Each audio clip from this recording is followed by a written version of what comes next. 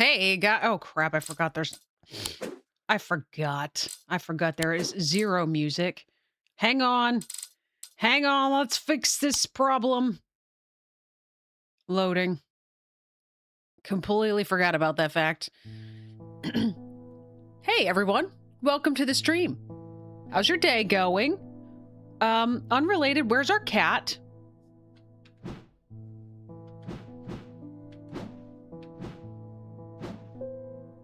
Guys, where's our cat? Where's Jupiter? Was there an update and I didn't know about it? Hey, hang on. There's urgent problems we need to figure out. Store page. Strange Antiquities. It's currently 25% off right now, by the way, if anybody's interested in buying the game. Ooh, shoosh. Sorry, that auto played in Steam. Why? Where is the actual? It looks like the most recent events and announcements are from December 22nd. We've lost our cat. He has run away or something. I don't know what that's all about. Hopefully chasing mice. He had to take a break. I should at least take a moment here to say hello to everybody in chat. There's a bunch of people in here. I see Dan, I see Tara, I see Anne, who did at least notify me that she is at an appointment currently, so I will have to take care of my own spam messages if we get any while we're going on here. But anyways, yes, welcome back. I did post in Discord last evening. I said I wasn't going to be able to stream yesterday. The day got away from me. I can tell you guys all about that. It was a bit of a debacle, but anyways, the day got away from me. Legitimately, like I went out for lunch and there was a whole bunch of stuff. Till I got home, my tire was leaking air and was nearly flat. And so that became part of yesterday's events and then part of today's events and blah, blah, blah. And so there was a bit of a debacle. And so I didn't get to stream yesterday as I was expecting. And I wanted to go ahead and get us to finish this game. We have, I think, like 8 days left or something like that. Oh, goodness. Yeah, all of this looks the same. I just don't know where Jupiter has gone. I also forgot we've got these little tiles.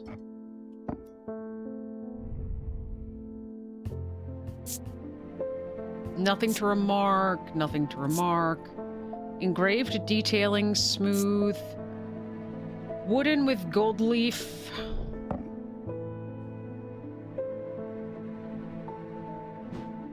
Part of me feels like those should go somewhere around here to unlock something. You thought the Saturday stream was instead of Sunday, so you didn't even expect it? No, that was just an extra stream because, goodness, I forgot to mute my phone. There we go. Now it's muted. It was literally just because, it was my birthday weekend. I mean, technically, it's a long weekend here in the United States. This is it's a federal holiday, here in the United States. And so I didn't have to work today. And I said that we would go ahead and try to finish the game today. Like I said, we're about halfway through. We're on day 9 out of what looked to be 17. So I guess let's just go ahead and get started here. And we'll see if maybe after the day reloads, maybe Jupiter will come back. Constance Bader. I feel like we've had you before. My awakening ceremony takes place at the convent tomorrow. I will need a talon. Amphibian talon. What is an amphibian talon? Okay. An initiate of the League of the... Okay, so that is 0 help at all. That's not the item itself. It's... Although he's got scars on his cheek. The League of the Amphibian Heart uses these items as part of its grim initiation rite. They guard their secrets closely, but it is said that they worship the ancient nameless gods, communing with them via the broken path. Acolytes must press the tip of a talon heart against their cheek. Okay, so that makes sense. Tip of a talon heart against their cheekbone to the point of drawing blood. They perform this act nightly for 49 days, seven sevens, after which the scar will mark them forever. So...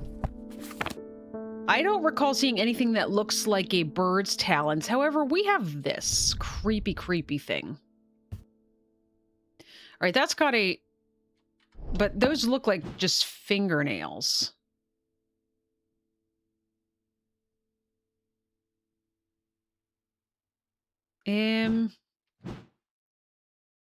Where did our music go again? Bring back the music. Game. Oh, there it is. Nameless God's Broken Path. It just draws blood. Let's see. Is there anything with snakes? Because just based on the way that that guy's cheekbone is cut, it looks like it was... That's kind of why I was leaning towards the fingernails, is because there's 2 fingers and he's cut twice. And while talons are normally birds, that is sometimes like a nickname that's used for people's fingernails. If they're really long, they're talons. Blessings, horned god, rebirth, which is not triple goddess, spirituality, witch sign, frosty, blah, blah, blah. That's weather, seasons. Planetary metals, no. Is there something with blood? Here's tallow, vinegar, wax, no.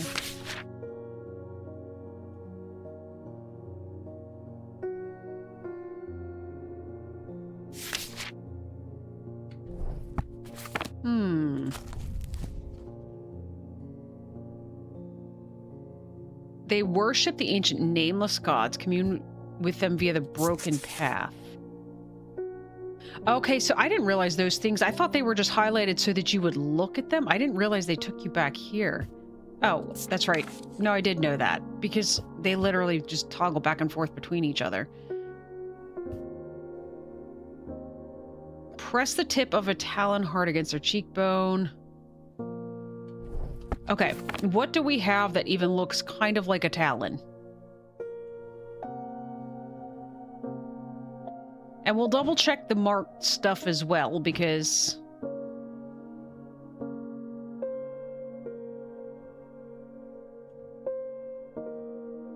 I think we ended up using this thing twice or something like that.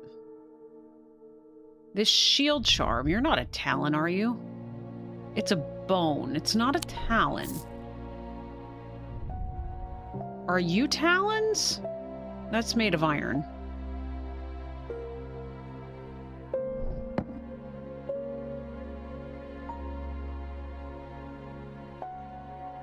Okay. Let's try it and see what happens. Would you like this thing? The shape of the nail tips match the scarring on the cheek of the person in the sketch. I did see that. And this music is so loud again.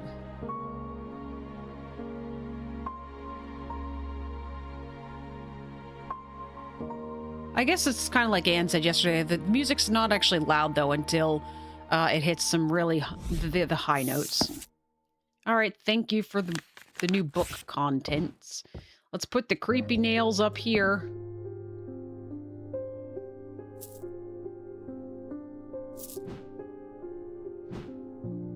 Okay. Next person. Simone, you are back. Oh, where's Jupiter today? That's been my question. I always look forward to coming in to say hello to him. I've been working my way through the journal, but it's heavy going. I keep coming back to this series of sketches. Does this mean anything to you? Could it relate to the plinths? She's the one that told us how to get into the other downstairs to be able to get these cups out.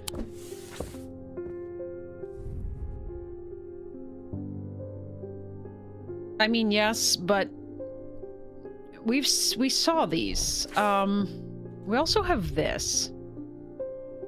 Read Dr. Robinson's booklet on curses. You'll find it in the cupboard hidden in the counter, but we haven't figured out how to get in there yet. So we have this, and this symbol matches this thing, but this thing will not stay in there. So that's another mystery we're in the middle of trying to unravel right now. Is there anything... There's one person we haven't met yet. Let's see. This thing had these Thaumic fields. All thaumic objects produce a field of sorts. Although invisible to the naked eye, they can be observed by placing an object over a thaumic lens. Do we have anything that talks about a thaumic lens? Is that the thing? Maybe I was supposed to look for something in here.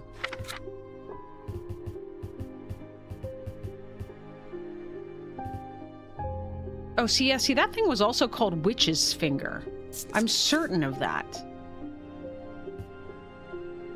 Severed digits of Witches of Undermere, and we just called them... Yeah, weird stuff. We need a lens of some sort. We're also missing... Gosh, we're missing a number of things right now. I'm afraid we're going to end up missing something that we need, because we can't figure out these cards either. It is so mysterious, says Ian. Indeed.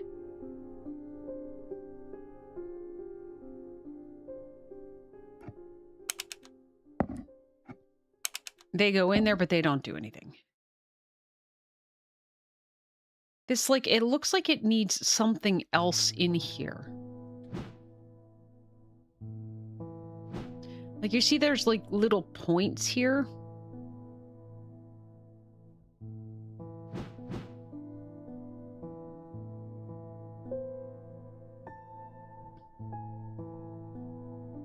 And of course, we open this. This just has the weights, the counterweights, so that we can weigh things in case we need to identify weights of different items.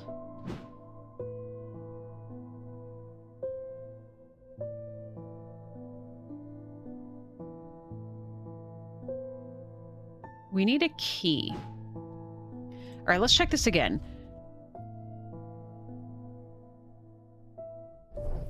So, hang on. This thing.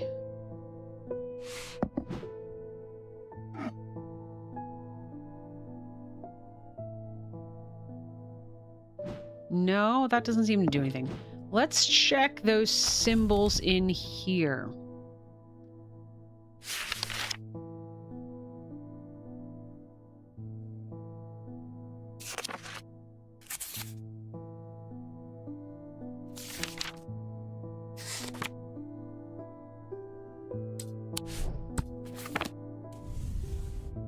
I don't know what they mean. I do know we have them, like I said, on that other document. I would like to keep this stuff sort of down here for the moment. I don't know what this has to do, but I do know it's this. I just wish I knew what a thaumic lens was. Is there any... Okay, I checked in here. What about in the index?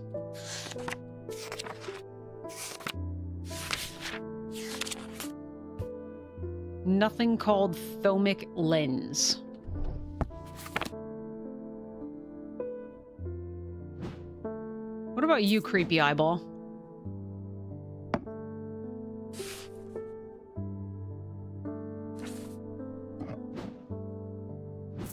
Let's grab this just in case, because this is the most unique thing we've had so far.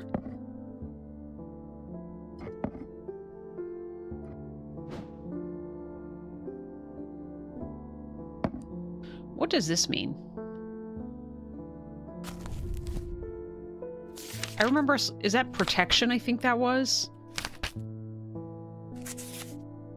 Protection. We have a protection symbol right here.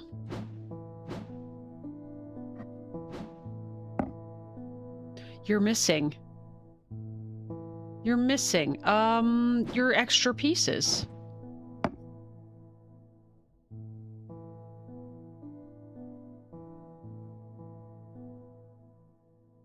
Okay, these go in a bit of a pattern here. So this thing you see down here, there's this thing that looks like a fish next to it, and then like a television, and then a necklace. So that thing, and then a fish and a television and a necklace. I'm assuming you go here, which would then make you here? That doesn't seem right, does it? Oh, there's more missing ones. Probably here then. Yeah, after the Z comes this guy. So you go there. How do I find more of those? I need 2 more.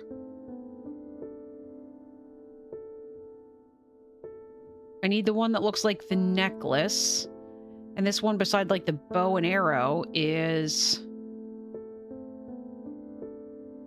this kind of upside down woman symbol. All right, let's move you back up here. I don't know.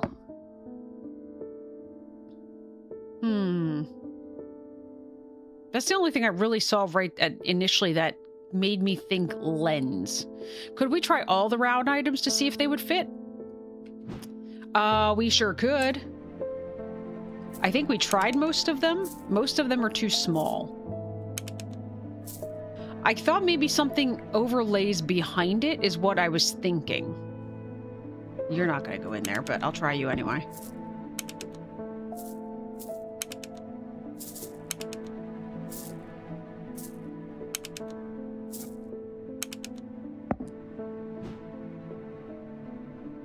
You around? You around? You are around? That one actually fit pretty well, all things considered. Hey. Mr. Ozic Ring.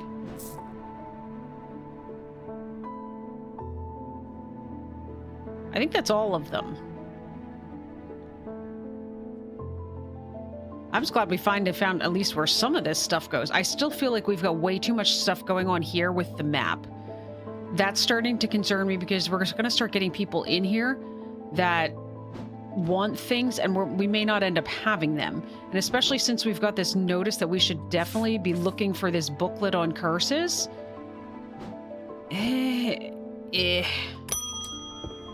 All right, Bonnie, you are the one we're not supposed to give any bad things to. I've come back for that Corvin's might, and I'm not taking no for an answer this time.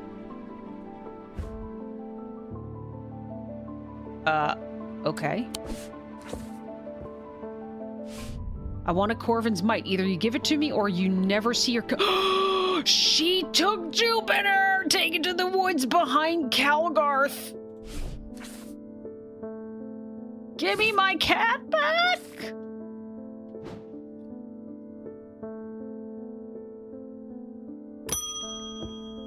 I don't know what to do. Wyatt Collings. I think I've been cursed. Whoops. 2 weeks ago, I was quietly minding my own business in the Guilty Ram when a stranger came up to me. He handed me a book titled The Changes of Dr. Learmonth. Before leaving, something about it intrigued me enough to take it home with me. Ever since I read the first page, I've been having terrible nightmares, and they're getting worse. I spoke to Dr. Robertson, and she sent me here. Something about nightmares.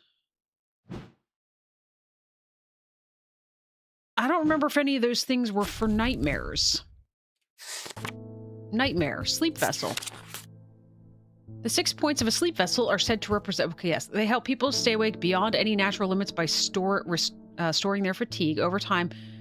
Undreamed nightmares are beginning to seep out. No, that is the opposite of what we want. If you keep staying awake for long enough, you're going to get nightmares. We don't want him to stay awake. We would like him to be able to sleep. Do we want good dreams or do we just want sleep? What are we looking for here? Sleep. Also sleep vessel. That is not going to help. What's a shadow catcher? Nope, that's for something called creeping shadow.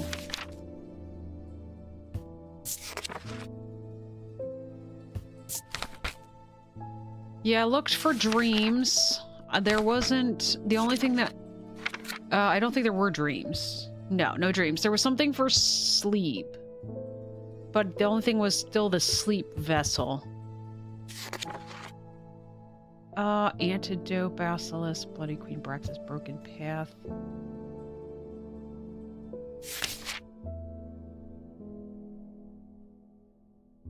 Here's something for fear. Is that giving me fear or...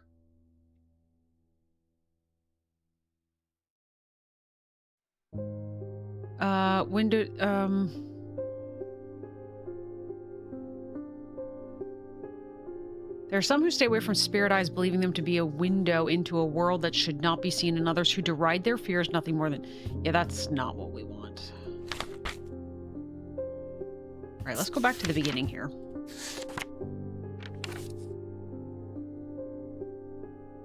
See, this might be a bad thing. Could this, like...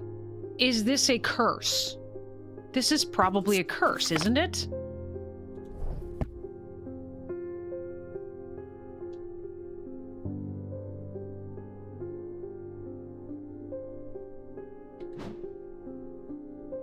It would be helpful for you to read Dr. Robertson's book on curses. You'll find it in the cupboard hidden in the counter. Oh, when did this piece get here? Are there any other pieces? Can you go back in the drawer?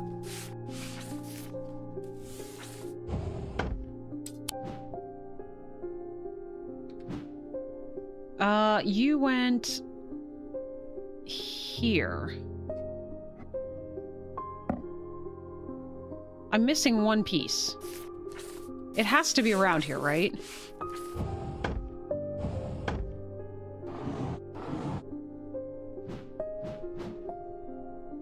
Hold, sir. We're investigating. We're investigating things. Have a plant.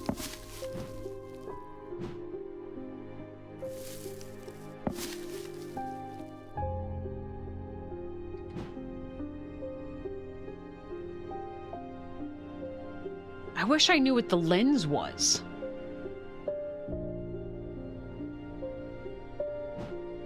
If the lens helped us to...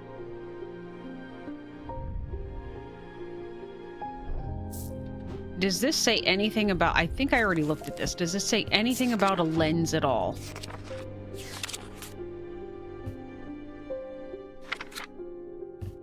No.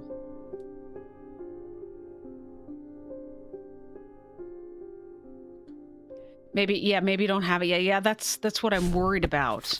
I'm worried we don't actually have what he needs right now, or at least that the book would point us in the direction of what we need. But there's... Okay. Let's take another college try here at trying to figure these cards out. All right, everybody ready? I am closest to the sunset, but furthest from the sunrise.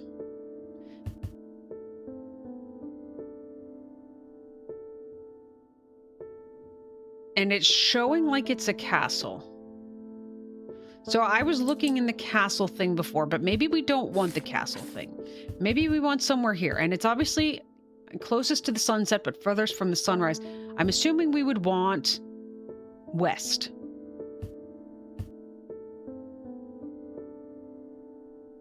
You know, we've never actually gone to Galfrey's Tower, have we? We were using that to pinpoint the other one about the maiden. But we didn't actually go here, and this is a tower. Let's try that. Well, that worked, but it's the maiden, interestingly, or something. I climbed the narrow winding stair to the top of the tower and am rewarded with views across Lake Undermere. I am not alone in the tower. Standing in the center of the circular platform is a statue of a young woman, the maiden. Her outstretched arm points due east across the rooftops of Undermere and beyond.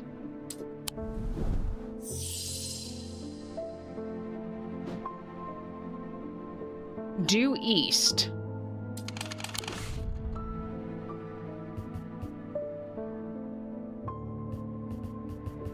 How far? It says across the rooftops and beyond.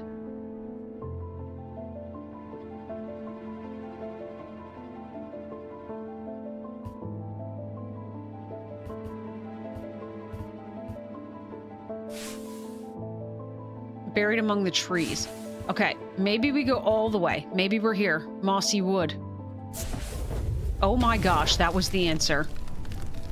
I find what I'm looking for in a small cavity carved into a sturdy oak tree. I look around, half expecting to see someone, but there's nobody there. I take my prize and leave, feeling my mood lifted by the smell of damp moss and the gentle rush of wind through the treetops. That looks like the other half of the thing that we have. Well, let's put this down for just a minute. Yeah. It almost looks like this thing, just not. Like these two should go together almost. All right, witch's finger, you need to go. Let's put the pot back here. These things will be easy to see, even though they're partly hidden. All right, you're going to go here. We'll move you over here so that nothing gets blocked when we raise that thing up. Except this I want to stay over here because I'm certain that has something to do with the lock that's on that. All right. Farthest west. Yes, furthest west. Wait a second.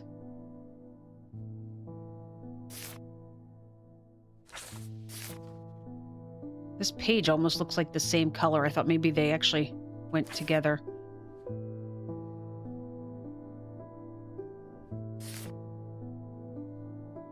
I don't think we need you immediately.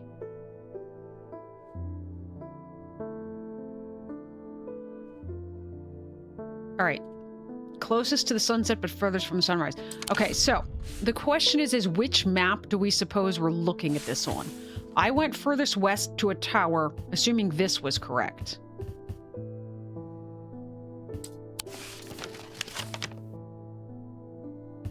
But again, I assumed tower. Maybe it's not tower? Maybe courtyard? But there's also the second level. So technically this room, whatever... Oh, this room isn't even clickable. Oh. You can go the whole way to the vaults. The vaults are blocked by a large iron door, and it has no handle or keyholes, and it does not give them the slightest when I push against it. I realize that it has been thomically sealed, but that's not much help. It's not clear what I need to open it. Do we have an unlocking item?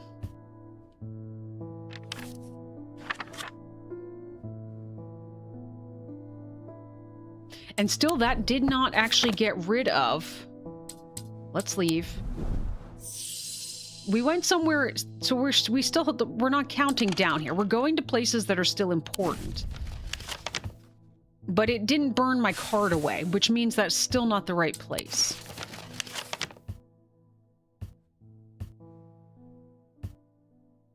So none of these look like the picture.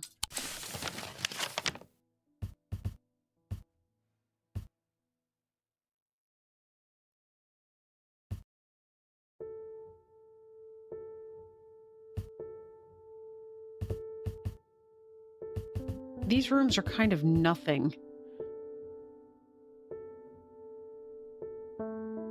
I guess let's try the courtyard. It's probably just as far west as the kitchens, but... Neat hedgerows and worn pillars frame the space. Gravel crunches underfoot. The only sound is the otherwise quiet courtyard. There's no reason to linger. That actually still is not giving us bad stuff. Let's go to the kitchens. Smells and sounds of cooking greet me as I enter castle kitchens. Simmering stews and clinking pots. Hard stairs make my presence conspicuous, so I leave them to it.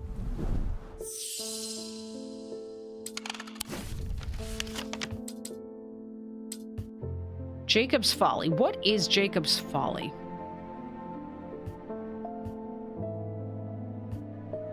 It's still not the furthest thing west. The furthest thing west is the Bleaks. I guess let's try here.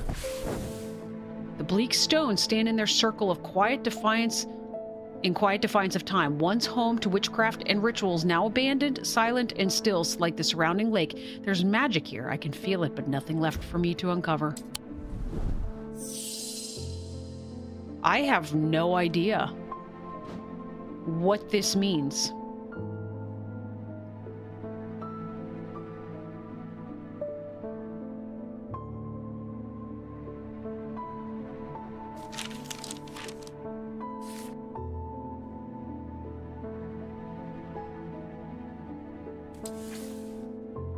And I still need one piece to go in here. Oh my gosh.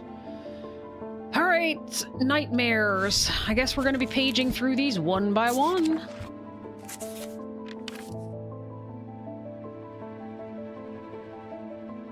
A reminder of death. That's probably not right.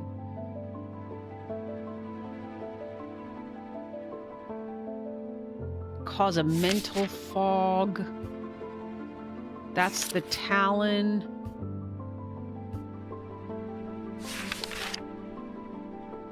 Feelings of guilt and shame.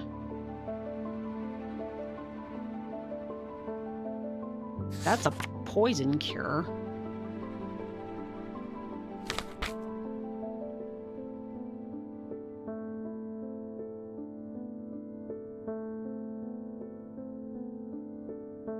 Trying to see if there's anything that we missed. I saw missed with a D. I was reading basilisk at the same time, and mist became misk with a K. Oh. Levitation.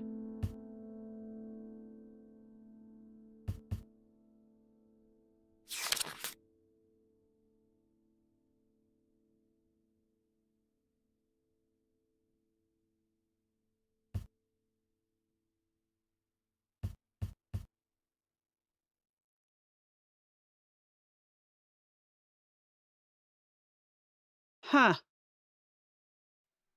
Ethereal key. Listen to this.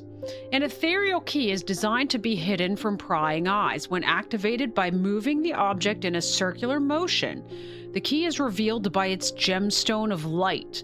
These are rare items and not generally known about outside of Thaumic circles. Gemstones of the night power the concealment charm. The key is revealed by its gems. Okay, we need a gemstone of light. I'm wondering if this is... That's not what I want. I want the gemstone. I wonder if that's what we need to...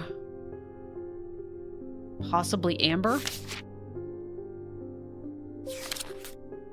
Earth and nature, peace and safety, stone of sight, anchor between mind and body, fire and fury, protection for an enveloping night, stone of night and darkness, strength... Okay, so we need amber.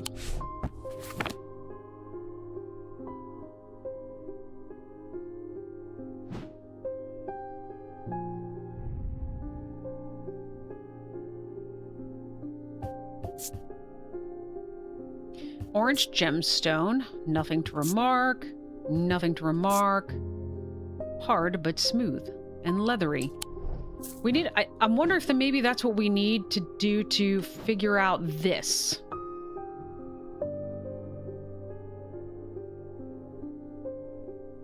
I'm still not sure what we're supposed to do with those symbols once we have them.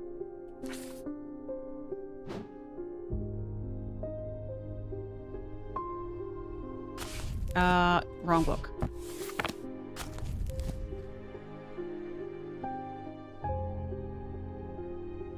When activated by moving the object in a circular motion. All right, ready, everybody? Circular.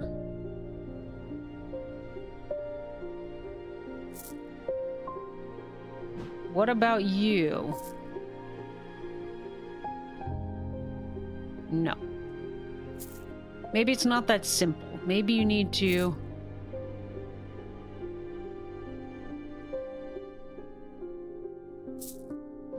use it on something specific.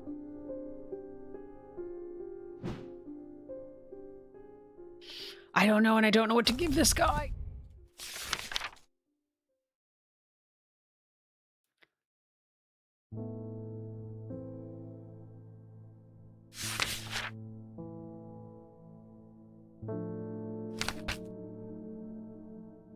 Dispel melancholy. Pass unrecognized. This one's a hearing amplifier. Trapping a soul?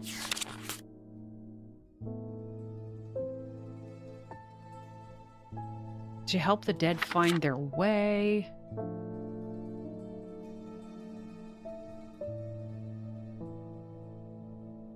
Bring about change in one's life. So none of this is about breaking curses or even nightmares.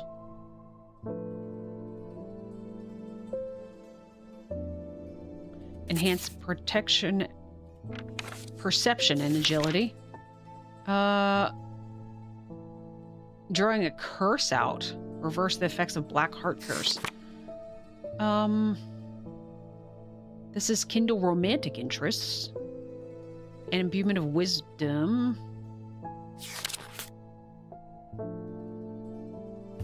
Making them open to suggestibility. For the banishment of Hobbs' fear and Noctic sight. What's Noctic sight?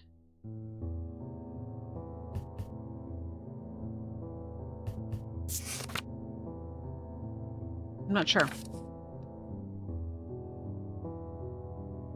Impart vitality and clarity of thoughts, blah, blah, blah. This is hissing. A resonance compass will port towards nearby resonant objects. The only objects that can be detected in this way. Resonant objects are highly prized by both by thaumaturges and those who collect occult curiosities. That's... Where is it?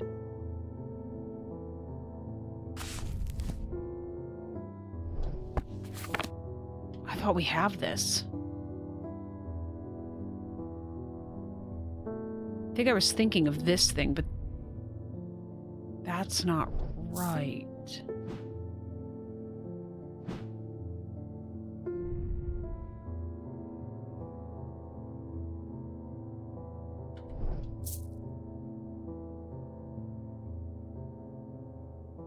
Oh, it's here. It's behind the locked cabinet.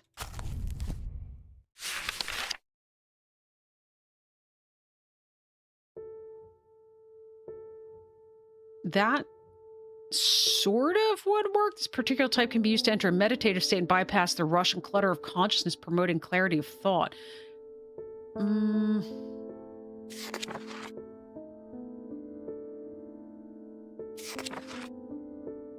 Protects against insanity in all its forms. That is the least information I think I've had in anything.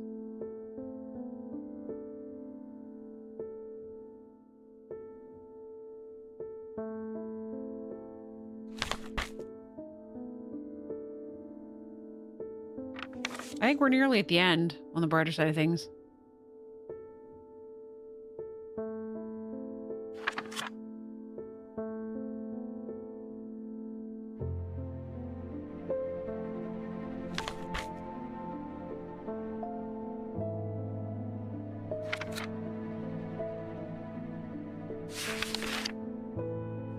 Sleep vessel, I think we already did this. Yeah, because this is, we looked at this one because this is the one that if you, it keeps you awake.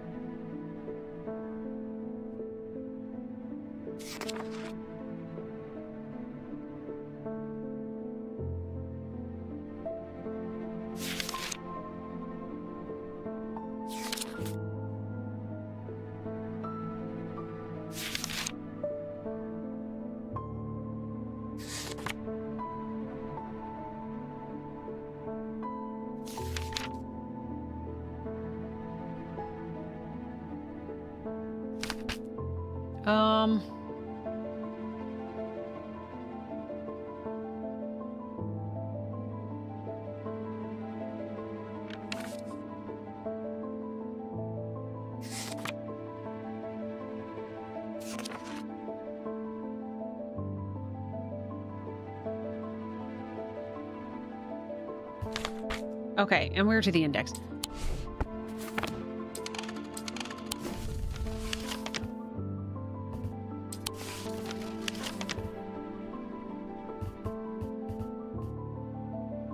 I'm pretty sure we were already in this tower. Let's check this tower. Okay, that gives us bad stuff. We were already in this room, I'm pretty sure. We met what's-his-face there.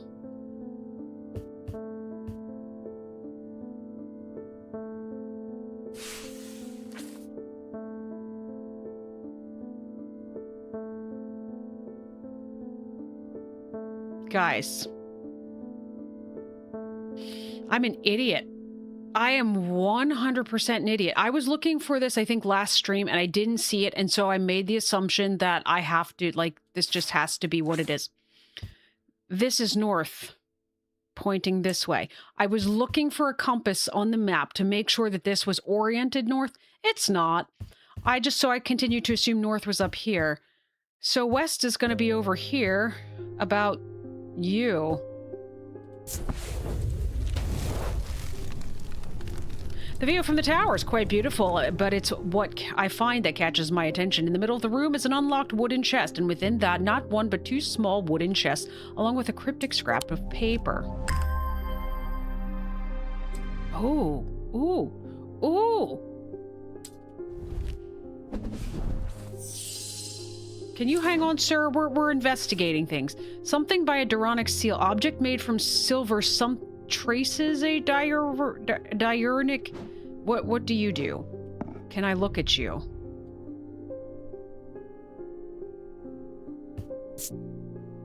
There is an unpleasant sensation at the back of my skull. Nothing to remark about scent and sound. It is smooth and polished. Gold leaf wood. That's an hourglass. That's a clasp that opens. What does that symbol mean? Hang on. We're making progress.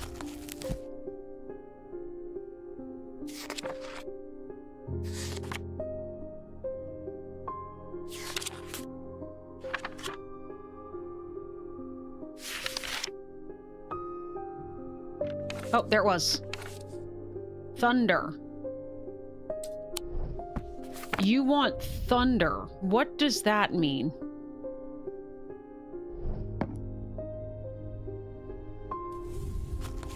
Do you have thunder back here? No. Is there anything else in... Well, no, I was just gonna say, is there anything in the weather about thunder? Yeah, the symbol that we just looked up. Thunder?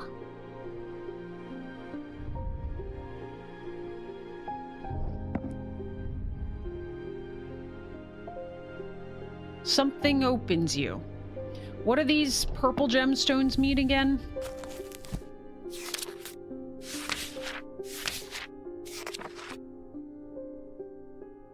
Calming stone of peace and safety if it's considered dark bluish purple.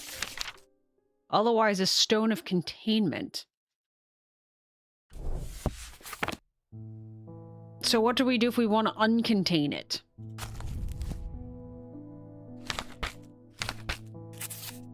Containment, maybe?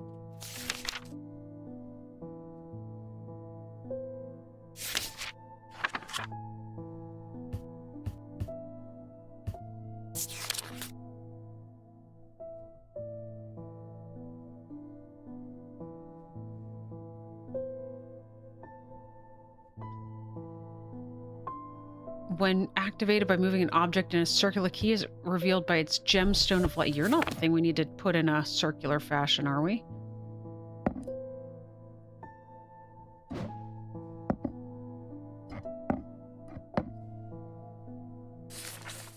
Object made from silver. You're tin. You were stone, I remember that. You're iron. You're stone. Pewter. Pretty sure this was stone too, yes. That is also stone. You're also stone. Elva stone is made out of silver.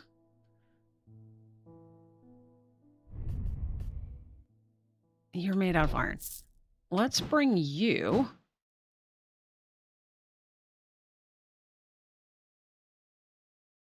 I'm moving in a circular fashion just in case. That might be completely idiotic, but we're trying anything right now.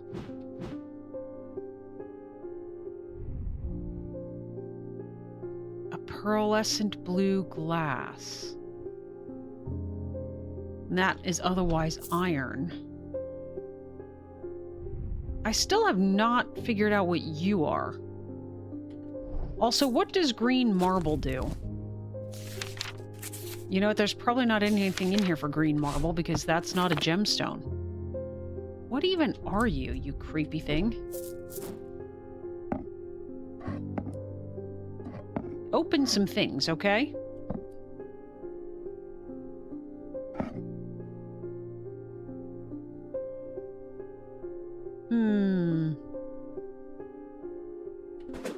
All right, sir.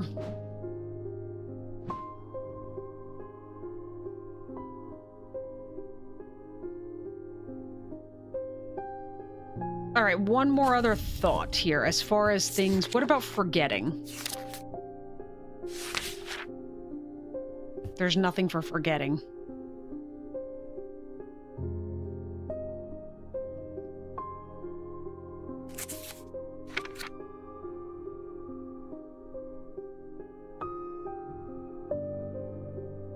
I guess for now, let's try giving him the sleep vessel.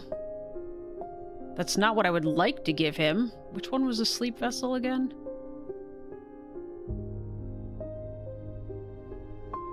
Like, you're just gonna come back and you're just gonna be just tired.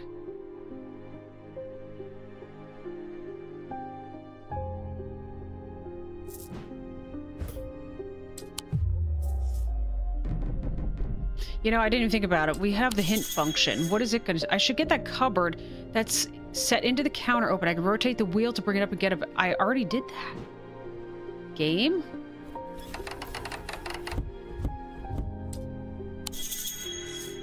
I need some sort of key for the cupboard on the counter. Perhaps I have something. Yeah, we have this thing, but it doesn't open. Do you give any other hints? The key for the cupboard has a flower pattern on it. If I push the pedals while inspecting it, I can set the... Oh, you can push the stinking pedals? Okay. So you... I think... Seriously?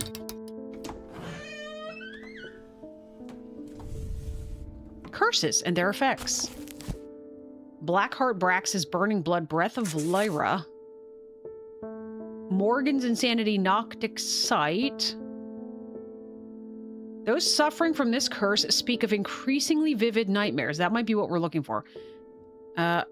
Anything else? Noctic Sight. Yes, they're getting worse. So we want something that cures Noctic Sight. Oh, there it was. For the banishment of Hobbs' fear and Noctic Sight, these tend to take the form of a comforting guardian.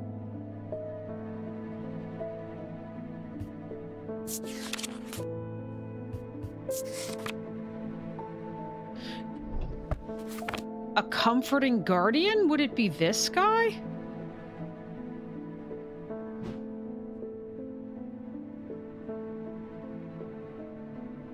Or the cat?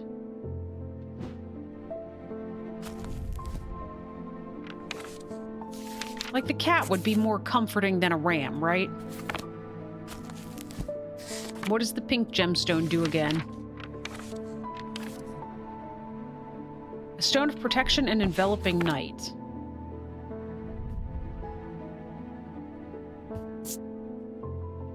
Nothing to remark about that. Nothing to remark. Sense of touch.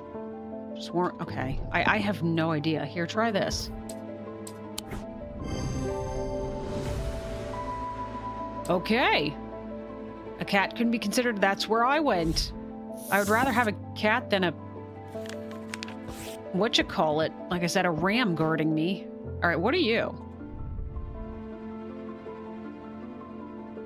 You look like a shaker, like a baby rattle. Here, just put you out here with the other books. Over here. Now go... There we go. Close the door. Oy vey. Okay. Verona. There's not much that can unsettle me these days, but I found something at Calgarth Hall that I'd rather I hadn't. In the cellar where they found those two poor girls, I came across a bubbling black mess that was oozing from the rock itself. Seems there's a sickness in Undermere. It's in the earth and the water, and it's spreading. I suppose it falls on me to find out where it's coming from. If it's underground, then underground's where I'll start. I'll see if I can find anything in the catacombs. I realize now that I've been a little careless. I've been getting headaches. I won't go to the catacombs without a sextrum. Okay, what's that thing?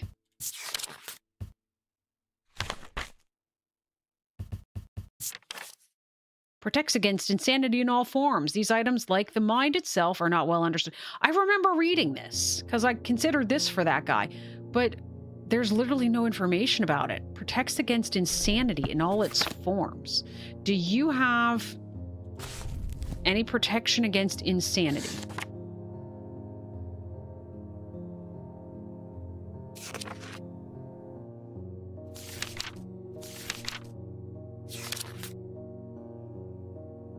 Possibly kyanite, which says it is an anchor between mind and body. Or iolite, which is a calming stone of peace and safety. So we're looking for blue or dark bluish purple.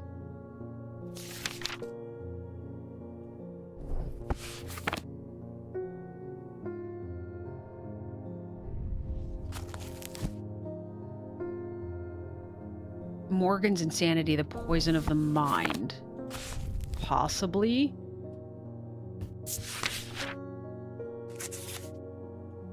Yeah, Sextrum, the poison of the mind.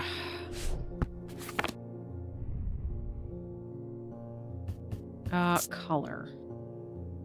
A blue gemstone.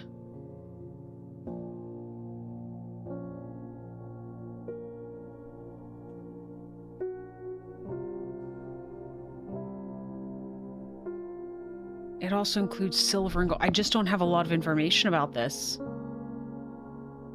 Guys, there's a spider. That's the first I've ever noticed that. You see it going? Right here? Crawling across the cupboard.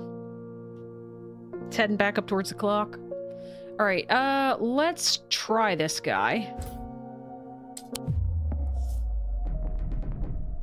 I should slow down and look. Okay,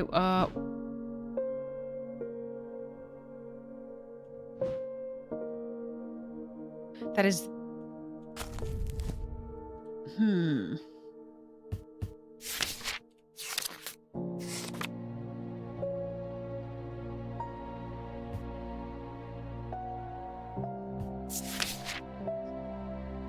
There's not even, like, a picture of it. It's just blank. These items, like the mind itself, are not well understood. Is there anything in here about the mind that would have...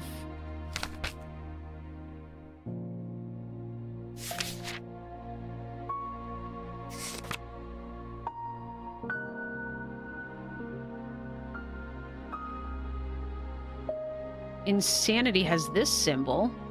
I didn't even think to look at that. Does anything we have that symbol? Here, you. Insanity and a protection symbol. That totally makes sense. Here, have this. Hey, Grammy D, welcome. All right. Another book entry.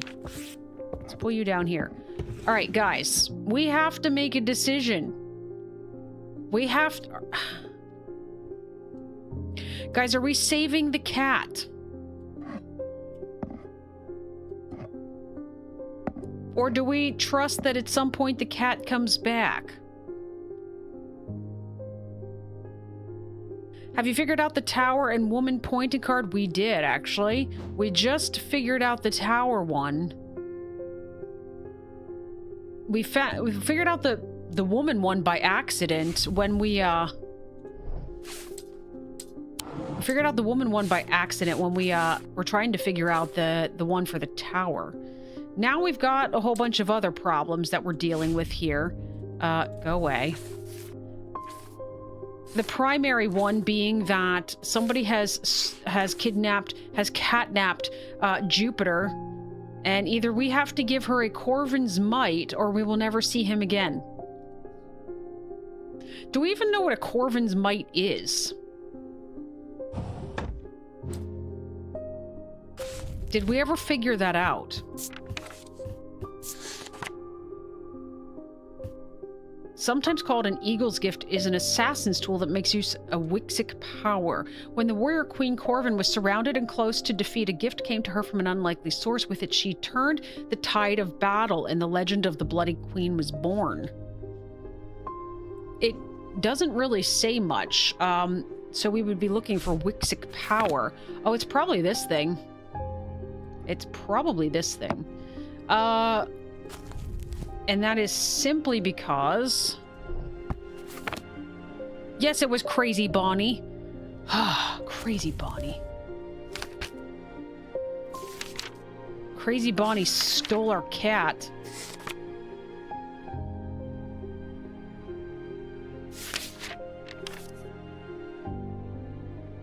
Okay, that just says, doesn't say Wixic, it says witch's sign. Hang on. There was something about Wixic, I thought. Of the body. I still don't know what these things mean.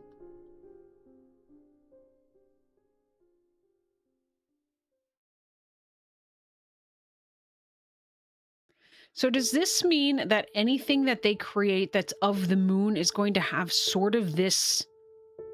Because, like, for instance, we have this Elvis stone is a moon thing, right? Wrong book. So it is kind of like triangular shaped in this fashion. Like, I'm trying to figure out what... I've never understood what these symbols do to us. So, do we have anything somantic of the... Wait, this is of the moon versus of the night. Those are different. Like, I don't know what these symbols tell us.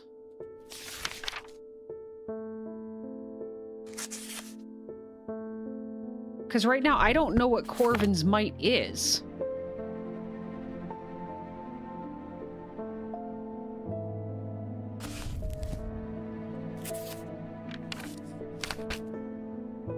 Other than it's Wixic, which is of the body. I mean, give her a creepy hand.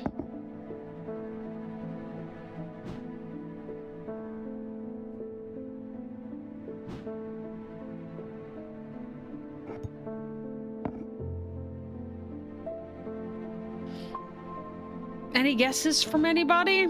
We still haven't gotten a key to get into here.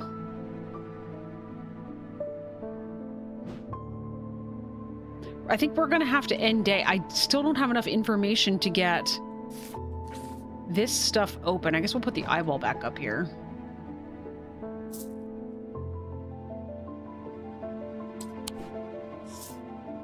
I can't sleep knowing that that awful woman has Jupiter. I must do something. Okay, they're going to force us then to figure out what Corvin's Might is. I guess that means then we just need to go there and start testing things. All right, so we have to go to the woods behind Colgarth. All right, here we go. The woods behind Colgarth. Wait, Colgarth or Calgarth? Calgarth. Here's Calgarth Hall is 25.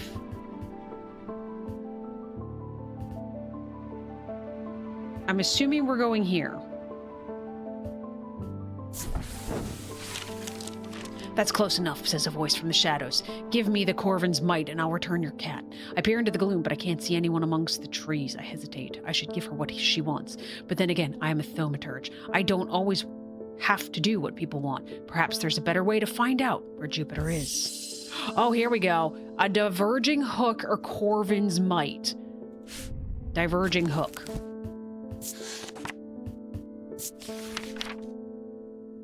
A way to carve thoughts from the mind of another. If done with skill, the third party may have no realization that the thought was ever there at all. But it is all too easy to leave a mind in disarray. Even when approached with care, the unanchored thoughts are easy to lose track of. They have a single gemstone from each of the 3 thomic branches. Okay. Hang on. Celestial, diurnal, and individual? So we need... Hang on. I'm gonna screenshot this because I need to know what these are. Whoops. Screenshot. So we need something of night or day, and we have 2 of these at this point. We have this guy right here. And we have this new one that we just found. That each have 3... Oh, and this guy. All right. So what we need... I've got green, yellow, black. I've got orange, blue, yellow. And then I've got pink, black, and orange. All right, so we need to figure out... All right, we've got moon or earth, day or night, mind and body. I don't think you qualify. I don't think you qualify.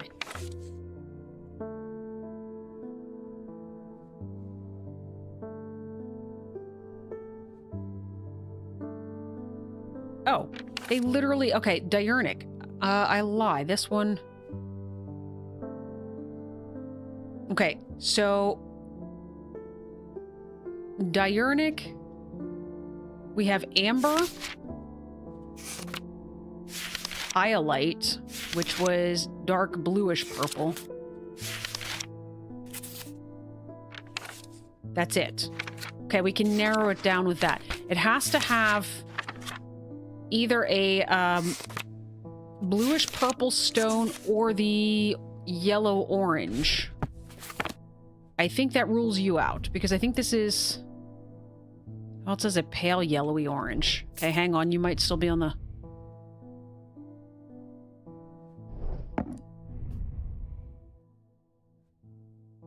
You are out. This is an orange gemstone. I don't think you count.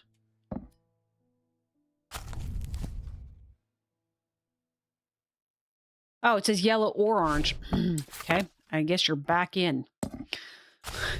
All right. Then we have... So that was the diurnic. Then we have individual, which would be... Oh, wait. The diurnal was also noctic.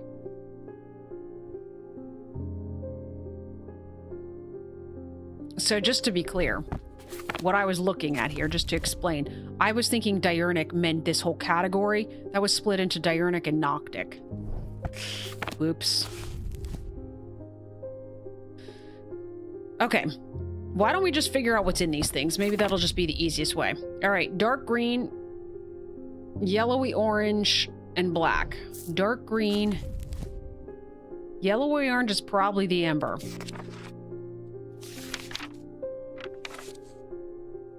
Dark green is mentic, which is individual. And black is Dradic, which is celestial. You're in the mix. Let's pull you down here.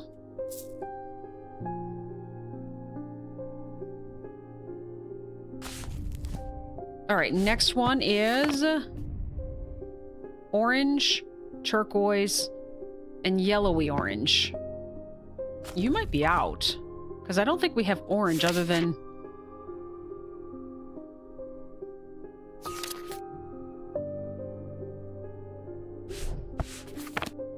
and turquoise.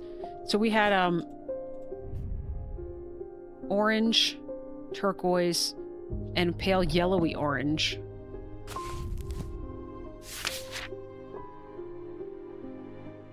So I don't know if pale yellow counts.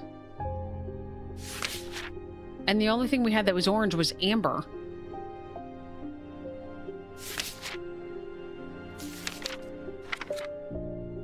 This is a stone of water. Dradic, this is the celestial. And this would count for the diurnal, so I guess it depends whether that...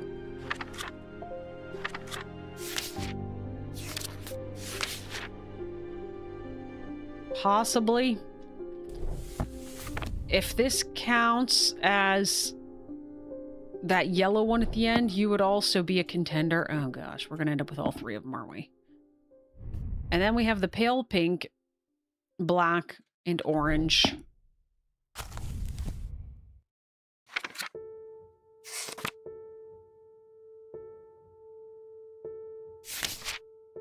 Wait a second.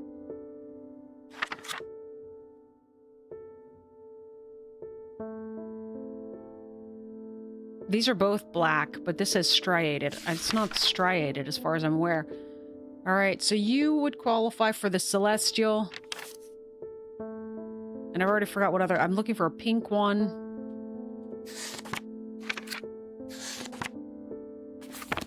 Wait, where'd the pink go?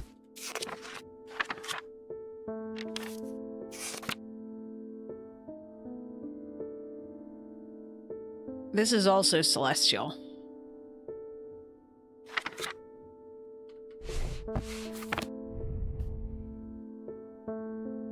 Oh, that might be a striation.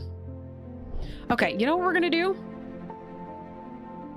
We're gonna hope that none of these is Corvin's might, and we're just gonna test them.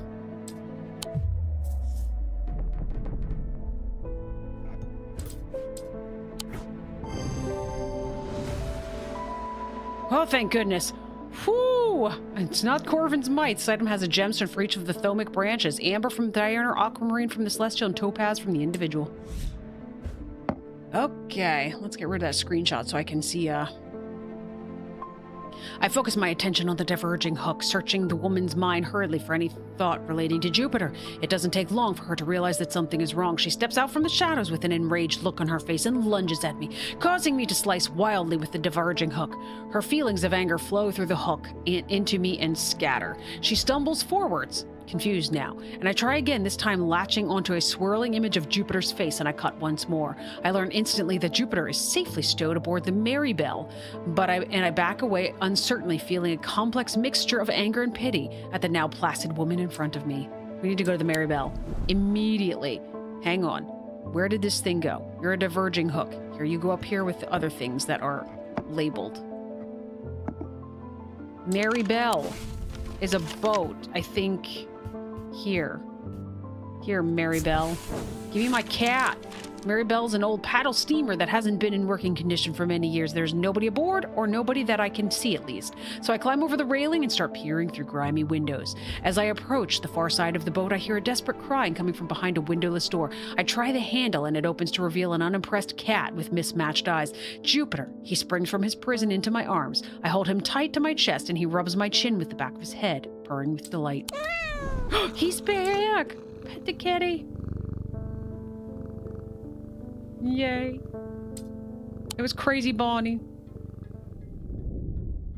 He tried to use the diverging hook on his partner as he had done on himself, but he could find no part of him that had not been taken over by the infection. His partner's hands ripped at the satchel, tearing it open and sending the black casket tumbling out.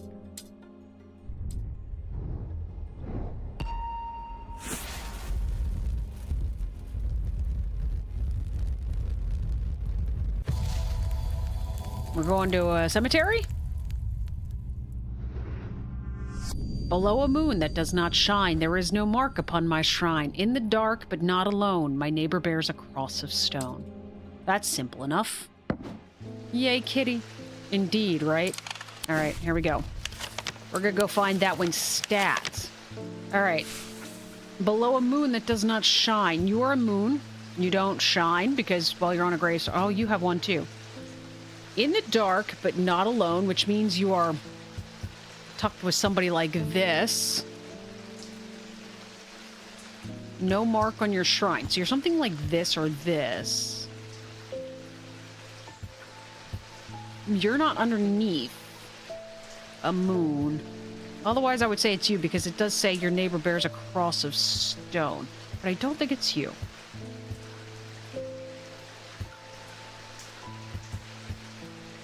Could be this guy, actually. It's not directly below the moon, but it's in a little cavern below the moon, and he does have a neighbor, not an immediate neighbor. Maybe we should be looking for immediate neighbor first. Let's start there. Anything else over here? Oh, here we go. Moon that doesn't shine, cross of stone here.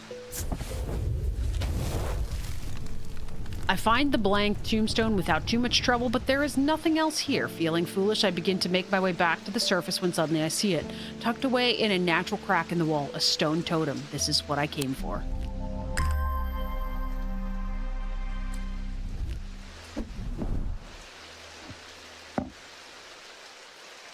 Hi, Jupiter. We still have problems here.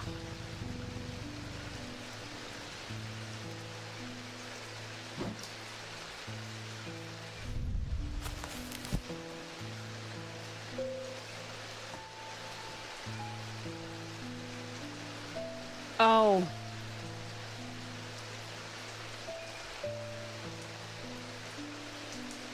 So it's talking about diurnal fields of the day and of the night. Wasn't that...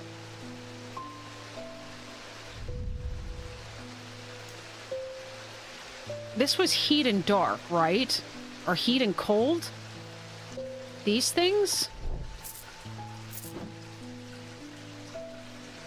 Although it says object made from silver. This is silver.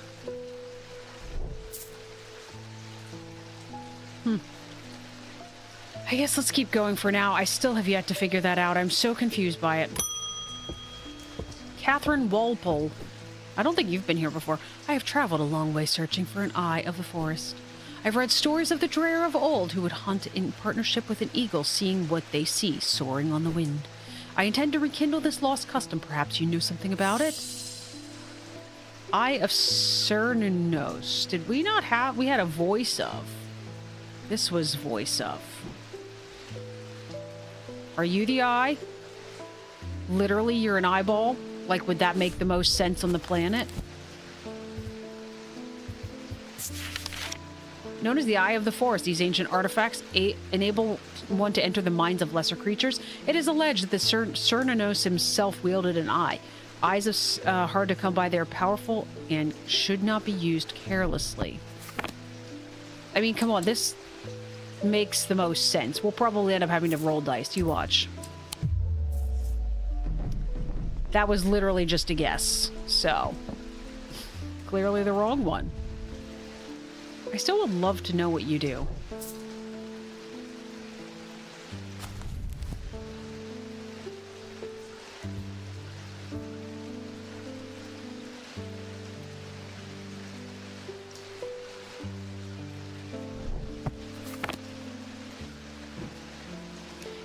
Could it possibly be something we've already seen?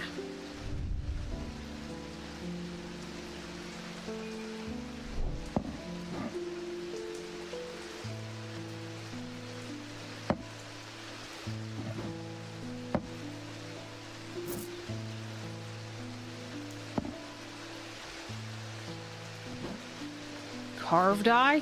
What do you mean? I don't think we've got a carved eye.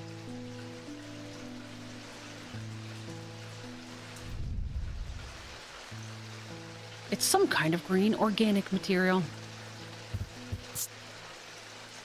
Hard, thin, and delicate. Sounds hollow when tapped. Nothing to remark about my inner perception of it. Odd.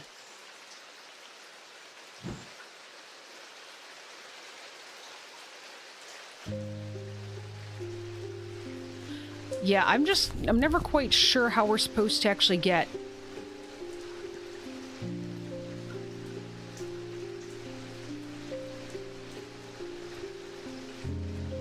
Eyes of the Forest.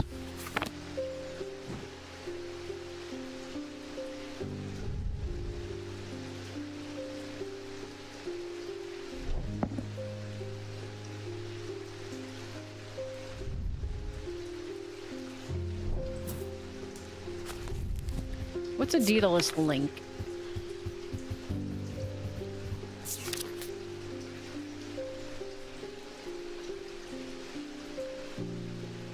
I was related to levitation, and you were a Selenic totem.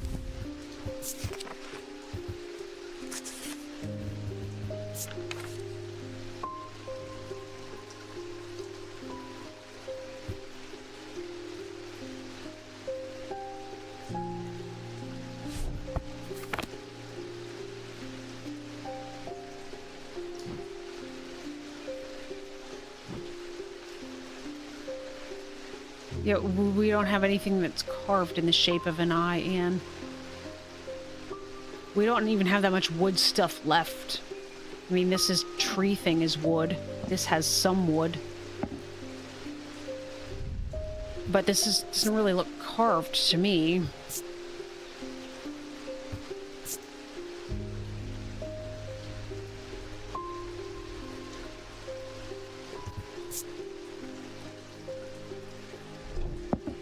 That said something about the forest, though. They have a picture of an owl. Oh, no, wait, that's a Selenic totem. Hang on.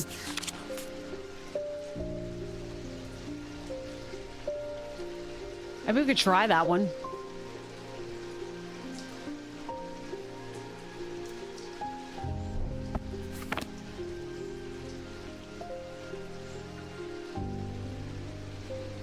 Although I think, Anne, you might have been... Nothing she said or nothing in the description of the Eye of Serenanos said it was carved. That might have been one of the other ones I was reading, trying to see if they fit. What do you have as a hint here?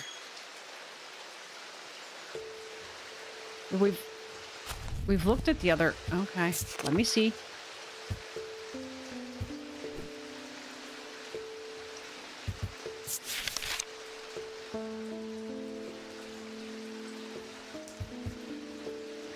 Well, that's true. Serenanos is a pagan god of the forest in nature, typically depicted as a man with the antlers of a stag and often wearing or holding a torque. Oh, it is this thing, isn't it? All right, here you go.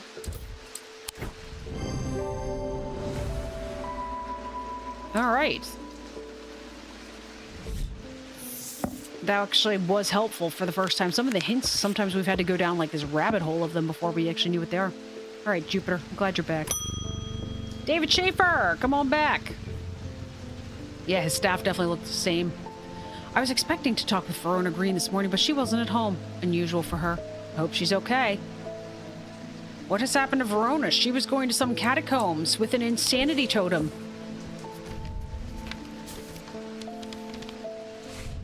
If you could spare the time, we'd appreciate your help. There's something unusual in our house. You can't miss us. We're the only detached house on Ruskin. Warm regards, Mrs. R. Bream. Ruskin.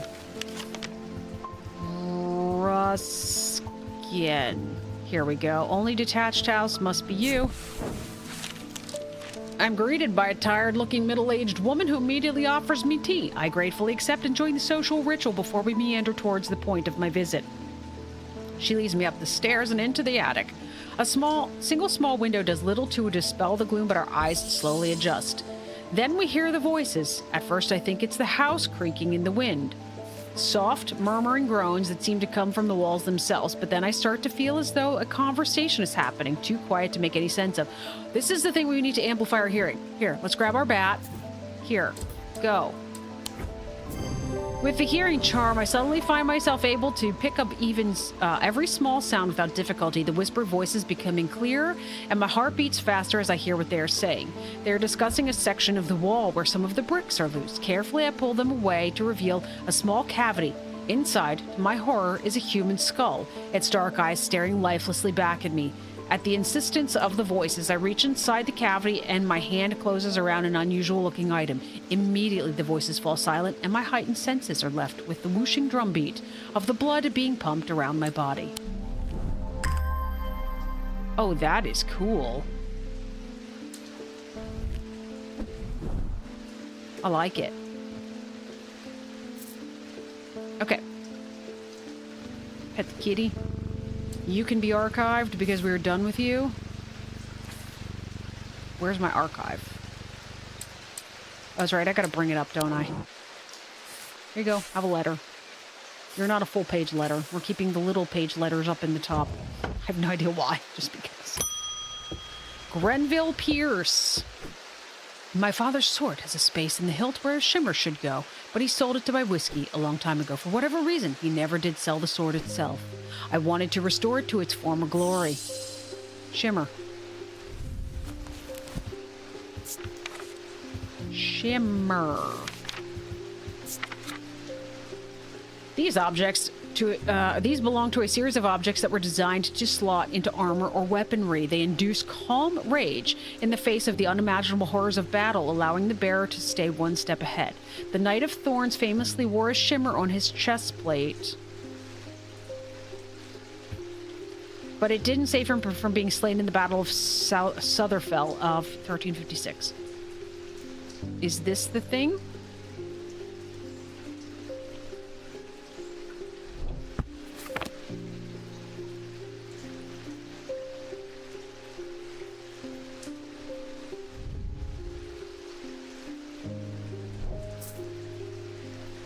It's designed to slot in.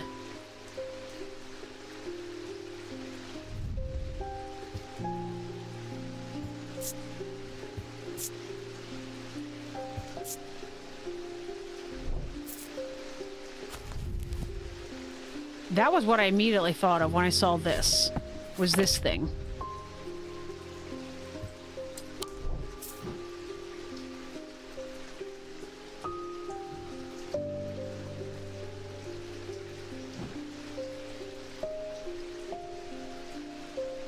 Although, a shimmer.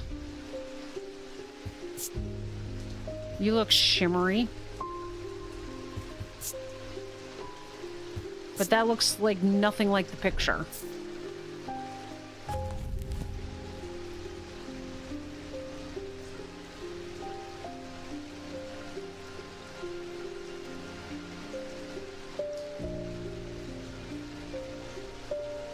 On his chest plate, yeah. I'm assuming that's what it is.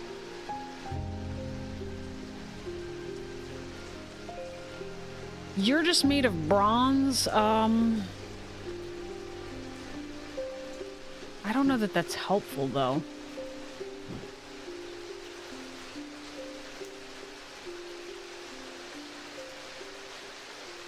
To the right of the candles, this thing? So,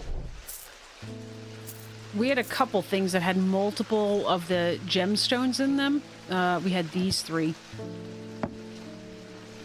I mean, possibly, but we would have to look up the gemstones. So that's an amber, and an emerald, and an obsidian. Fire, light, heat, and life. Or, I'm sorry, this. A stone of sight. A stone of fire and fury.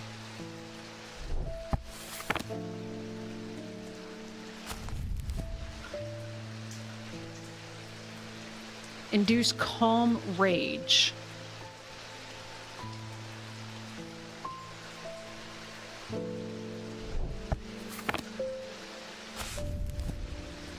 Is anything calming or rage-inducing?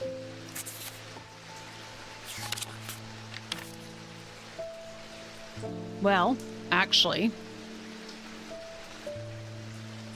the obsidian does match.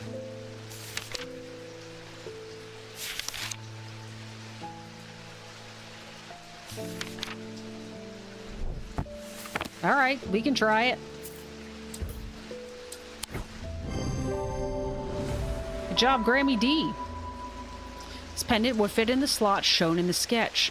Topaz and obsidian gemstones hint at calm rage, whereas the malachite suggests foresight or staying one step ahead. All right.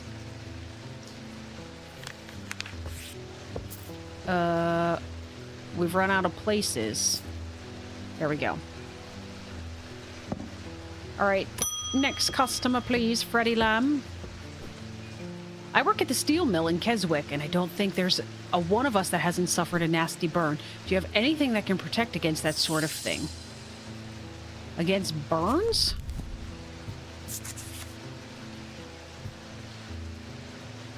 It would be a protection thing, right? Not necessarily like burns? Unless you did something like fire.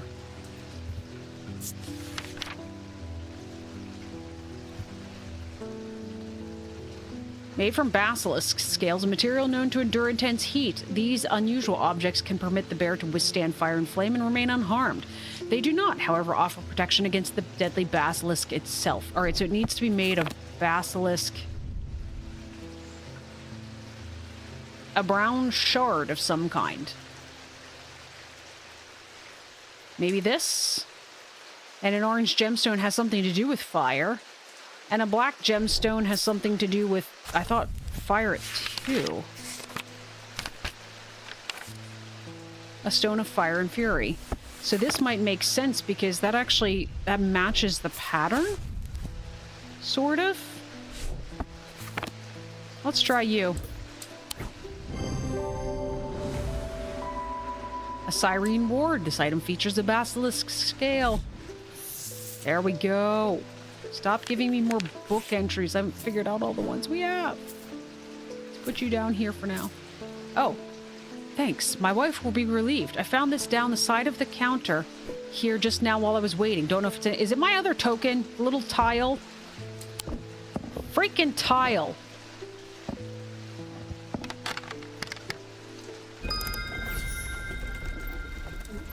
There's the lens we need.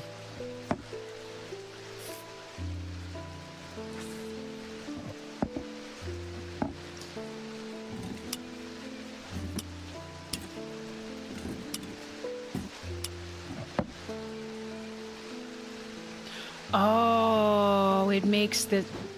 I'm gonna sneeze. Hang on. I sneezed my face off. All right, let's bring this down here. I should screenshot this again so that I've got it off to the side because it's going to be very complicated. All right, so we want diurnic. So we're looking for this or this, I think. So it says like, because everything is a diurnic field. So actually specifically, this is saying this one. All right, you go away for now. Let's put you back up here for the moment. Thank you. Now, to make that symbol... Actually, I'll bring it back down just so you guys can see it. That way we're not... So I'm going for this. We need to move the square to the bottom, this little circle to the top. Where's the square?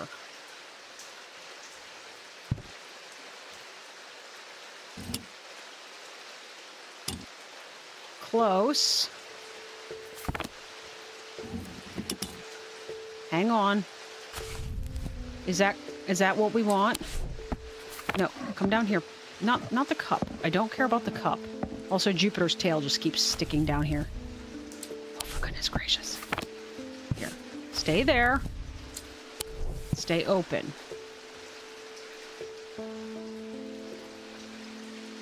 Or wait a second. We need... If we're doing this guy, we need this circle in the center, which probably makes sense because it was shimmering up until... All right, so we've made sort of this shape.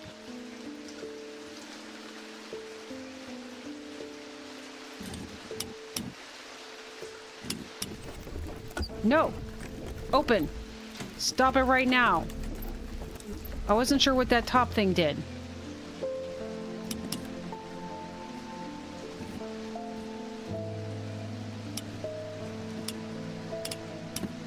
Okay, now. I'm assuming for this one we need sun.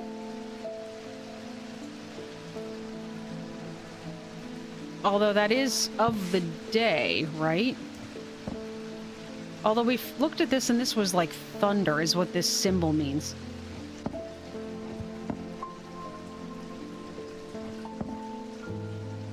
What'd you do for us here? Let's make some of the other ones and see what happens. Let's make Selenic. Little guy goes to the top. Big guy goes here.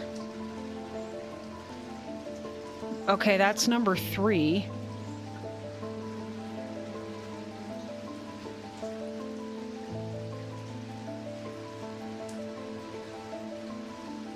Wait, let's make Noctic really quick. So this is the third symbol. Appears to be Selenic. I wonder if Noctic gave us the 3 instead of just the 2. Let's try Noctic. Maybe this is what we were doing with this the whole time. I think you go there. We need square back.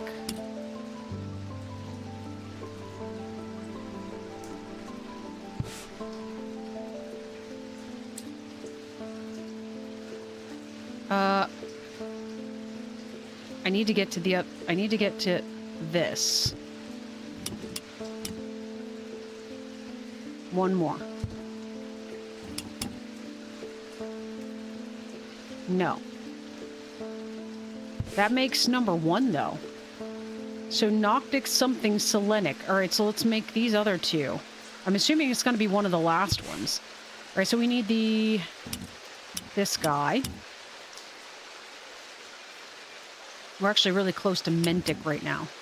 We definitely don't need that.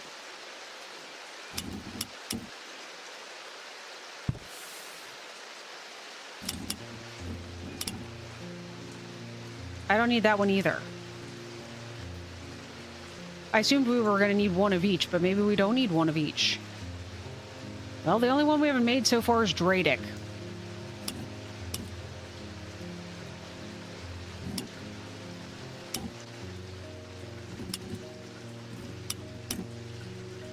Oh, we found it.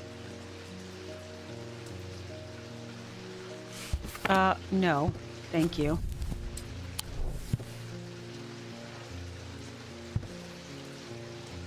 So wasn't it? It was Dianic, Dradic, and Selenic.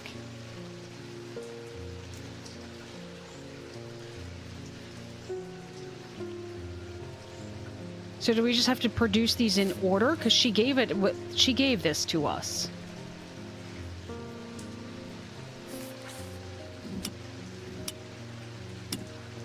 We'll try.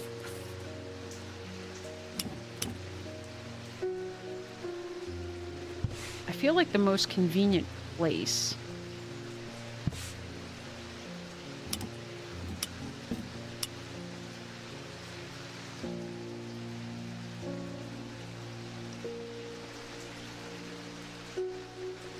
That was the wrong one.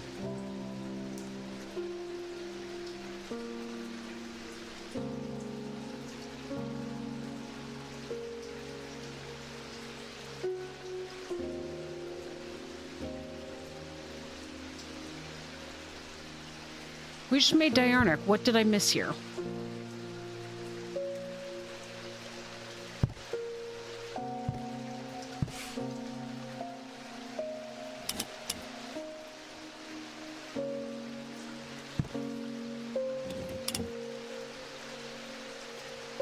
Alright, that's number 1. I'm gonna write this down. Noctic is first.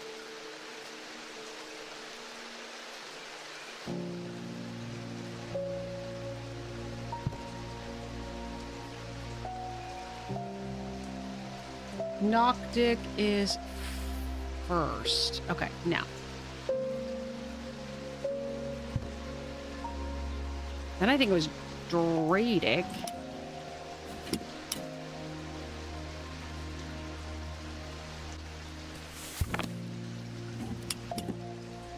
Yep.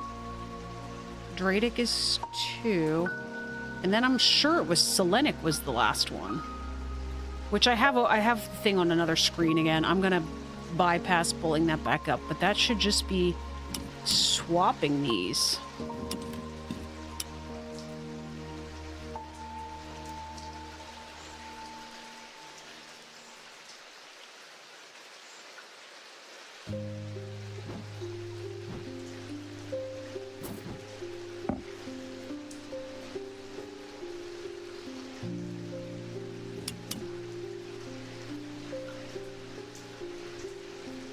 Okay.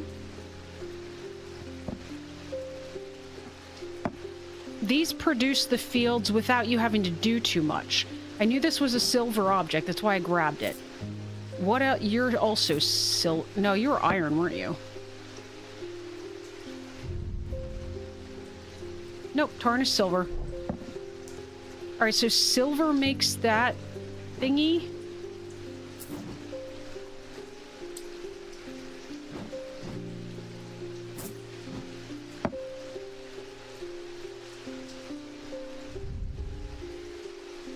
Oh, this is iron. I fibbed to all of you.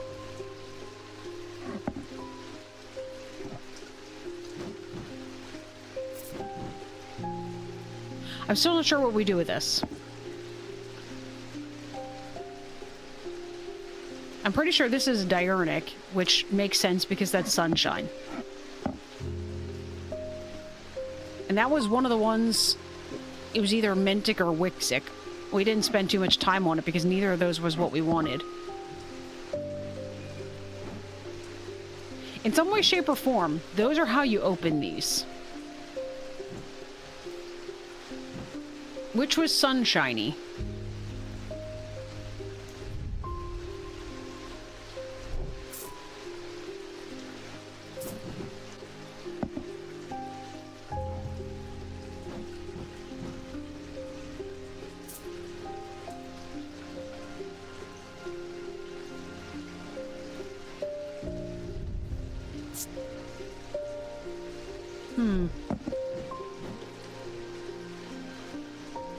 I have no idea. We've at least figured this thing out, though, so that makes me feel better. We need our book back up top, though. What did this say again? All thomic objects produce a field of sorts. Although invisible to the naked eye, they can be observed by placing an object over a thomic lens. These fields are not fully understood despite attempts to study them over the years. Okay. That makes sense now. This is our lens. I'm wondering if we're looking for very specific things that cause these. So we would need Noctic, which is of the night. Well, this would be Selenic. That's moon. What is night but not moon?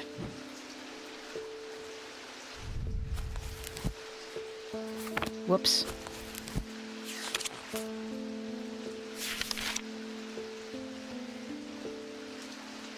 That's dark.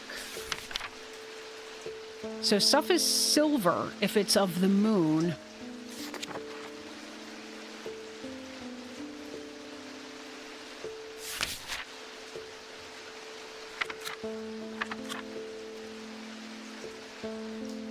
Do you know what I'm saying? Like, if we try to put stuff in there that is night, well, maybe you're night, you're creepy.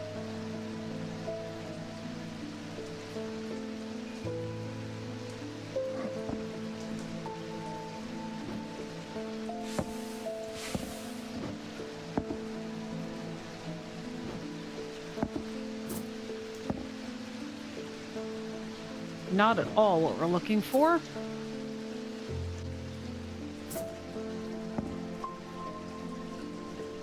That's interesting.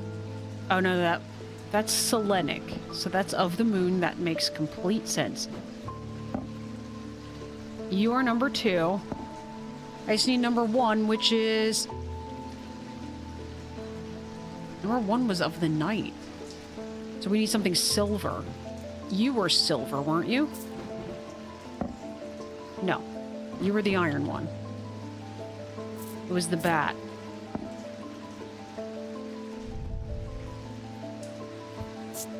Nope, the bat was the iron one.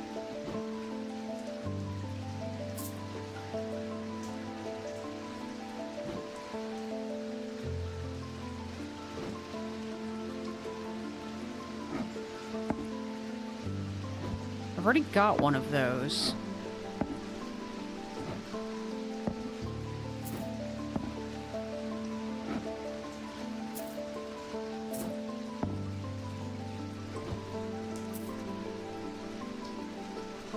Oh, this would be of the night, but wouldn't be of the moon.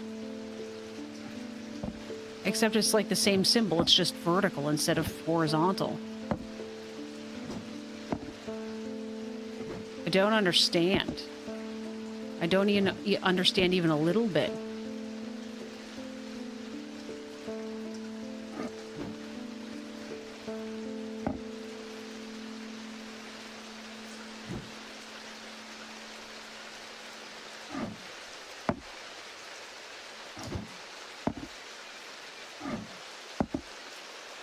I literally just need something that has that last symbol, I think.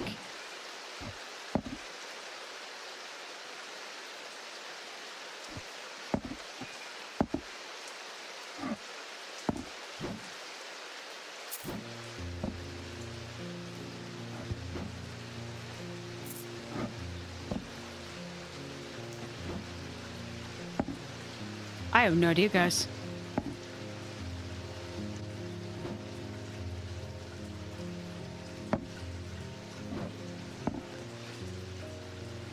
I figured once we figured out what we were sort of doing here, that this part would be the easy part.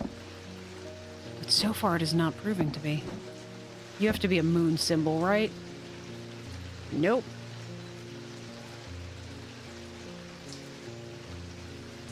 Yeah, you're right. This guy should be this one. And then this one. Do we put them all together? Or we do one at a time? You, and then you. You know what?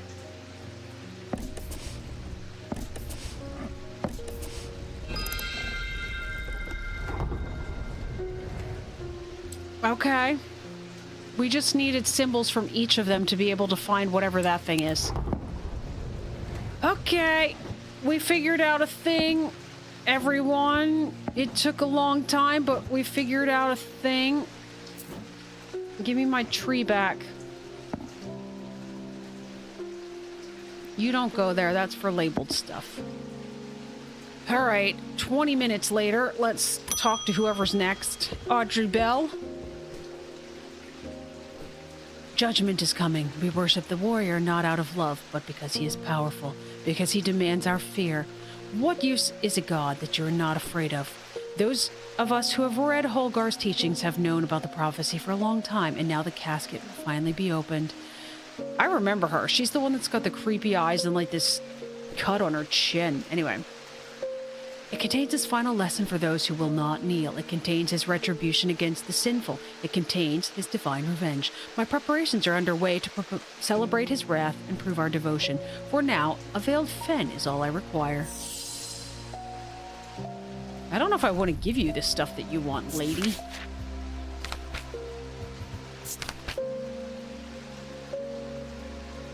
Brightly colored in the light, but it clouds over after a short period in total darkness. They can be used to command attention from individuals or small groups of people. Public speakers sometimes use them as a substitute for charisma. Brightly colored in the light.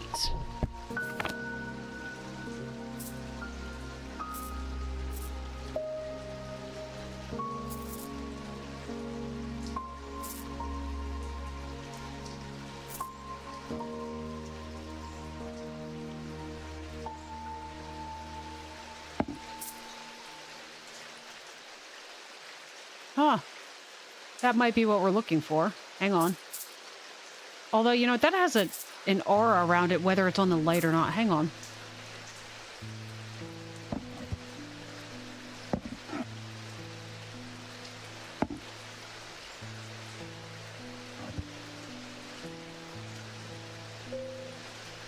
I expected it to kind of, like, pop with all kinds of color. I mean, we have this guy. But it says it has issues once it's clouded. So let's try something. Let's move the scale down here.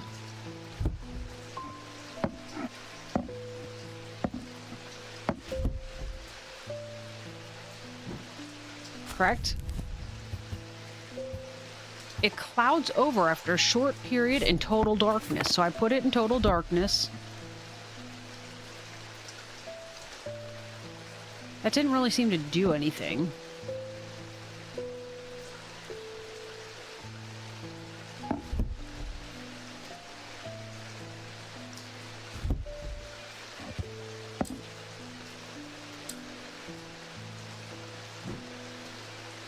A veiled fen.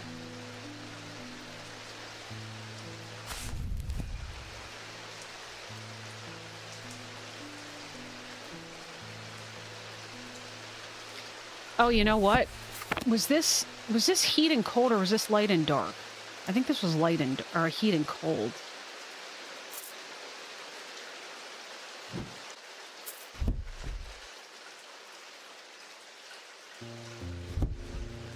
Yeah, that doesn't do anything.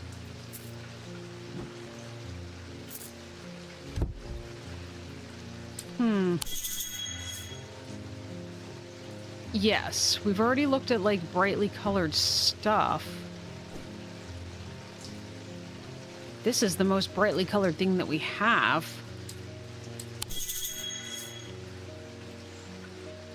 I already did that. What happens if I shut any of these brightly colored items in a drawer? Maybe I just didn't shut the right one. Did I shut you in?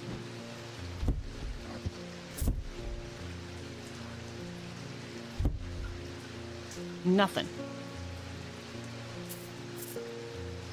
I already put you in the cupboard. You're bright from the gemstone perspective. Nothing.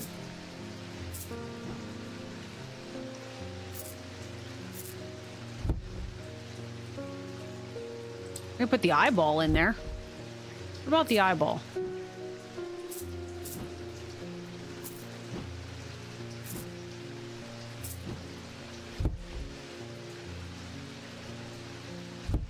Oh, we finally figured out what that eyeball is.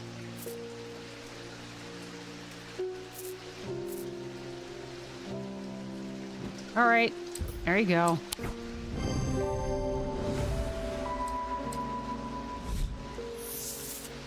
Okay. We have ended the day. There you go. You get stuck in there. Let's put our weights back in there. All right, Jupiter. We finally figured this thing out, so we can now archive this. I don't know if this is necessary or not. We've not opened these things yet. And these, of course, are just our maps.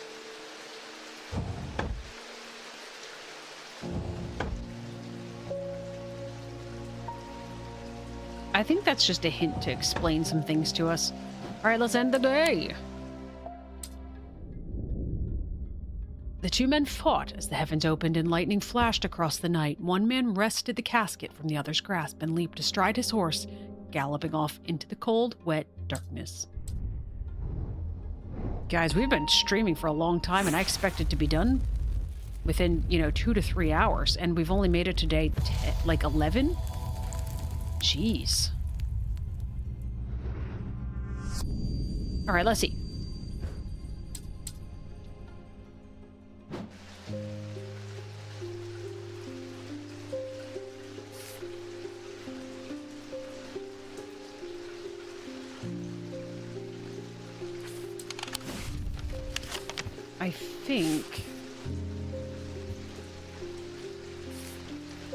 I think we just need to find these shapes.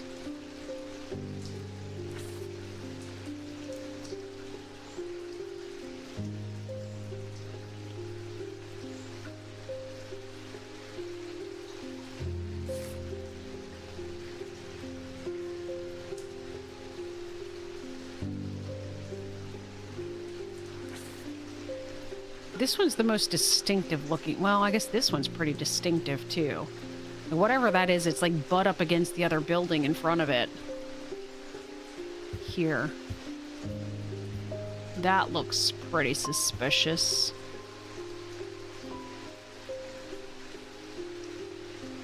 You wonder if each gets more elusive and involved as you get closer to the end?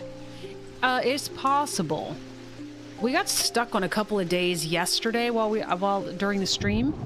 I was really struggling with a couple of those. That was just so the difference between this and Strange Horticulture is in their attempt to try to make things vague enough to make sure that you researched it properly. They sometimes leave a shocking amount of stuff out of.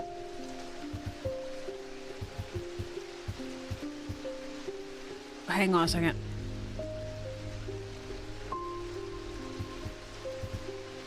This might be this.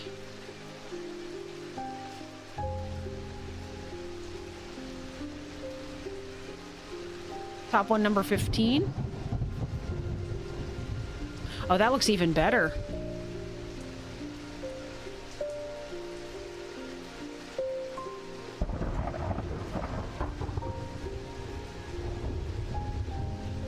There's no way to, like, turn the card, though. So the way that that faces, the card would be angling like this, almost. Which actually... this matches this one. So you're right, 15 to here, and then we're probably over...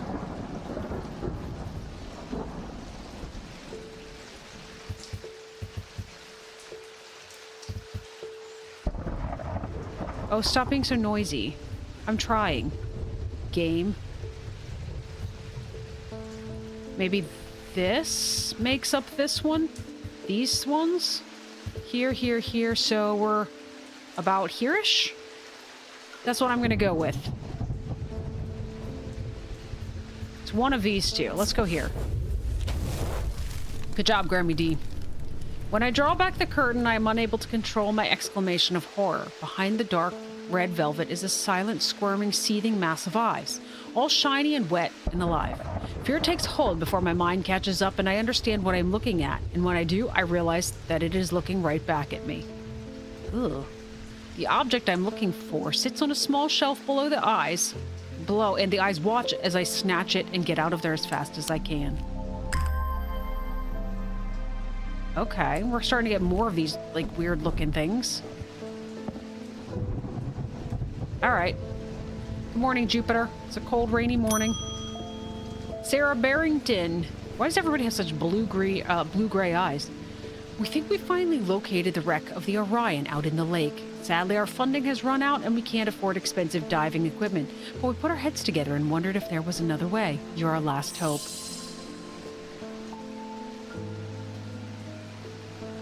So we need something that's like a water thing. So we have a gemstone that's for water. I just don't remember which... I don't remember which one it is. Oh, turquoise. That makes sense. All right, let's get out of here because we do have this guy, which is turquoise. Anything about you? You're made of bronze. You're hard and cool to the touch. Nothing to remark. Nothing to remark. I think you're the only thing that's got turquoise in it. I'm gonna try you, just on a whim. I guess not.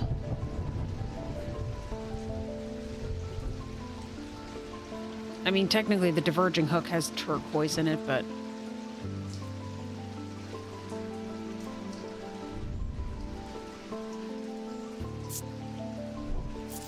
Alright, let's see. Do we have anything for water or breathing? Breathe. Ascus. The ascus allows the bearer to breathe underwater. The sensation is said to be most unusual since it requires one not to breathe at all. Those that use an ascus for extended periods sometimes forget to breathe once they're back on dry land and subsequently pass out. The core of the item is cold to the touch, but the ring, sometimes called the halo, stays warm.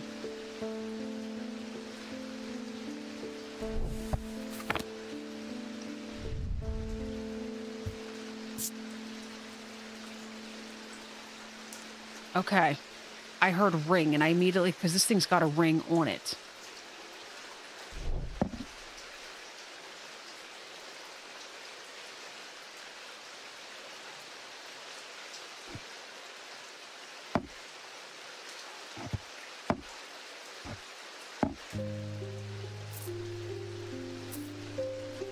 Oh, that's right. We've still got these down here, too.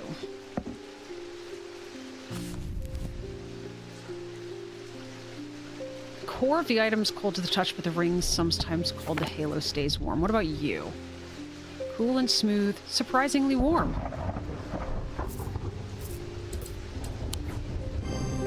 There we go. Cool. Except unless you touch it in other places, then it's warm.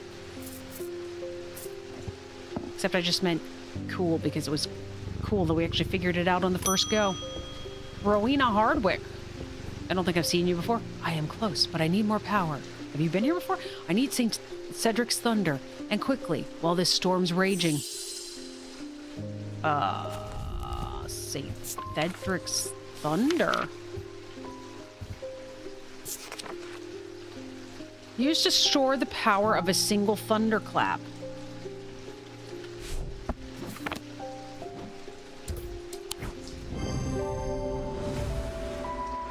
Okay, so we were never intended to open this. I remembered it's a container and this was a thunder symbol. Okay, well that was surprisingly simple. I thought we were intended to open these, that there was stuff in them for us. Clearly I was mistaken. Francesca Robertson. I've been trying to get a hold of an Ambra. Before she vanished, Verona said it might have something to do with my patients. It had almost slipped my mind, but then I remembered that there's one right here in Strange Antiquities. Eli told me himself he keeps it locked behind ethereal key. That was fast. Yeah, I had a moment. Designed to be hidden from prying eyes, when activated by moving the object in a circular motion, the key is revealed by its gemstone of light.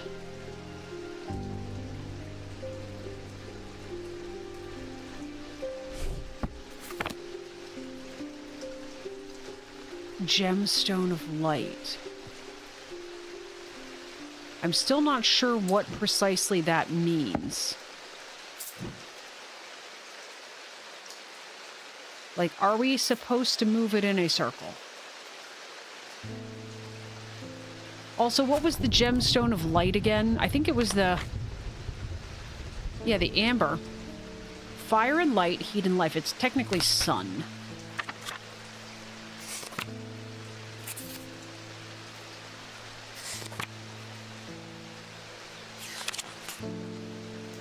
So it was just something with amber.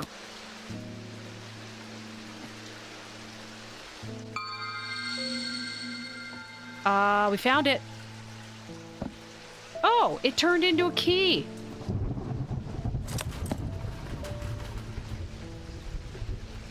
Huh. Oh, hot dog. All right, now what was Ambra? That was cool, wasn't it? These items cause mental fog, a withering of intellect and thought. They are slow to work, requiring several hours to have any effect. Through prolonged use, they can cause the whites of the eyes to turn black and the subject to become deeply disoriented. They produce a noctic field. Why do you want to cause a mental fog? Oh, because it might have something to do with your patients.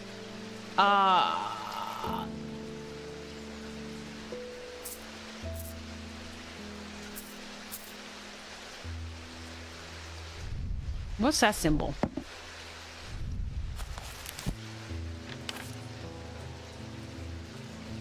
Weakness. You're probably not correct.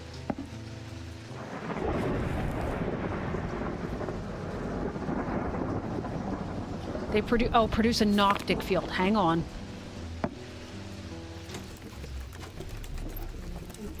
Shoot, guys. What was noctic again? Okay, hang on. Do I still have my screen? I totally don't have my screenshot. Hang on. I need to make sure I know what noctic is before we go too much further with this. She said it's something over there, so I just need to figure out what noctic is and then probably just drop everything on that thing to figure out which is correct. Alright, so noctic, you are the square. And then you are here. And here. Okay, so you're that swirly thing.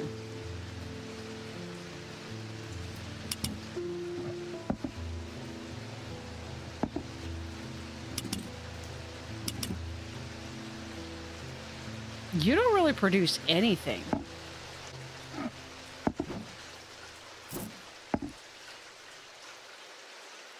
Nor do you. Yeah, I didn't figure it was you. Probably you. Definitely not you. Could also be you, actually. There's 2 options so far. There's 3 options so far. Okay, what are we looking for here? Mental fog. What symbols do you have on you?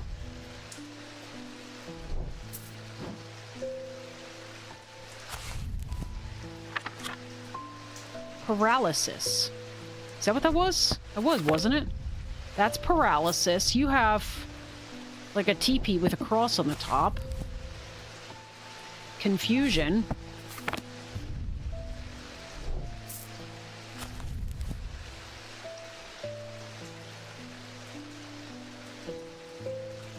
I'm leaning this guy. 'Cause paralysis doesn't make sense.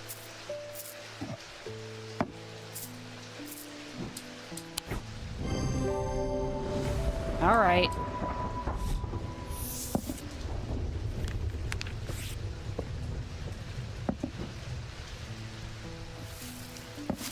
All right, everything over here is actually still labeled except for these 2 guys. We're just gonna resort ourselves to the fact that we need to start taking up more space. Bonnie, oh no, she's back, Grammy D. You, I know you from somewhere. I don't remember why, but this shop was important somehow. I'm sorry. I know I'm not making much sense. I haven't been myself. I'll leave you be. Because we screwed up her mind so badly. Peter Lalonde. Hide the kitty, I know, right? They found some poor soul washed up on the lakeshore. An older lady by the sounds of it, drowned. But that's not the worst of it. Her eyes were all black, just like all the others. I'm not taking any chances with water around here. I'll take a bones guard. Why does that sound like this thing that we've already used twice? Alright, let's find out what a bones guard is first. A small item known as a bones guard can be placed in any liquid to render it safe to drink. King Cedric the Meek was well known to be terrified of being poisoned, so he always drank from the same goblet and always placed a bones guard inside. He was stabbed to death in 1203. These objects bear the mark of the antidote. Okay. A mark of an antidote. Now comes the consequences of guilt.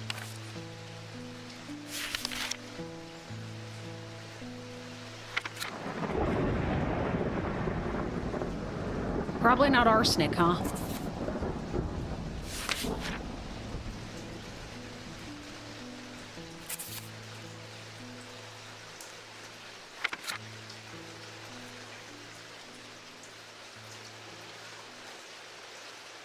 What's antimony? Is that what I'm looking for? I don't know what that word is.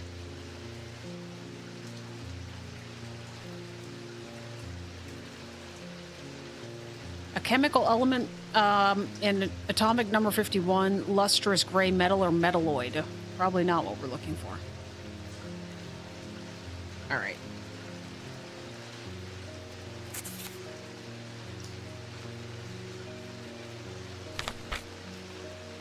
Wisdom, weakness, insanity, fortune, deception, fear, force, protection, strength, truth, poison, paralysis, life, death, confusion. Okay. So if we don't have something specifically with antidote, we do have poison here. So part of me is thinking that we might be going for life or protection here. So we either need an 8 or the double squares. It's used to harden lead for bullets. Huh, interesting.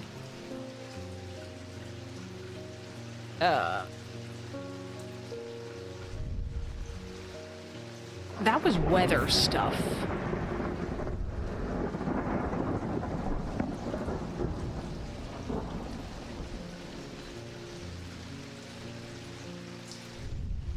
That was paralysis, wasn't it?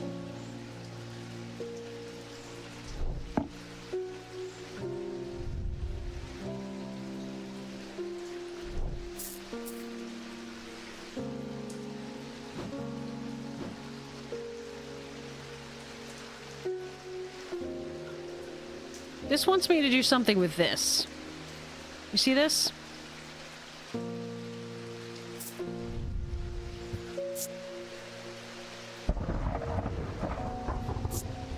I remember there was something about that compass. Hang on.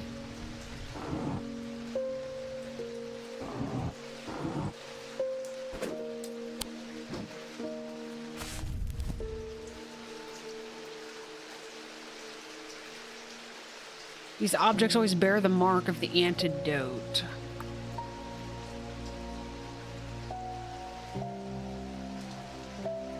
I would assume it's going to be something made of bone, right? Who are you talking to, Anne? This is all bronze. Golden bronze. This doesn't make sense to me. And these are starting to get really big. Like, I want something small. You're made of tin. Now that's an interesting thought. I hadn't considered the elements themselves rather than an imbuement.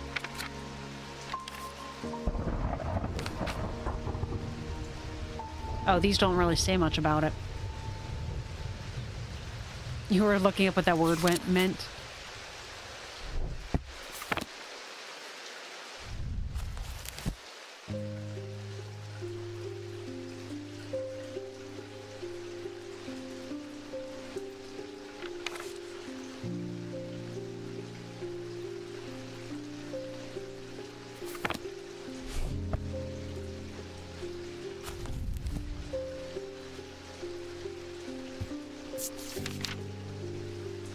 All right, King Cedric. The only thing that relates to him is the Bones Guard. Terrified of poisoning.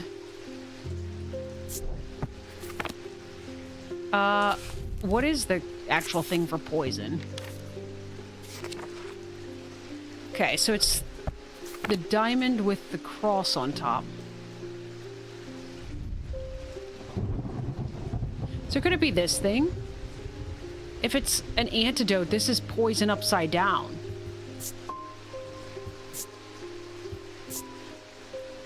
Pitted. Mr. Yuck. Let's try this guy.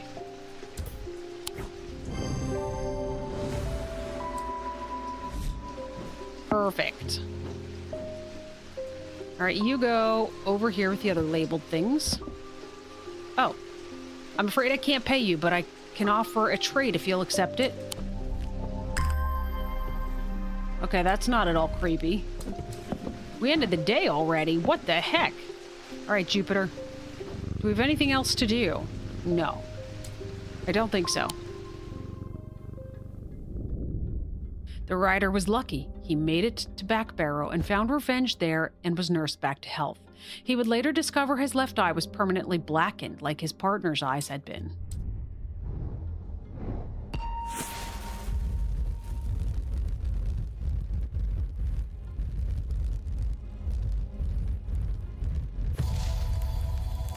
All right, we got a sunshine with a moon in it. To my left, the day. To my right, the night.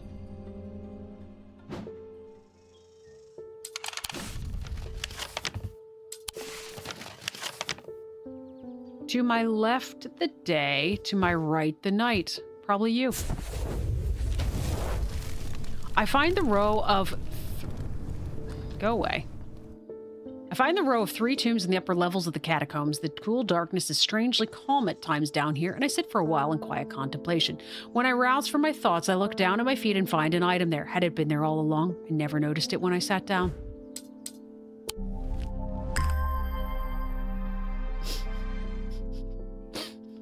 That looks like a half-asleep dude in a sombrero. Oh, I like it. Put you over here with some of this other stuff.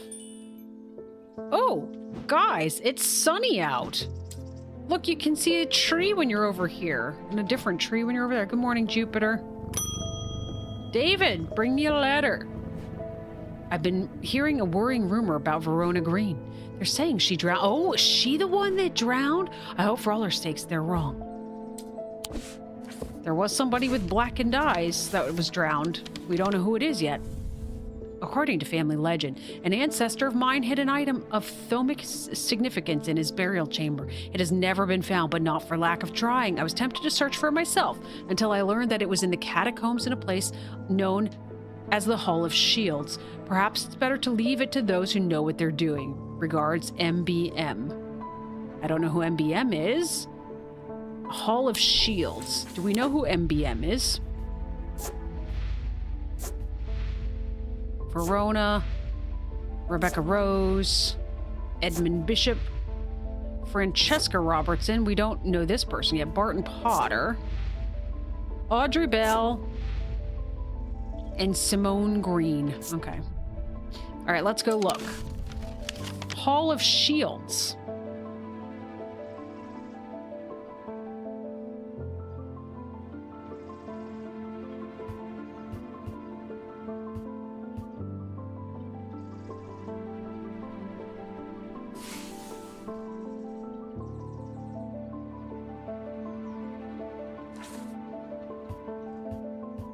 Here? Oh, here. There's shields all over the wall back here. It was in the catacombs in a place known as the Hall of Shields. Okay, we'll check here. As I descend further into the catacombs, a strange sensation overcomes me. It is not fear, although fear is mixed in with it. With cold clarity, I know at once what it is. I've entered an area known as the Depths, a place where few have been and fewer have returned from. Not even Palians can clear the air here and render it safe to breathe. But there is a way. Slate miners inhale the vapors produced by a spirit called a wandering shroud. They say it invigorates their senses and stays the mind rot that would otherwise consume them. It would be dangerous to continue exploring down here without following their lead. Slate miners inhale the vapors produced by a spirit called a wandering shroud. What does that mean?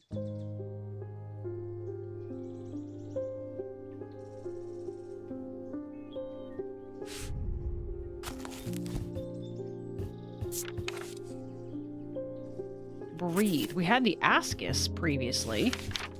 I think that was for water specifically.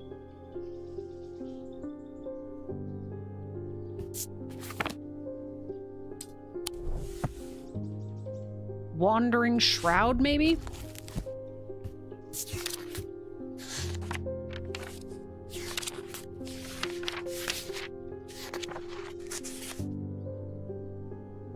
A shield chime and a charm and a spirit vault.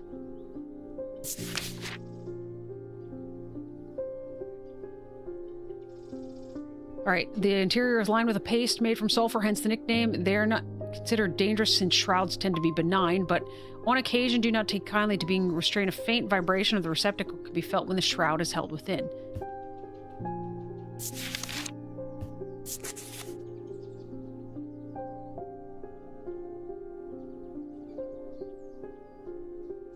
This is specifically for the Wandering Shroud, though.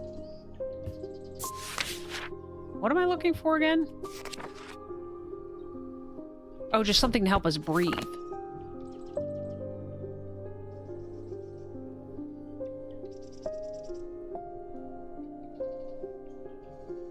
Okay, but we have to inhale the vapors produced by a spirit called a wand, so we do need the receptacle for them, I think is what we're going for here. So we don't want the charm to keep them away. We want the one that contains them so we can take it with us. A spirit vault. Interior is lined with a paste made from sulfur. Oh, it's from sulfur. It's this thing. Where is it? This thing that smells terrible. It has a smell like rotten egg.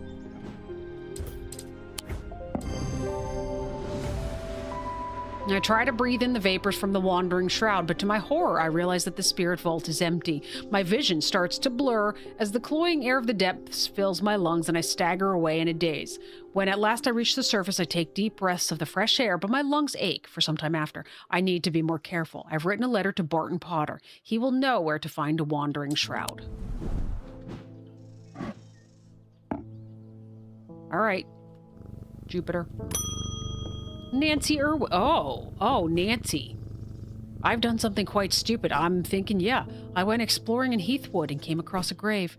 It was overgrown with dark brambles, so I started to clear them to get a better look at the inscription. I wasn't as careful as I should have been. The thorns were thick and menacing, and I scratched my arm on one of them. I've not felt well since. There was in strange horticulture, there was something that caused this, like it was black in your veins and stuff. It's how the one person died that you were sent to investigate. All right, you have some sort of curse. Let's think about what this is. Characterized by a necrosis of the flesh, the afflicted will feel no pain, but the scarring has no cure. The heart of the sufferer feels constricted as though it is clamped in a vice. The skin is pale and cold to the touch, and veins stand out darkly on the... Okay, we're looking for black heart. Something that cures black heart. Everybody, got it? Black heart. Lamb's siphon. Used to reverse the effects of the black heart curse, a skilled hand is required to perform the procedure, drawing the curse from the body over the course of several hours. The instrument is made using the dried seed pod of a sheep snap plant. Is that you?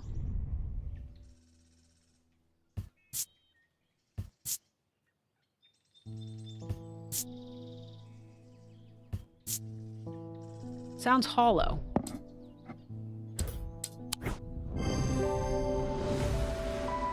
A lamb siphon. The spherical part of the item clearly resembles the seed pod of the sheep's... I don't even know. I mean, I guessed. All right, thank you. You didn't even, like, go away looking healthy. All right, who's next? Jupiter. Thaddeus White, we got our last person. You don't know me, but it's time I introduced myself. I'm the curator of the Museum of History here in Undermere. Eli and I have a complicated relationship, don't all siblings?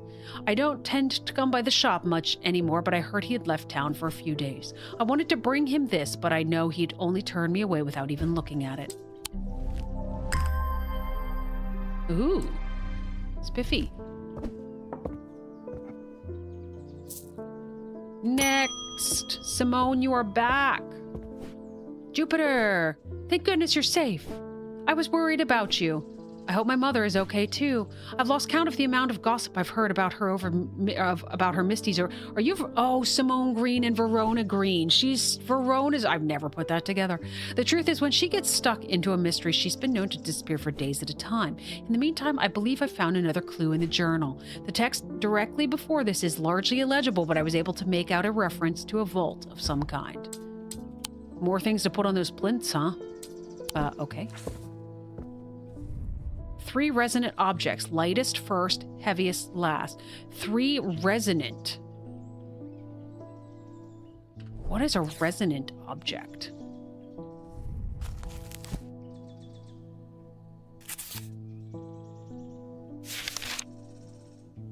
Resonant.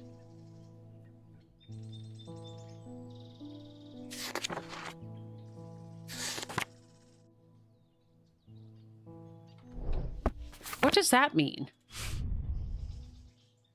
I mean, I can weigh them, but I need to know what 3 types of objects we need to start by weighing. I'm assuming it's like the other one where we just need 3 of different weights.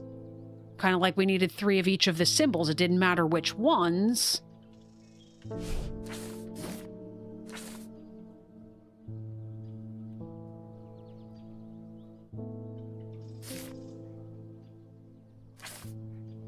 We haven't done this yet.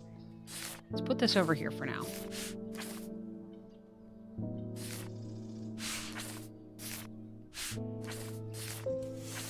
Wait a second. These don't go together.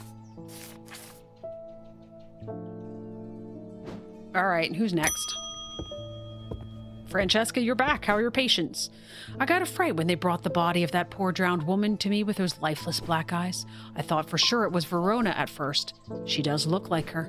But we're quite certain it's a lady from Hawkshead who went missing a few days ago. There's one thing I can't get out of my head, though.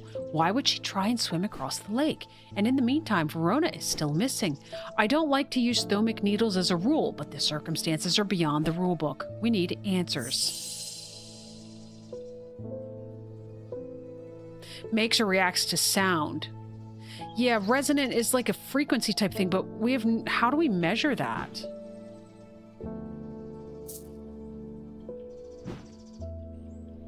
Oh. Oh, maybe this was... Let's look at that in a minute. Let's find a thermic needle first. Maybe that was the thing. Maybe that's supposed to be...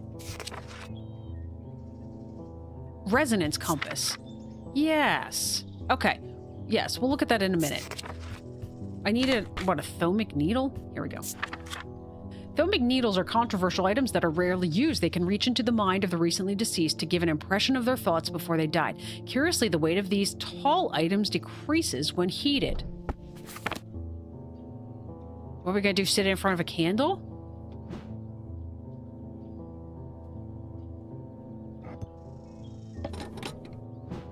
Alright, hang on.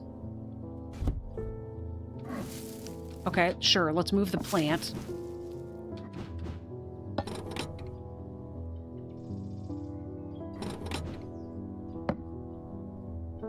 No, I think it's that compass, Grammy D.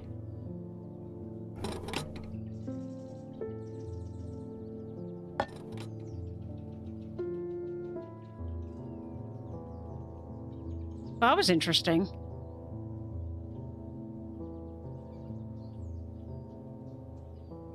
So 1 pound isn't heavy enough. Hang on.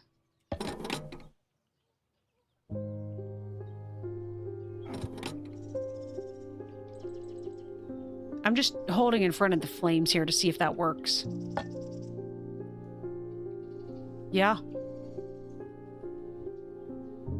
The weight decreases as it's heated, so when I put it on, it's too light for it to make a difference, but as it cools down, it's lowering. That's what's happening here. So this is what we're looking for. So it's really light right now because it's hot, but now it's cooling down and it's getting heavier. Okay, perfect. That's what you need. Good luck with that. Thank you. Let's move this. Let's just move the weights over here. This is where I moved the scale anyway so that it wasn't getting in the way of everything. I still have stuff behind there, though. That's a really bad idea. All right, we're officially out of space. We're moving down to the bottom. Let's move the cups over here so we don't forget. All right, we need resonant items. So one of them was you. We need to weigh you. You weigh 2 pounds. Let's put you down here. Right now, you weigh 2 pounds. All right, next item. Was, I think, this guy. Yeah.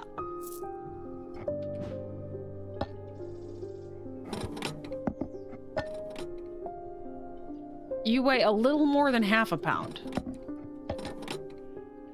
You weigh 1 pound. Okay. And who's my last one?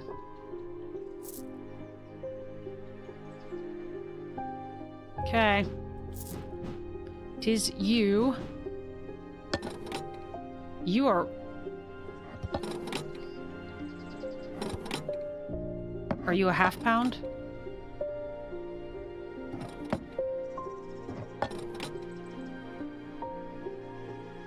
You weigh a little more than a pound. Did the other guy too? He's a little less than. Okay, so you, and then you. We were heaviest, right? Lightest, heavy, and heaviest last. All right, so it's you, and then you, and then you.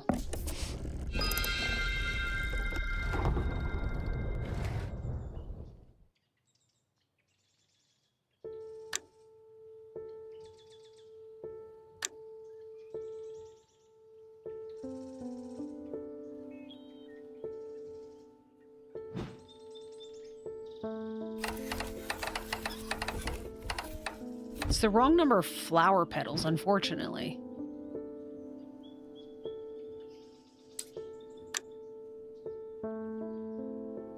Let's try it anyway.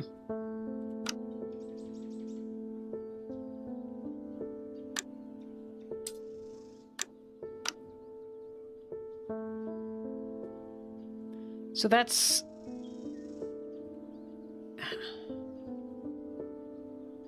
They're not precise. Like, this has too many...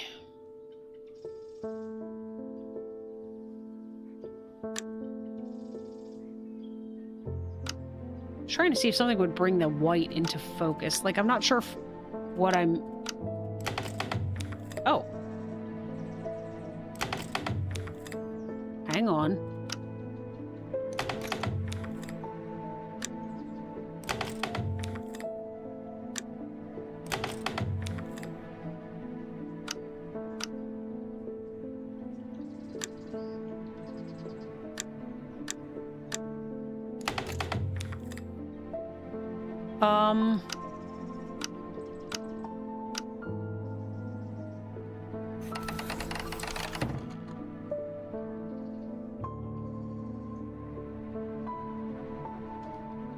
We don't really have anything else that's flower-like.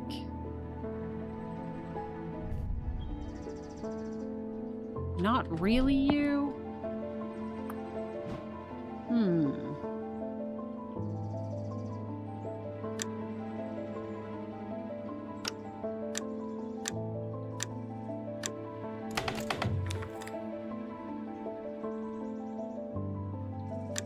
Let's just click them all.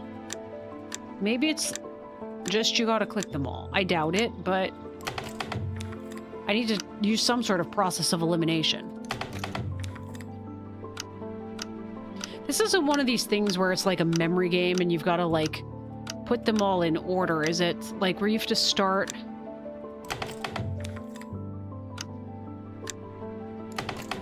Like that would be painful. Let's remember we started here. We'll go the whole way around this and see if any of these make any sort of difference.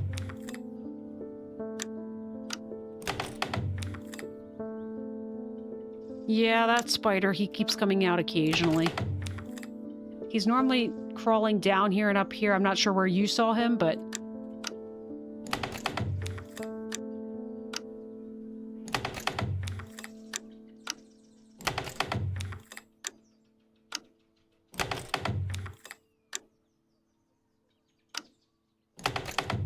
No.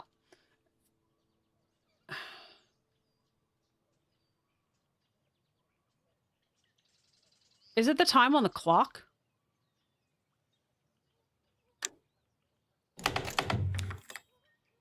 Right now it's 3:05.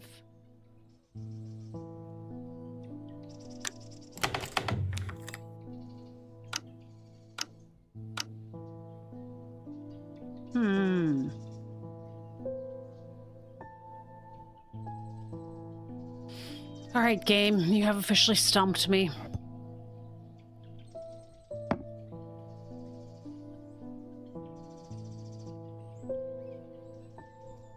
Can you use the same object you used to find 3 items? That's a good thought.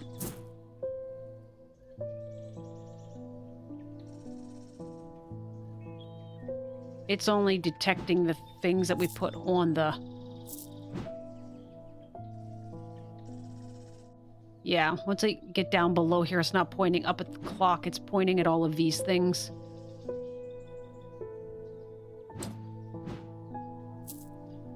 Mr. Sombrero?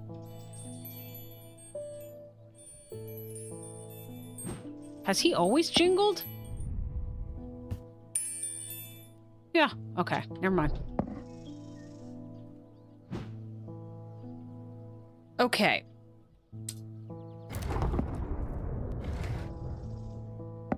Well, that was not what I intended to do, but that was interesting nonetheless. All right, so it was you.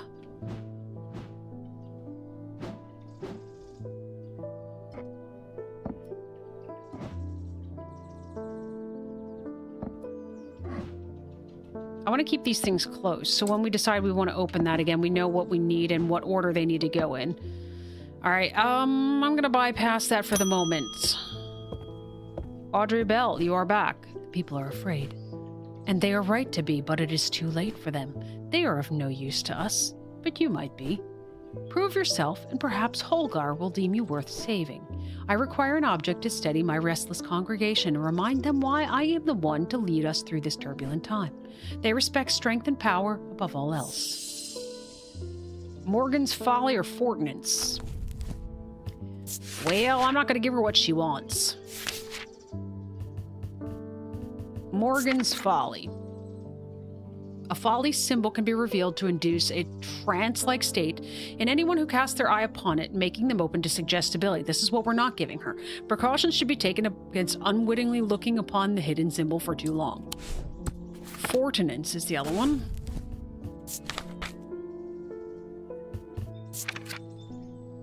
A fortinance can enhance physical strength or restore strength that has been sapped, whether by exertion or by hex.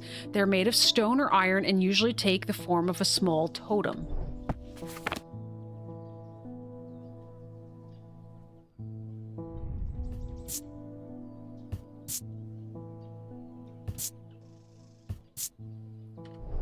It's a small totem. I would imagine I'd have to have some sort of perception.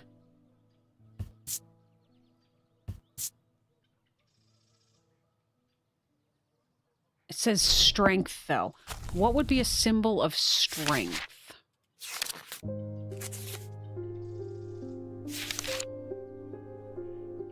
It looks like a person.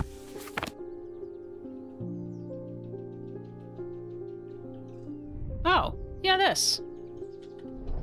Here, have this. Enjoy that. It's exactly what you wanted.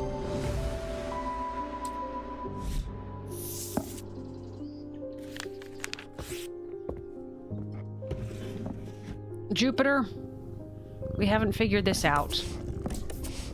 Help me out, buddy. What do we need to do with this flower, Jupiter?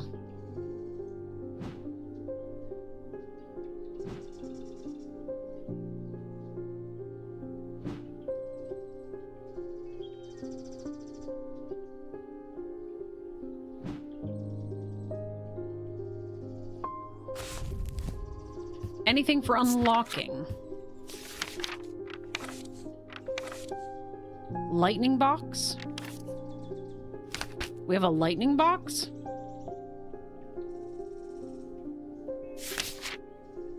What was I in here for? Unlock.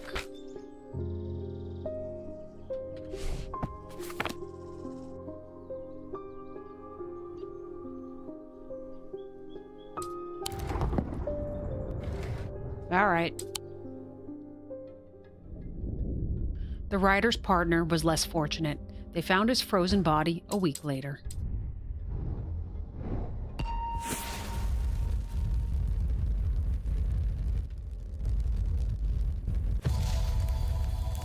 I thought that looked like Santa Claus at first. I wasn't too far off. I am marked by Jupiter. Sounds like another gravestone.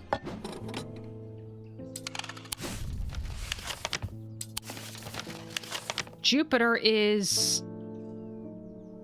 Hang on.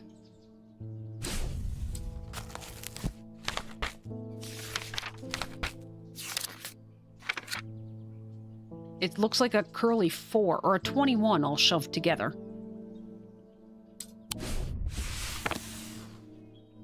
A curly 4 or a 21 all shoved together.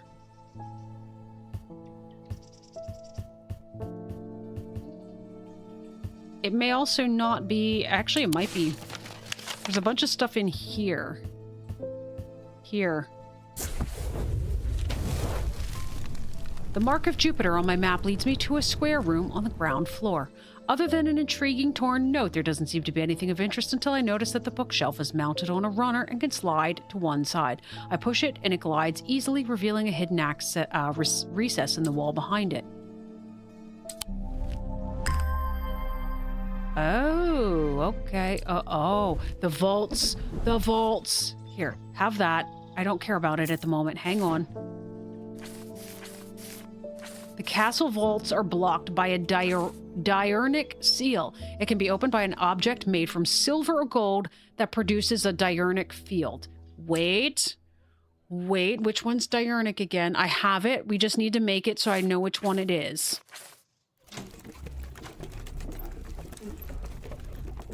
And Still have the symbol open on my other screen. I will bring it over for you guys. I snipped it earlier, just so you can kind of take a look at it, so you can see what I'm working on here. There you go. I'm going to be working on this guy right here. Square at the bottom, big circle at the top, little circle in the middle. Got it? I'm going to yank that off the screen, though, so I can actually see what I'm doing. Square at the bottom, which is you. Big circle at the top of the other...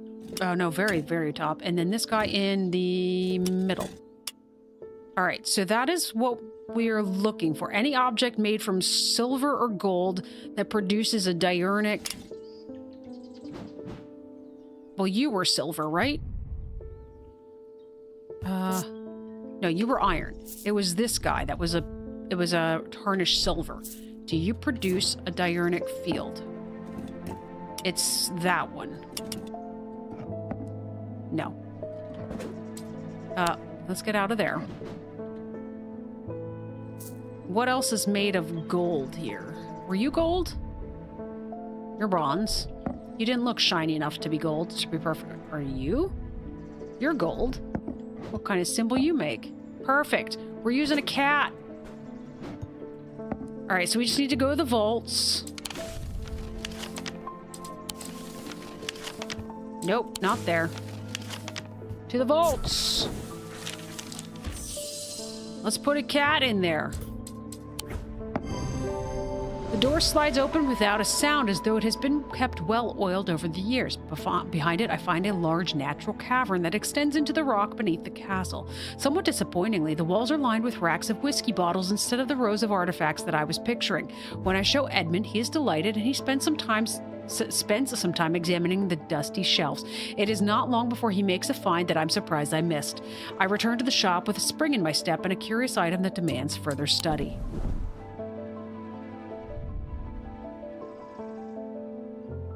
Made of bronze and iron, it's got some interesting symbols. It's like a bowl of ice cream and a leaf and a snowflake and a bullseye, sort of.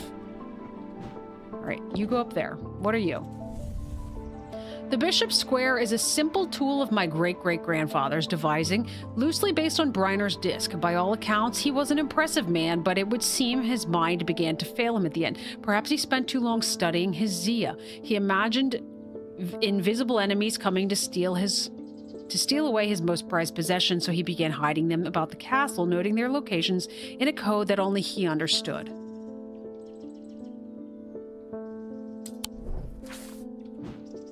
So this is for the map?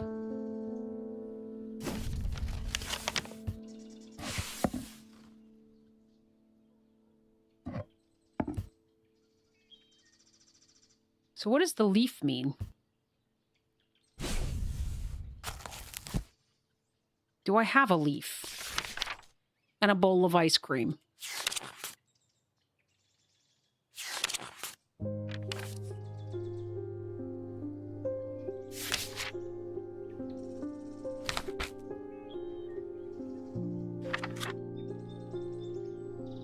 Oh.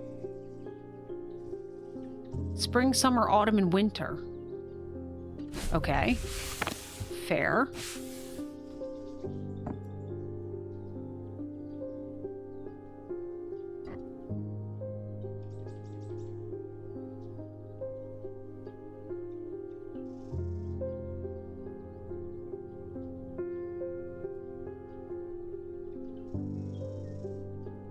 So that's like sunshine, right? So that's like summer. Oh, so that maybe that's supposed to be an acorn. Bowl of ice cream is autumn. Yeah. Yeah, it's in order. Spring, summer, autumn, and winter. Mars in winter, rising in summer. Mars. We had Mars. Iron.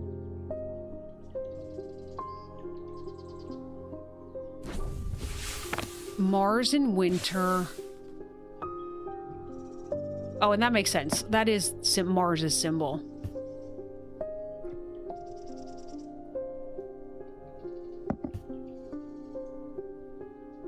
Mars in winter, rising in summer. It doesn't... I don't have anything about... I mean, two of them line up when you do that. Now they're talking about summer, so maybe we go to the kitchens again?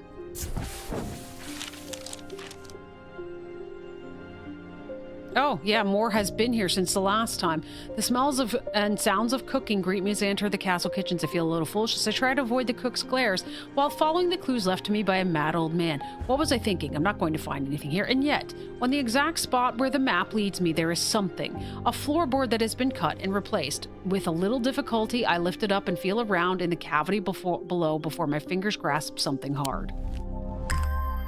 Oh gosh. He's scary. We had that. Was that paralysis or poison or something like that? I'm not sure. All right, you just sit over here for now. Not with all the books. That's too much crap.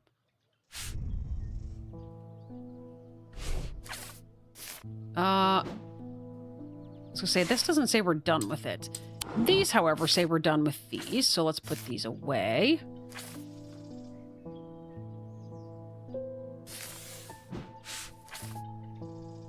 We also did this. We're just not done with it because we have not actually figured out that whole little puzzle yet. I don't know how to open it. All right. Good morning, Jupiter. James Herschel. I can't say too much, but it has fallen to me to carry a secret that people would kill for, that people have killed for. It's a lot of weight to carry around in my head, and it's getting harder to bear around certain family members. It occurred to me that it would be safer to in an ecumenical. What's an ecumenical? Do we have that already? A receptacle commonly featuring a memento mori that acts as an aid to recollection. Mori tends to be something related to death, which, oh yeah, it says down at the bottom right, a reminder of death. I was going to say, you get things like mortuary and moratorium and stuff like that, and they're all related to ending, being dead, kind of those things. Memory cannot reside in both the mind and the ecumenical at the same time, and it cannot be stored indefinitely. When a memory has been left for long periods, it can begin to emit unpleasant vapors. An empty ecumenical, or on the other hand, has an ominous presence pulling at the threads of one's mind. I remember finding something that said it pulled at your mind.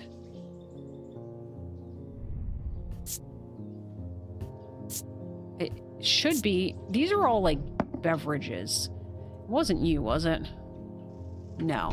I feel like it's one we already found.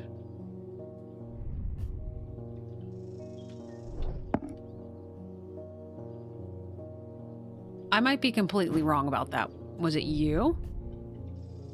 No. What about that other box?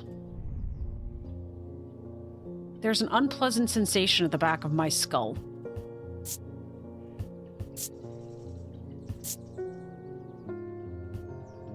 I mean, potentially. I mean, this is just like a symbol of waiting, right?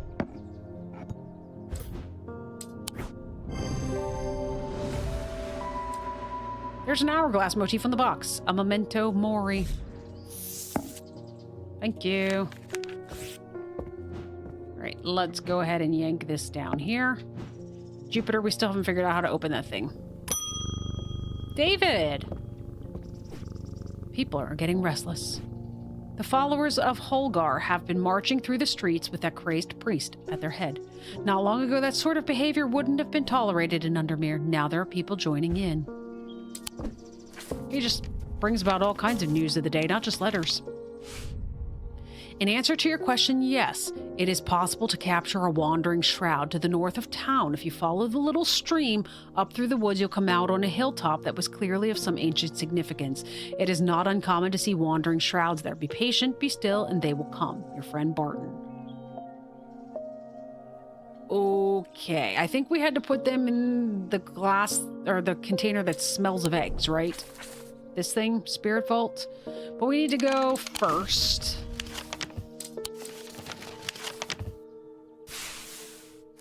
To the north of town, if you follow a little stream up through the woods. You're a stream. Wyatt Beck. come out on a hilltop that was clearly of some ancient significance. The Barrows, maybe? After a pleasant walk along the beck, I reach a series of grassy mounds, the Barrows. Whoever is buried in them must have been important in their time. If I am to collect what I have come for, I need to be prepared. It was this thing, right? A spirit vault? Let's double check. I would like to not be eaten alive by a wandering shroud. Oh, wait a second. Yes.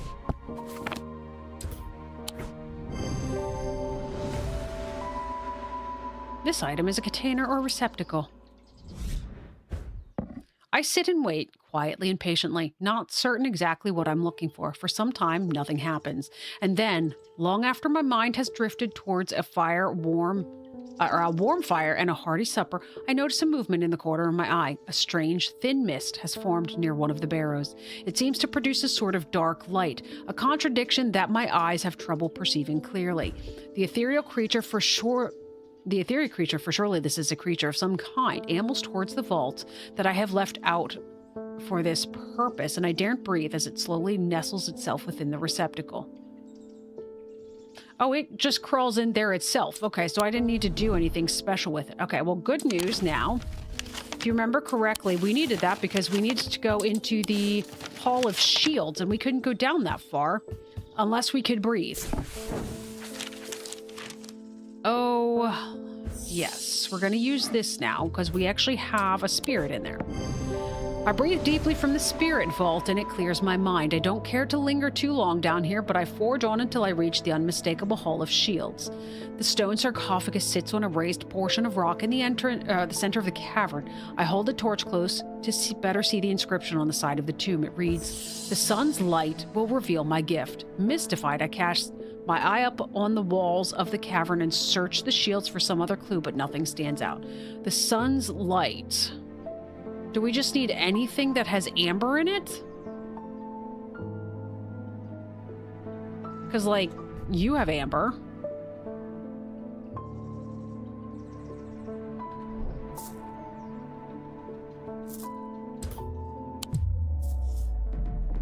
Okay.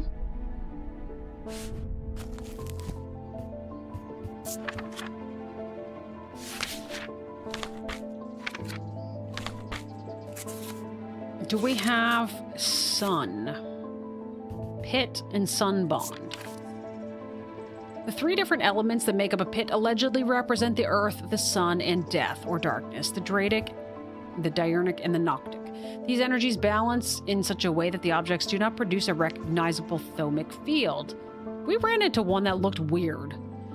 They can be directed to emit powerful vibrations capable of cracking solid rock.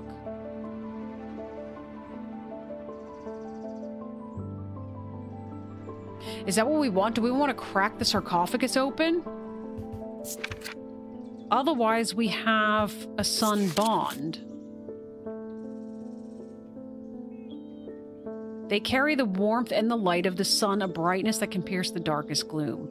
All right, let's look for a sun bond and try that first. If not, we'll figure out the other thing. What was a sun bond and what did it look like?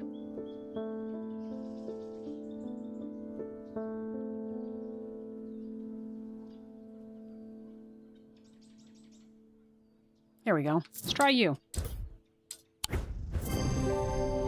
The sun bond banishes the darkness in an instant, half blinding my gloom-adjusted eyes and bringing summer's warmth to the cold cavern. Blinking and squinting, I notice that one of the shields in particular is glowing in the bright light. I reach up and pull the shield down to reveal a small cavity hewn into the rock behind it. Inside is a blood-red urn. Oh, well, that's creepy. All right, let's just put you up there because you're a little bit creepy. At some point, we gotta figure out the flower puzzle. James Herschel. I got to thinking after I left earlier. Transferring the secret to an ecumenical only adds an extra step.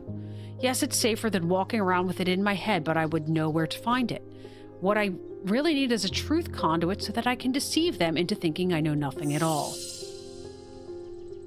Oh, man, what you doing here? Just figure your stuff out.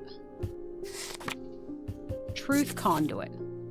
These can be rolled along the tongue to cure Tormund's paralysis. No, that's Tormund's bane. Wrong page. These items are used by tricksters and swindlers to distort and deceive. They do not warrant the designation of dark article that some want to apply to them, but they can be and have been used maliciously.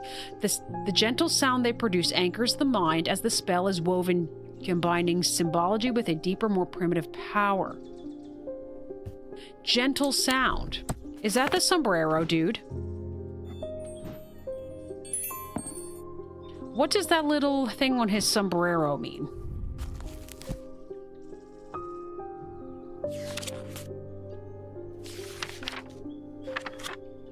Probably under the imbuements, huh? Went the wrong way. Deception. You little sombrero dude. You're the winner.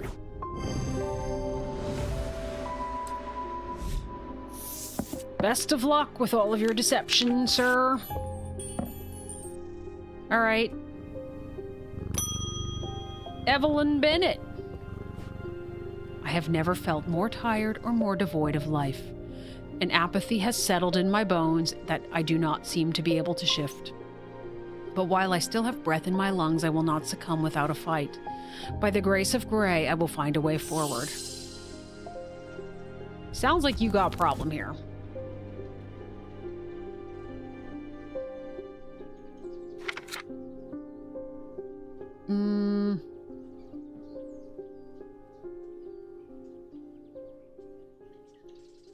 Is it possibly a poison of the mind?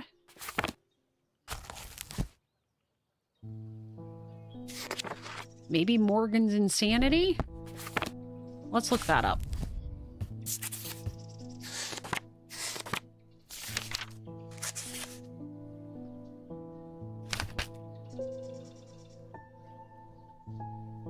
We don't have Morgan's insanity in here.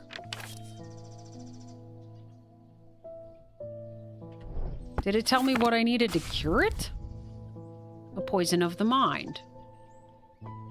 I mean, that might not even be the right thing, but I need to be able to find...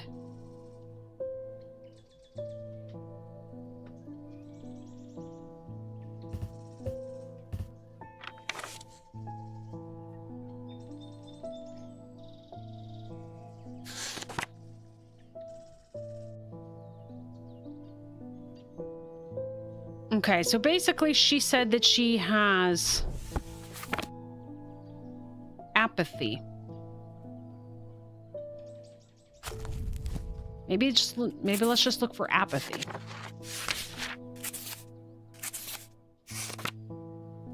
There's no apathy in here.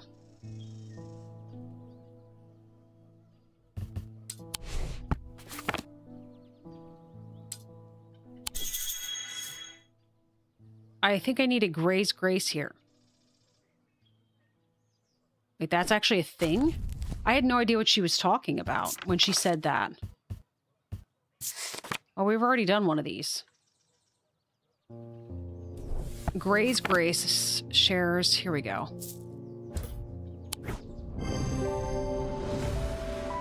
Okay, well that was silly.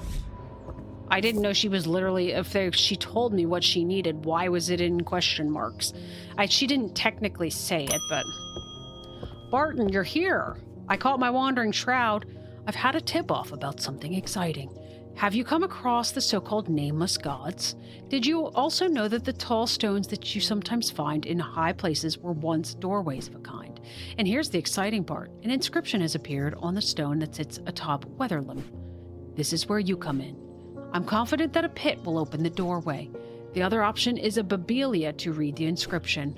But they say if you read the language of the nameless gods, you become cursed, which I can't say I like the sound of. I'm leaning towards the more direct approach, but then again, that could be dangerous too. Shadowcatcher is Gray's Grace. Yeah, I was not aware of that fact that she literally was giving us the name of the thing. Alright, guys. A pit or a Babelia? Are we giving him an object to open the doorway or one to read the inscription that might drive him crazy?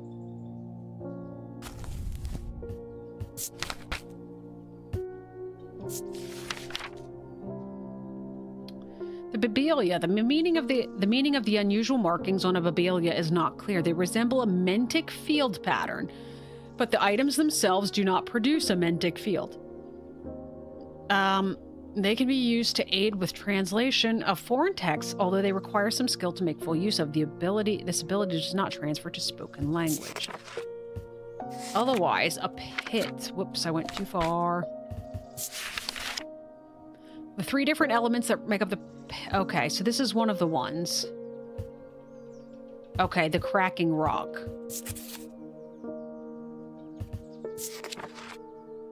I say we make him read the text.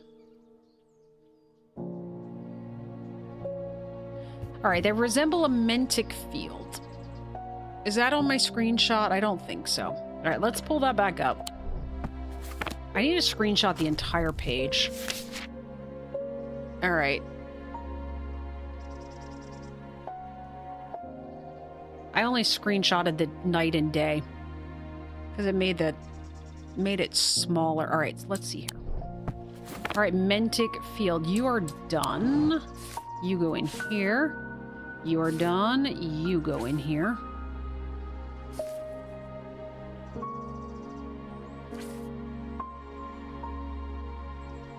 Is this done? Because it's not marked off. Maybe there's more things to discover. All right, mentic. We need the triangle thing, which is this. And all we need to do, I think... All right, so it's the flowery thing. So whatever it is has a flower design on it.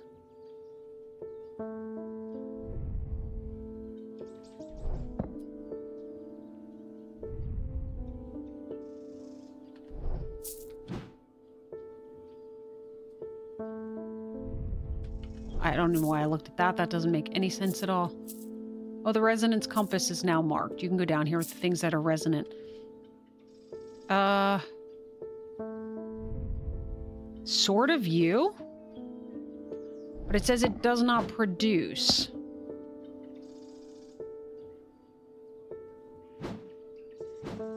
Let's try this thing. I don't know if this is correct. Actually, this makes... This is actually closer. Could we possibly have used that for the 3rd time? Nope. Cool. Thank you. I hope this works. Here's a token of my appreciation. Something for you to ponder over.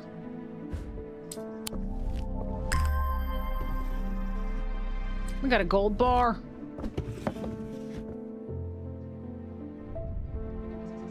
A triangle and a sunshine with the one ray is weird at the bottom.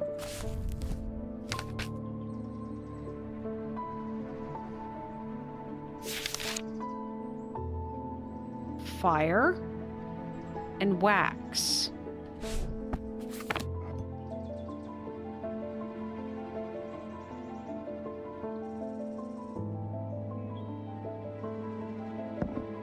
Do you not go in on the candle? I mean, that makes sense to me, right?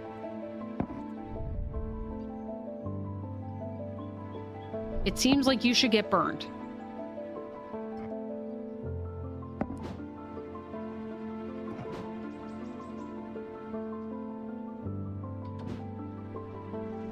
There we go. All right, guys. What day are we on here? Got a couple days to go yet. With dreams of earning his fortune long banished from his mind, the man brought the casket to a trusted friend, the curator of a museum in Undermere. Together they looked for answers.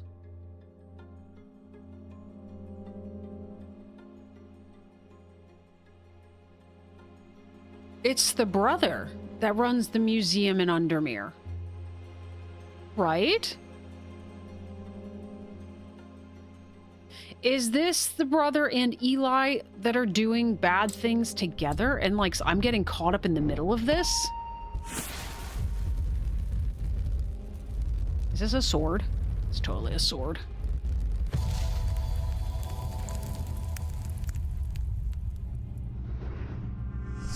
I'm buried with the Knight of Thorns.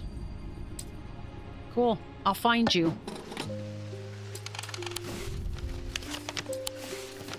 Knight of Thorns. I had to look really carefully at that one. You don't seem to have thorns. You have flowers. Do you count?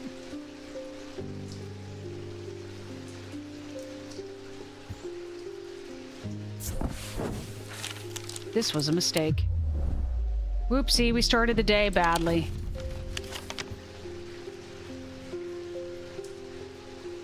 I just looked there. There was a person there, but maybe we're more specifically. Here's roses.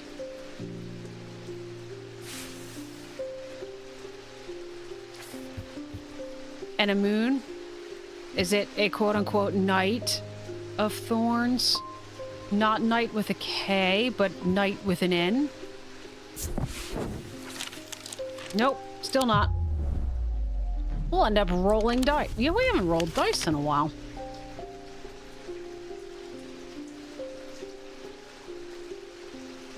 Knight of Thorns. I don't see anything else that's jumping out. Could it be anything here?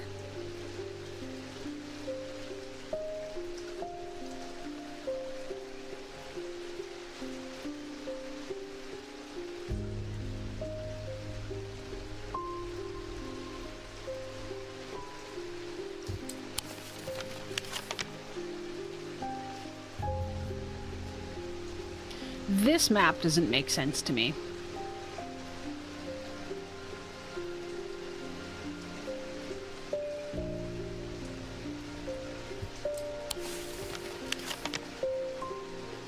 It's either in the catacombs or in the town itself. I'm just not sure.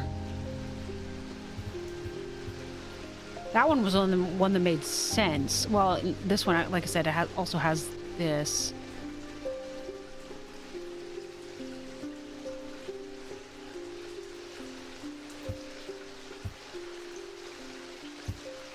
Can't possibly be that guy again, right? They wouldn't send you back to the same place twice.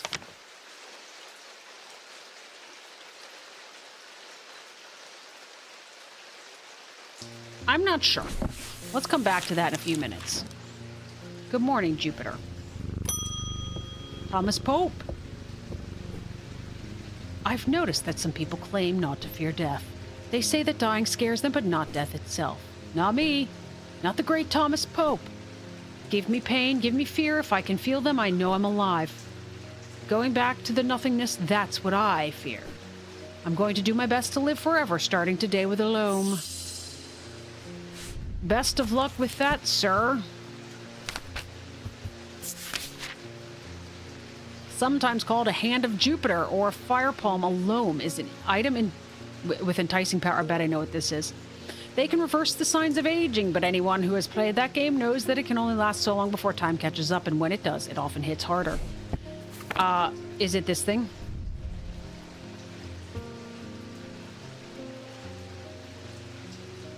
So we need to look at the black and red gemstone.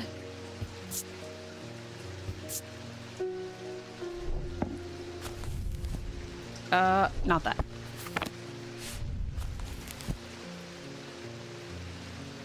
I want the gemstones. I keep opening the wrong books. A dark stone for dark purposes. Anything else that would have... A fire palm. Yeah, let's go with this. There you go. Really? Wow.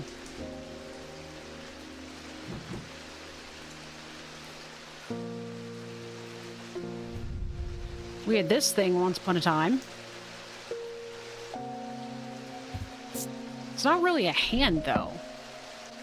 That was why I immediately went to that thing, because it looks like it's a hand wrapped around it.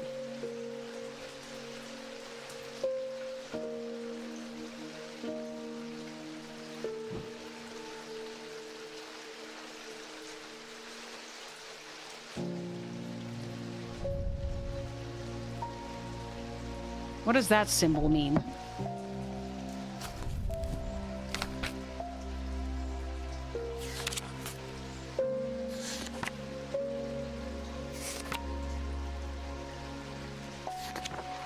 Rebirth. Seriously? Wow. All right, well, I can't move you because you're part of that whole slew of things, but we've tried you.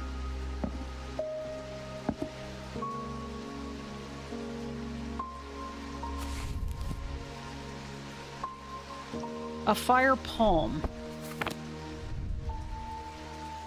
That's water, though.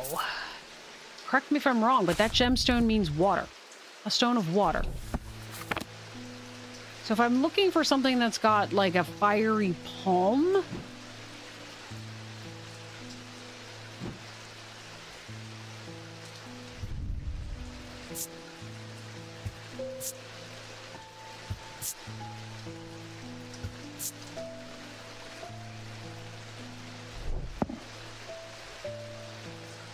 That's the only other thing I could even think of.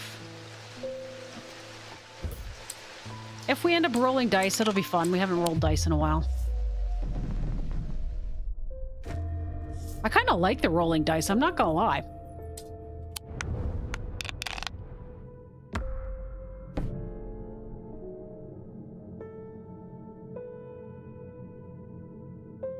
Why did it light up the moon? What does the moon have to do with anything?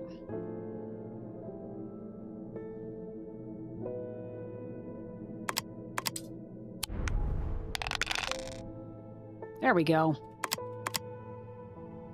Let's bank that.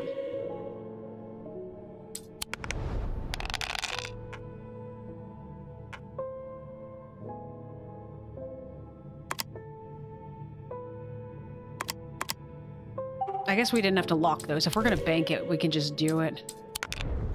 I need cats. Oh my... Thank you, Jupiter!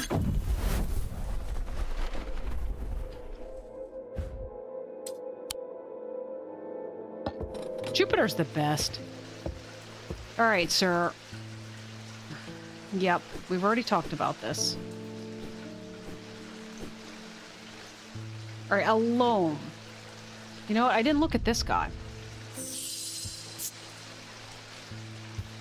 But realistically, there's nothing in the palm here.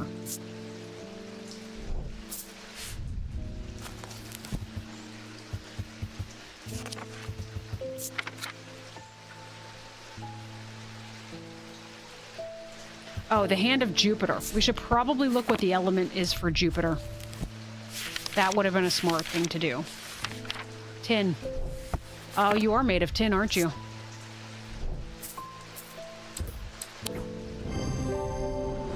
I remember looking at that one. Thank you, sir. I'm still really not sure what to do with that.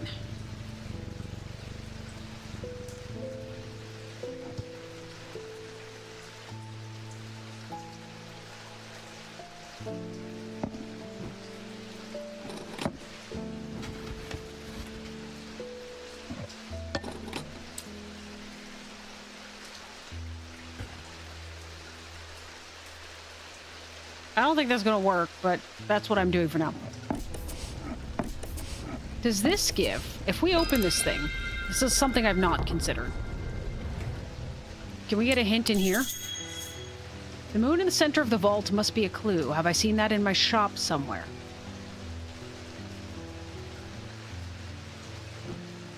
Yeah, we've got moons on a lot of things.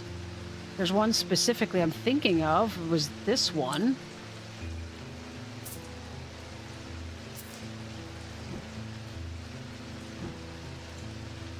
Was there a moon anywhere else that I didn't notice?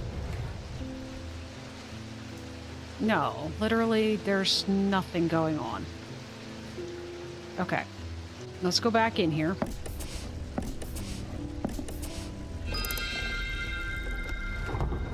Let's see what other hints it gives us. There is a button on the clock that turns the face around to show a moon. That must be the key to opening the... Yeah.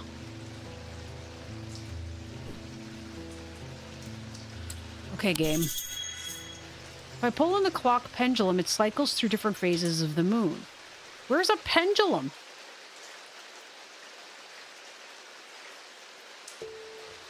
I should see what happens if I match up the moon in the stained glass window.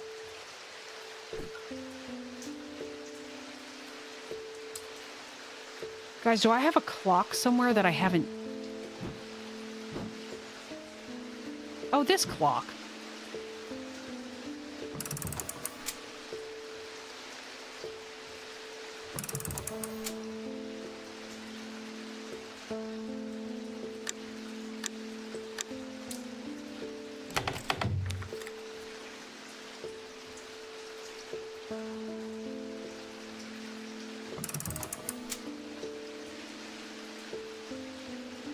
To be fair, I did already try to match the time.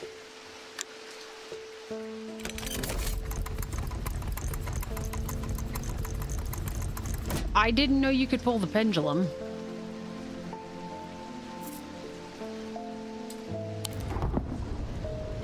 Alright, well, good news. I would say we figured out, but really the hints helped us figure that out. I'm buried with the Knight of Thorns. I still haven't figured that out, though. Alright, next person, please. Agnes Dent. I don't remember you. There has been an unexpected death in the family. It has hit all of us quite hard, but particularly my husband. I would like to gift him a heart chamber.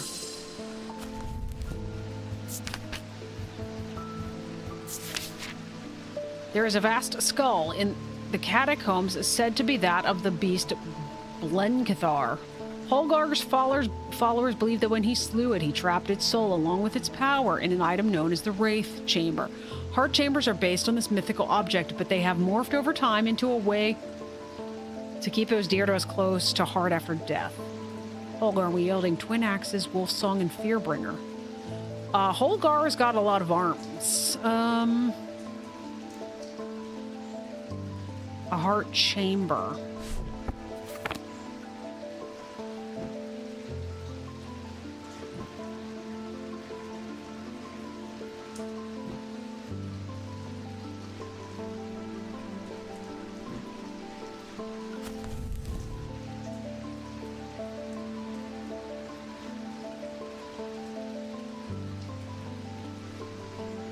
Keep those dear to us close to heart after death.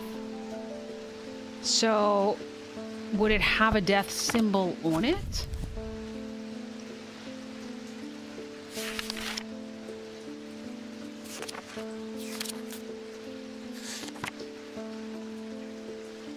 Okay. Do we have anything that's got that symbol on it?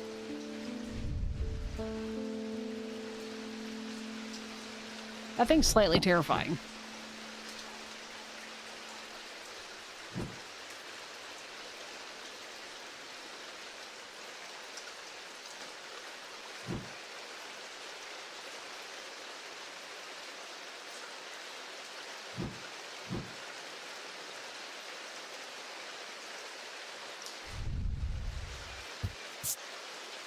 I find it unsettling. The eyes seem to pierce my soul.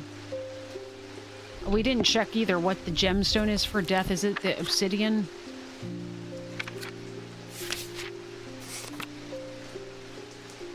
That's fire and fury.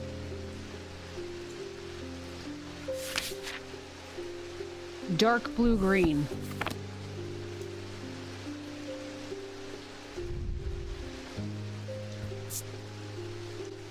That's just blue.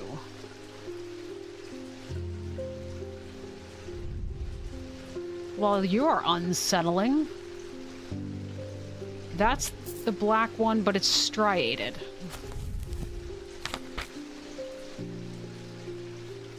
Stone of Night and Darkness.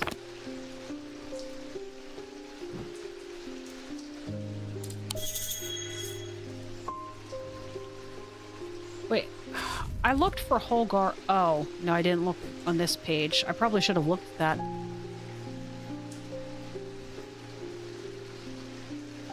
This thing? It's like this thing?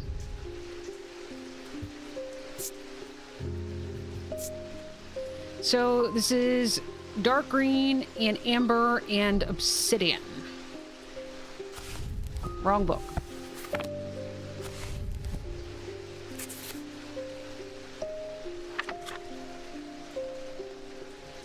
Fourth eye, stone of sight. That doesn't seem right.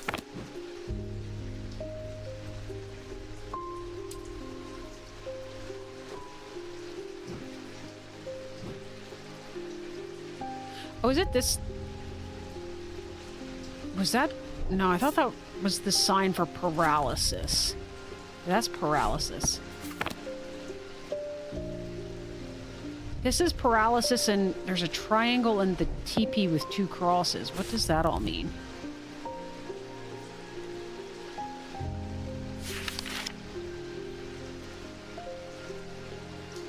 Fire.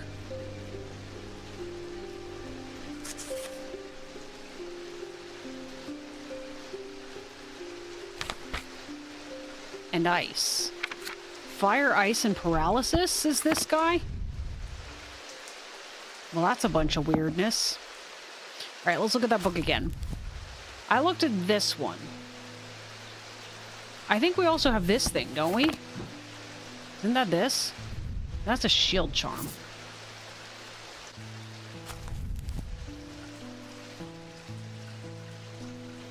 Oh.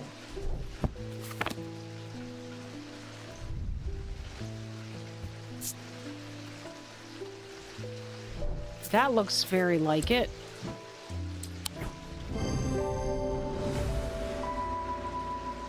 Bears a sigil that resembles the Holgen Grim mask. Yes, I noticed that. All right. Perfect. Who's next? Edmund Bishop. Did you ever work out what that Bishop Square thingy was? I suddenly remembered this note that I found some time ago, and it occurred to me that it might be related. I almost threw it away, but it intrigued me, so I held on to it. That's related to that square that we used to open the kitchens. I haven't a clue what it means. Blessings in spring, rising in autumn. Blessings.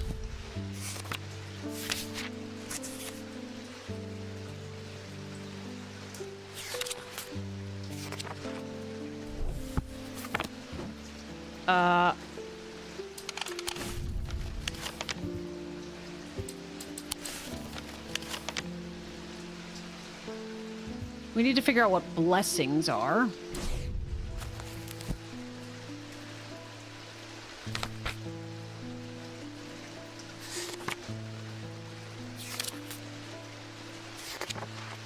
Oh, this like teardrop thing. The moon with the teardrops.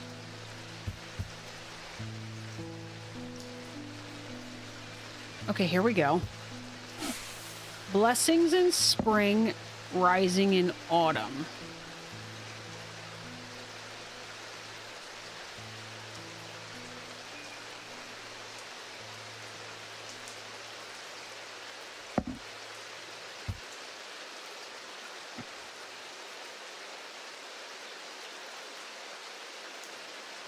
So Mars in winter, rising in summer. When we put this on Mars, it was Mars in winter, rising in summer. For me to put blessings in spring, unless there's another symbol like that.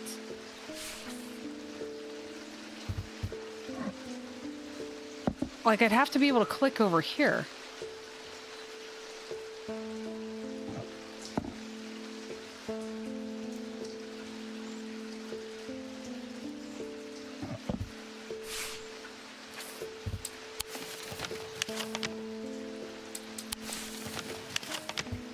Yeah. Those don't have his crazy markings on them. Blessings in spring. Now, last time, where did the square go?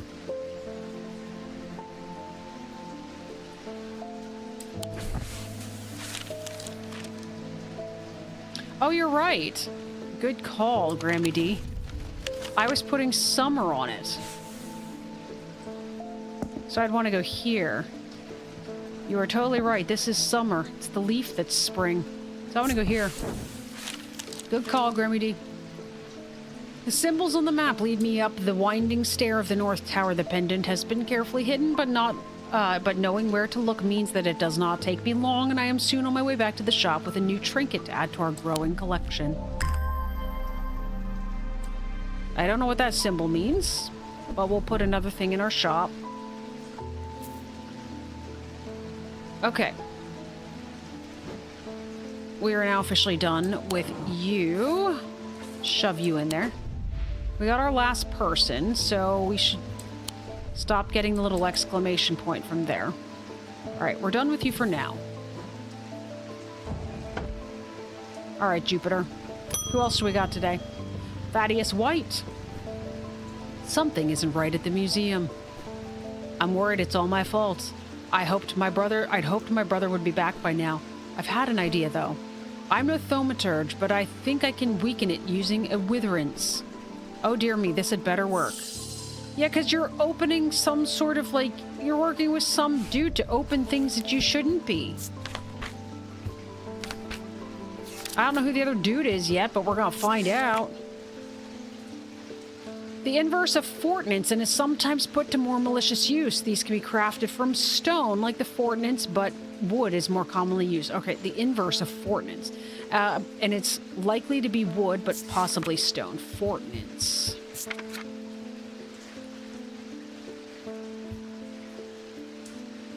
Form of a small totem that can enhance physical strength or restore strength.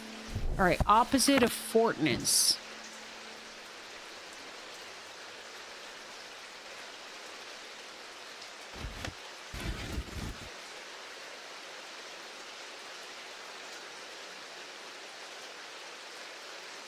I'm trying to read the tiny little letters. Oh, here's a fortnance.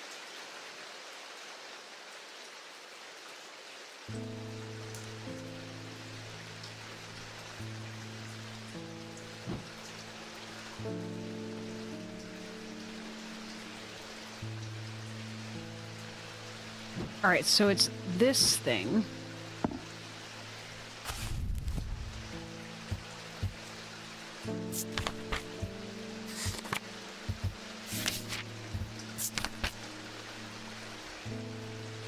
Wood. All right, so this is going to weaken. So we're looking for possibly like a symbol of weakness. What was that thing it? Trying to remember. There's so many symbols in this game, and trying to remember all of them is nearly impossible. Maybe if my brain was better. Weakness is you. All right. Best of luck with that, sir. All right, let's put you down here. Jacob Priestley. My mind is severed. Need Smether.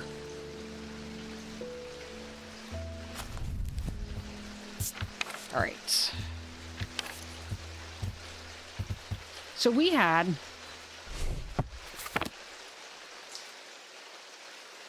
the teas.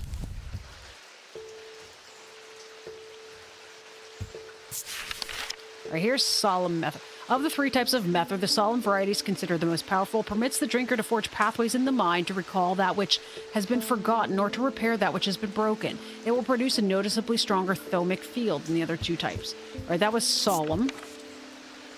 Abrasive. Used to purge unwanted memories. That's not what we want. We have the solemn one, and here's the restful. Meditative state. All right, so whichever one we use has a more, the field is going to be a little more wild and crazy. And we've already labeled one of them, which was you. All right. All right, ready? Let's just move this out of the way.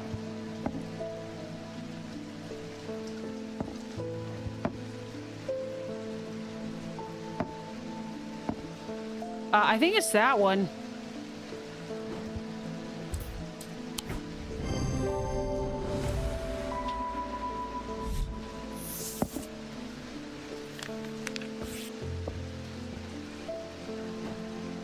All right, let's put all the teas back on a shelf somewhere.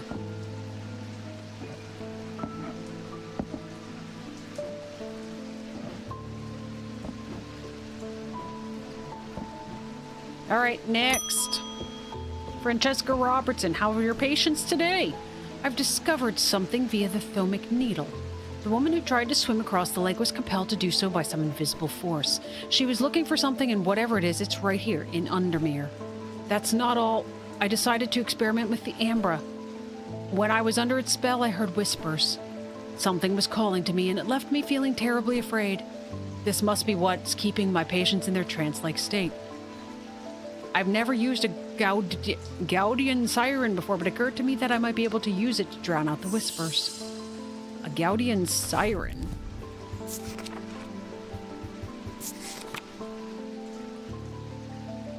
We have this. Although these are similar in form to thermic needles, Gaudian sirens serve a very different purpose. They create a strong compulsion like a siren's call that can be used to divert attention. I do believe it's you. It takes great effort to tear my eyes away.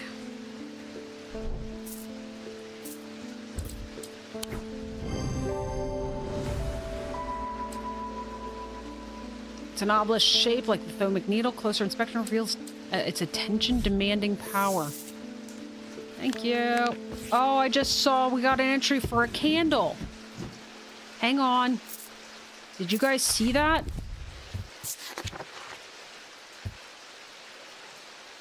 Carrick's candle. These items produce an invisible light that peels back the years, allowing a glimpse into the past. The effect is often murky and blurred, but it works passably on stationary objects. They are marked by a depiction of a candle upon their surface. Stationary objects. Okay, so I thought I had to melt it. And instead, what this is going to do is make something visible. I don't know where it's going to make something visible, but nonetheless.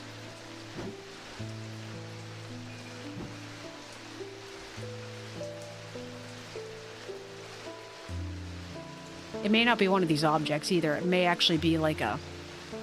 We might be getting like a page or something like that. All right.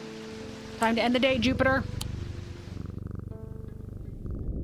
The curator learned that the Nalian casket is a dark article of class reserved for the most cursed and the most dangerous of objects. He locked it away deep within the museum's archives, along with other such artifacts that are best kept from public eyes. Yeah, he is just in here.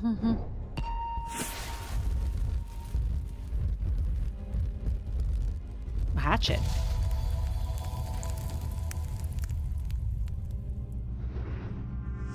I'm under the barn where the axe meets the tree.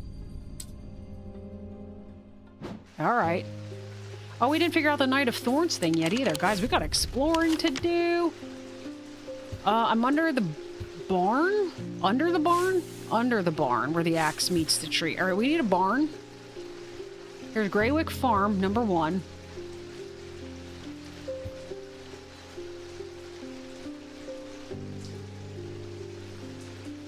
Is there another barn? Oh, that's right. There's a Royston farm. There's several farms. Royston and Greywick.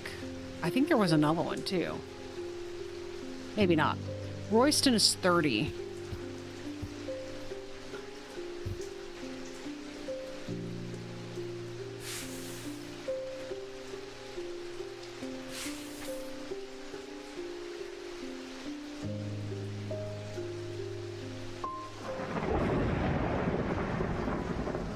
There's not a barn on the castle grounds, is there?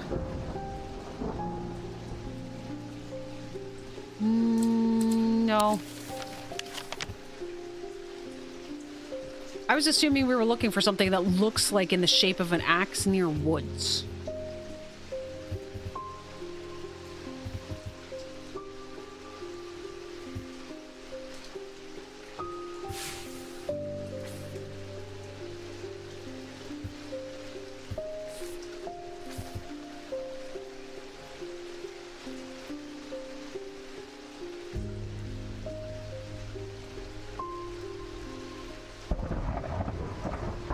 Yeah, those are the only two farms I see. So we've got one, which is Greywick Farm.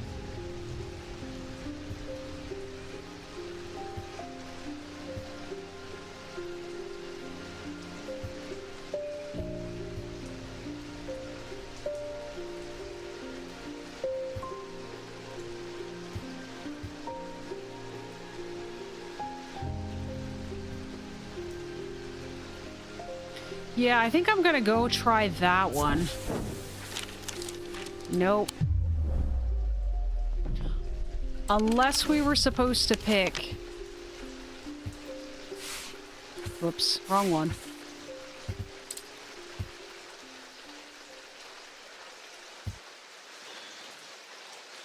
Like, none of this really looks like an axe to me, you know? And you would think you would want something in between them, almost. I mean, we could try this one.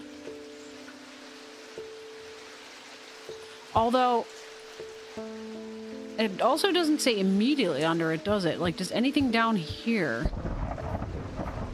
near trees get shaped like an axe?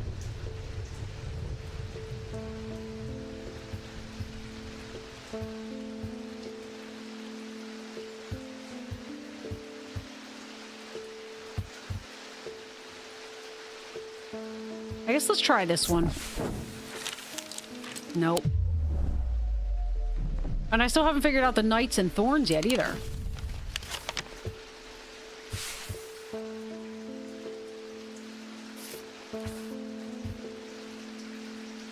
Alright.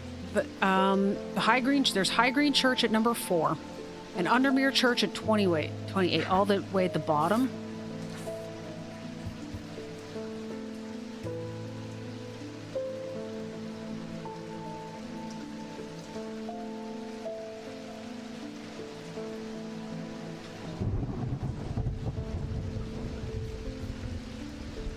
And 28 are churches. What is it? 27?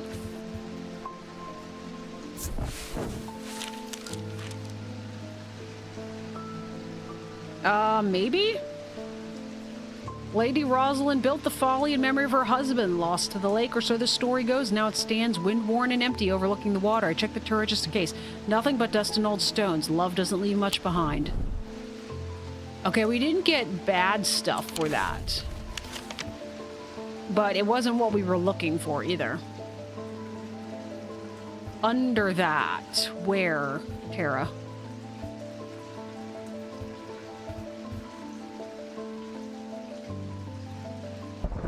You mean like this thing? I mean, this maybe kind of looks like an axe. This was a mistake.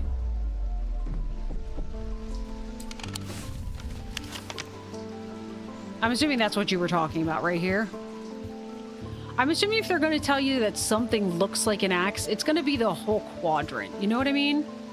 I mean, I might be mistaken about that. It could be like the shape of the house or something like that. But in my mind, like if I highlight a section, I want it to look like an axe. Like the whole block. Not even just like I get what that kind of looks like an axe right there down at the very bottom left. But that's not the whole quadrant. I mean, I might be completely mistaken about that. Maybe that's just me expecting too much. But we also have to find Knight of Thorns.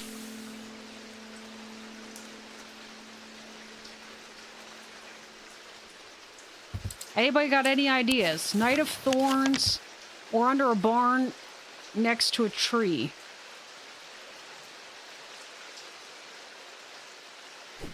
I forgot we have this, too. That makes it way easier to see things.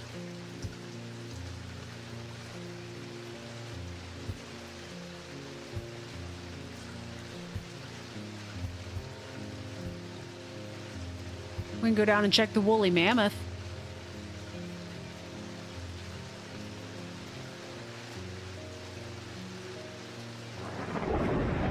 The top right looks like a bishop, not a knight, right? Like, if I'm looking for a knight, I'm expecting somebody to have a sword. That guy looks like a knight, but I'm pretty sure we checked his tomb. That guy's a king. All right, let's go back here.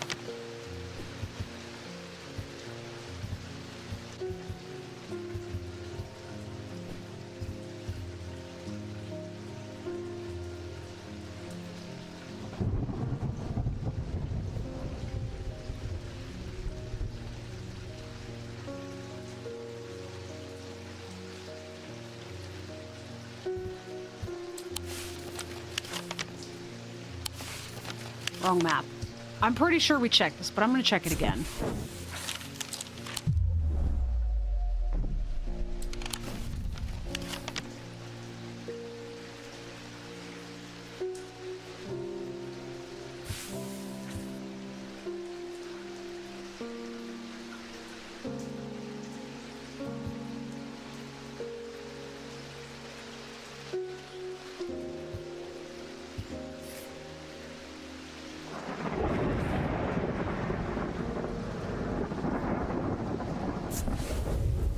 Okay. I'll explain that in a second. The Tomb of the King of Thorns, this is what? Okay, that was what I was going to say. I was assuming it meant that the actual item was buried in the casket with the person. But we ran into this before where it's talking about a gravestone that happens to be buried in the same area with another gravestone. So I went back to the quote-unquote Knight of Thorns. It had the rose and the moon on it, and there was another casket buried next to it. That's what I picked. The Tomb of the King of Thorns resides alongside an ossuary filled with the unknown dead from the Battle of Sutherfell. It is an unpleasant place that I do not plan to linger in. Happily, I'm able to find the item I came for without any difficulty, and I quickly leave and I don't look back until I'm out in the bright of day once more. I will have to look up those symbols. Alright. We'll just put you here, I guess. At 27, the three buildings connected at the bottom are axe-shaped with a hook at the end of the blade.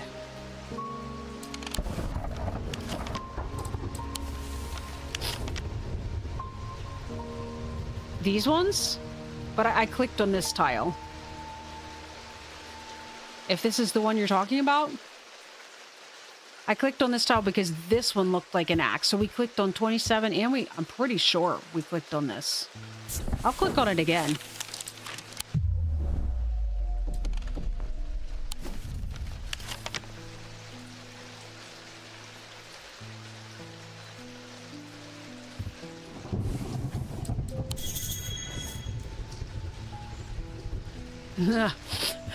I can ring a bell in to call a customer, see if I have any notes. Yeah, we're working on the notes here, game.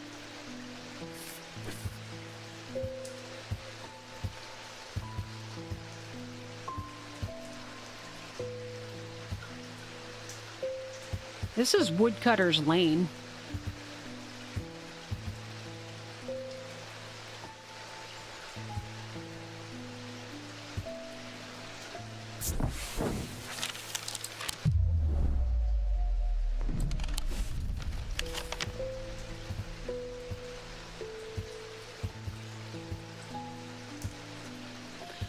This vaguely resembles an axe, which is why I clicked there, because like I said, it's next to Woodcutter's Lane. Although, so there's also like Pine Road here, and let's call in a customer quickly. I'm not sure what happens if you end up having to restart. Simone. Good morning. Yes, to you too, Jupiter. I'm getting more concerned about my mother. Hearing about that poor lady who drowned frightened me, but she'll turn up. She always does. I've had another breakthrough. This time I'm certain it's a clue that leads to another hidden part of strange antiquities.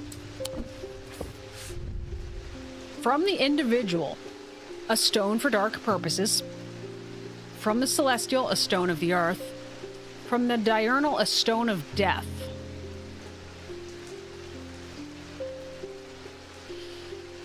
Okay, so we need stones.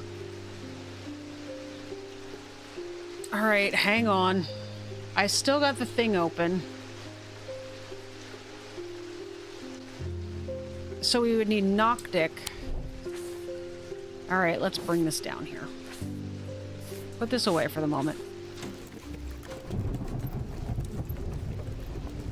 Axe is Woodcutter Lane and trees the other road in the corner.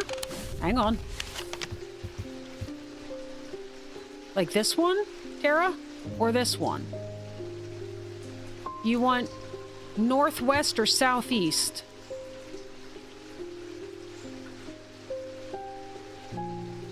Oh, the tree's the other road. So maybe what you're saying is this is the axe and this is the tree. Good call. To the side of the house, it's a dilapidated barn. The stench of manure is overpowering. There is no sign of an owner, so I search carefully, not sure what I'm looking for. Suddenly I spy a flash of blue. A bottle. This is it. Ooh, that's pretty. It looks like it's got kidney beans on it. Alright, I'll just sit it there for now. Alright, what was I doing? Oh, I was looking at Simone's stuff. Oh my god, I helped. You did. You totally did. Alright. So we want dark. So we're going, from the individual, a stone for dark purposes.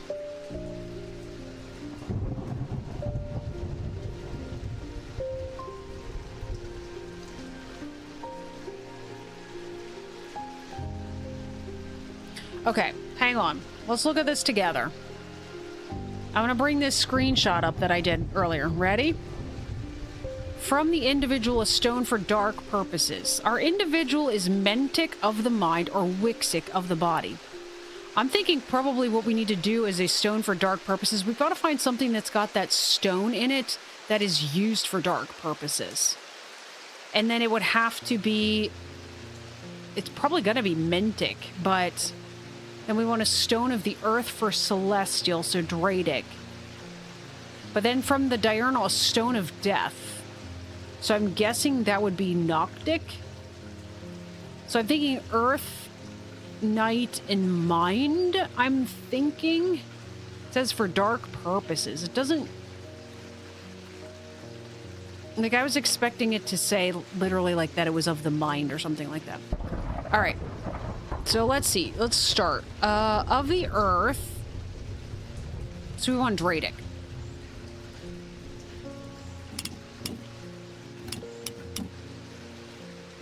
I just need you to be down one more. All right, so that is Dradic of the earth. So we want a celestial stone. That...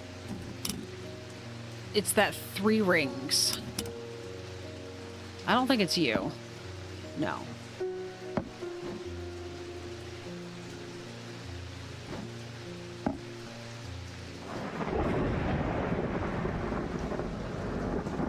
Wait, when it says stone, though, is it talking about gemstones?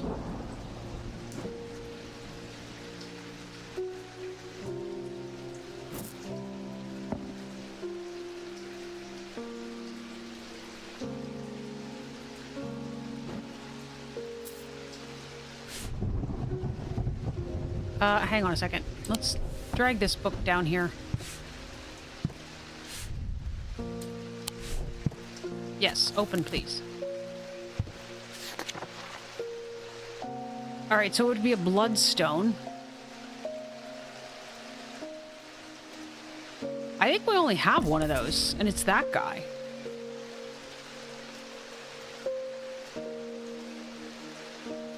From the celestial, a stone of the earth.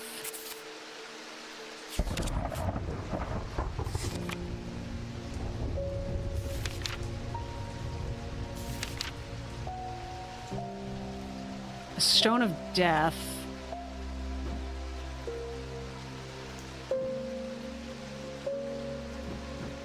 Did we have that stone even once? I don't remember having that one. Oh, you. You have it.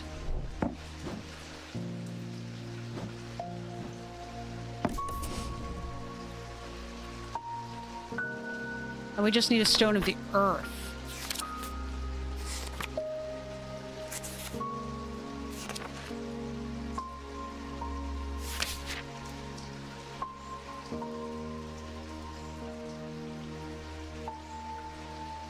We're back at the beginning. Fire and light, heat and life, containment, water, dark purposes, peace and safety. Oh, here, a stone of earth and nature. So we need a jade. Whoops. Jade.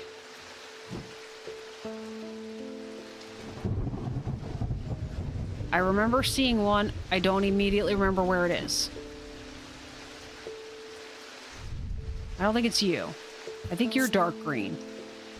I think it's you.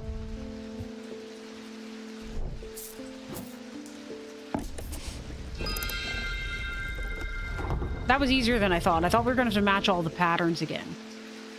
Do we have to do this again?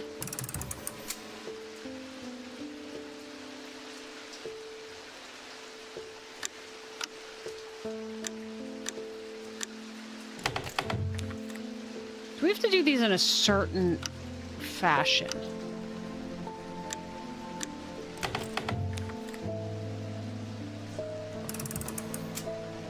Like, does the little hand have to be first?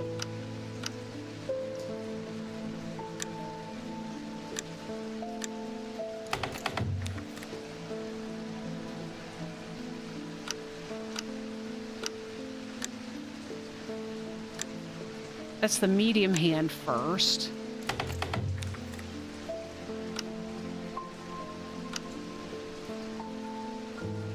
I'm not sure how we got it last time because I'm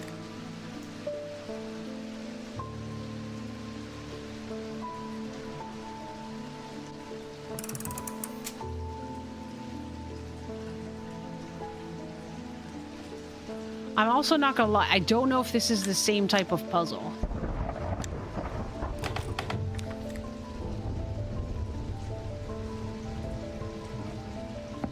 Because this actually more... Actually, the flower doesn't match at all.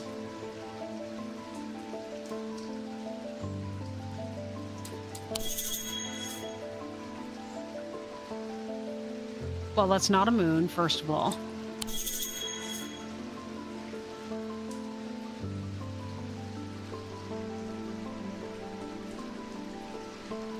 What? There's a button on the clock that turns the face around to show a moon? Oh!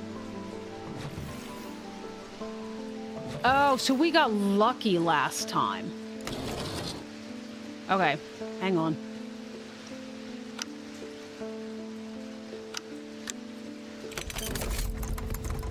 I finally understand this now.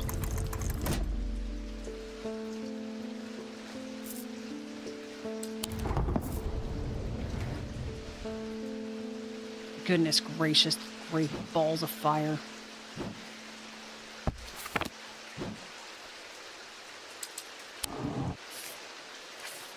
Perfect. All right. Next customer, please, Jacob Priestley. Thank you for the mether. I have seen into the yawning deep. He sounds snake-like. I've seen beauty beyond the comprehending mind. Price is steep, but I pay it gladly. My shadow anchor broken, must replace. Shadow anchor. Shadow anchor. I haven't... Oh, here we go.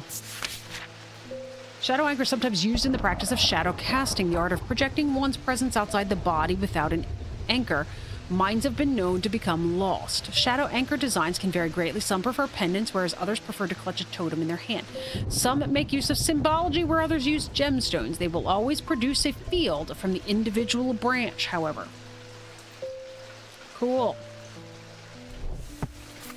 Now I gotta figure out what the individual branch is. Hang on a second. Let's do... I need this and this. All right, so we need the one that looks like the flower. I wish I could remember these. This would be fabulous. And...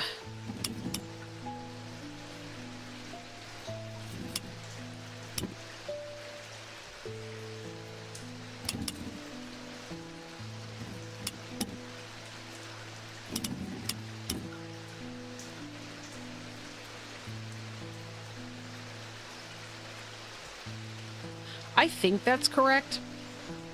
I'm going to throw this up on the screen over... Whoa. Hang on. I'm going to throw this up on the screen. I'm going to have to shrink it a bit, and I apologize in advance.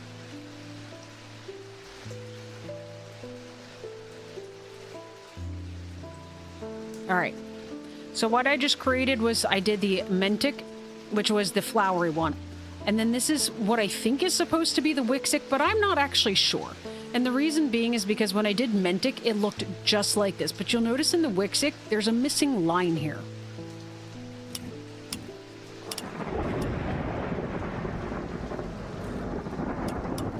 And I'm not sure why that is. Where did that go? Like, nothing else that I could do produces that little vertical line at the bottom. So, anyways, we'll assume that this is correct. So we got upright squigglies and flowers make the individual ones.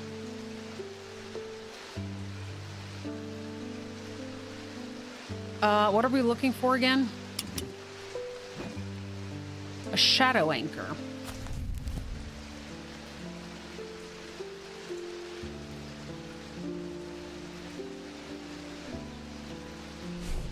Something about mines? That has to have an imbuement, right?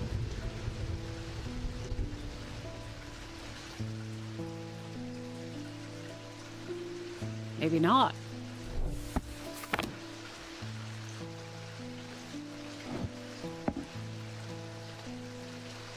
That ain't got nothing.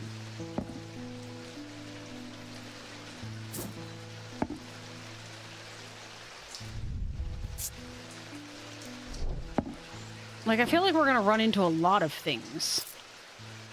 I don't know that this is going to be helpful to just put random things on here. Like, this is not it. But it said could be totems or, like, this matches. This matches. That doesn't. Like, help me out here, game. Shadow casting. Is shadow casting in the index?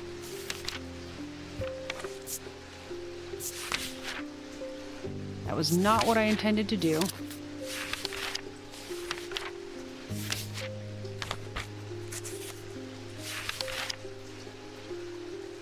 A shadow catcher, Gray's Grace, or a shadow hold?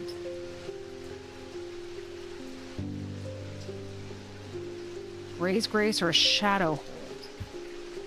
Is a shadow catcher.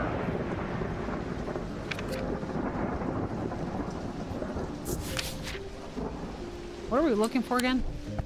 Shadow anchor.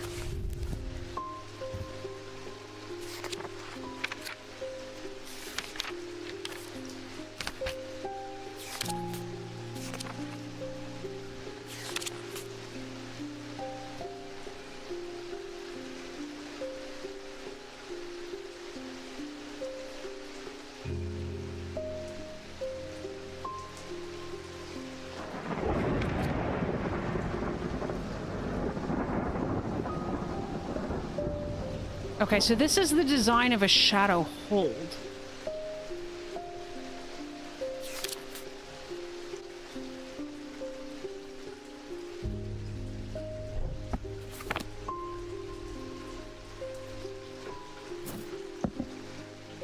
You're not correct.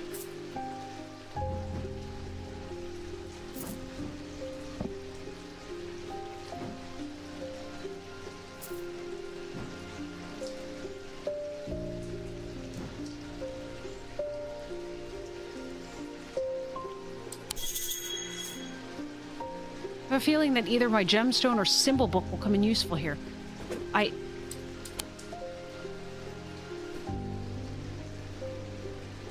don't know that... I mean, I guess, is there a mine? I didn't look at gemstones. That is true. Kyanite. So maybe you? Possibly you.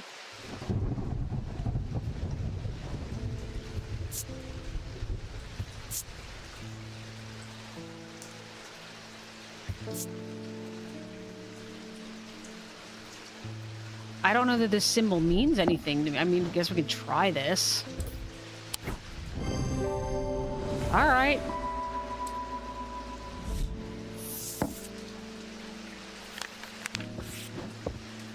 All right. Stick you here. All right, Jupiter. Audrey Bell. You have shown yourself to be a useful ally in these worrisome times. Keep one eye on the lake in the coming days. When blackened eyes seek the casket and waters turn to midnight, perform the sacrament and have faith in Holgar.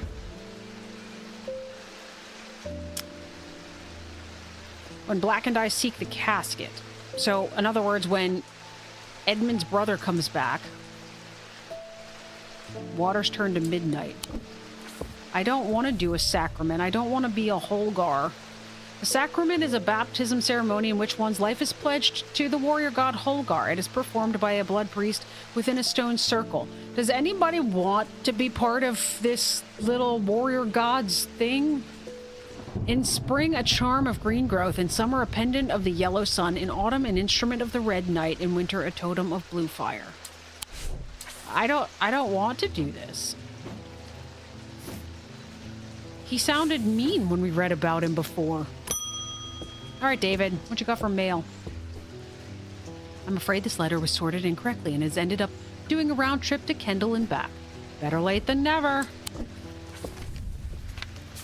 All right, what we got here? I've spent a long time looking for an object that is believed to have been lost somewhere in the catacombs. The adventurer and thaumaturgist Marwyn left a trail to her... The adventurer and thaumaturgist... Oh, yeah, Marwyn left a trail to her hidden stash, or so the story goes. I followed it as far as the ossuary of the damned, a chilling, bone-filled alcove carved into a natural chamber in the upper levels, but it seems her markings have been worn away by time after that. I pass on this story to you in the hope that you can succeed where I have failed. Your friend, Barton. Catacombs. That's the wrong map. Catacombs. Yeah, that's the thing I don't want. A chilling, bone-filled alcove carved in the natural chamber in the upper level. Okay, that's here. She has markings?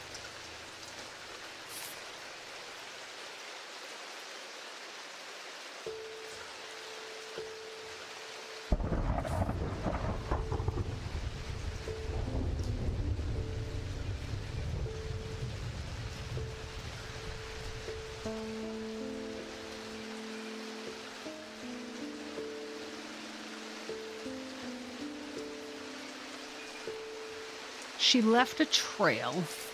All right, so if you come down here, what type of thing could be a trail? I mean, because there's like headstones themselves. There's like support pillars all through here, but they're kind of all over the caverns. It's not... That's interesting.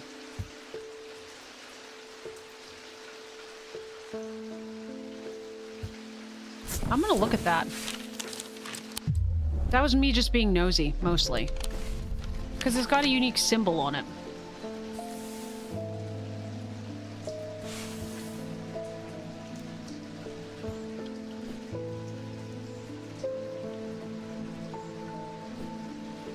Wait.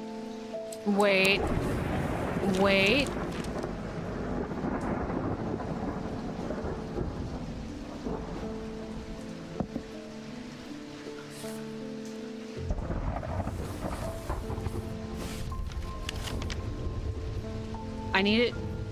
I need it to move over. I need the thingy in behind it. Can here.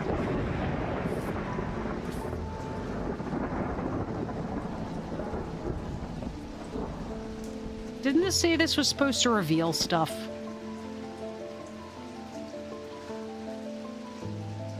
I am not seeing it revealing anything. All right. Fine.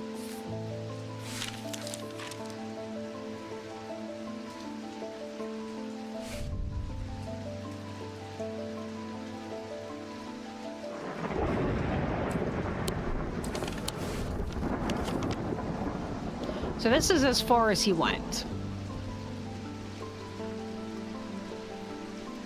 Without knowing what the markings are,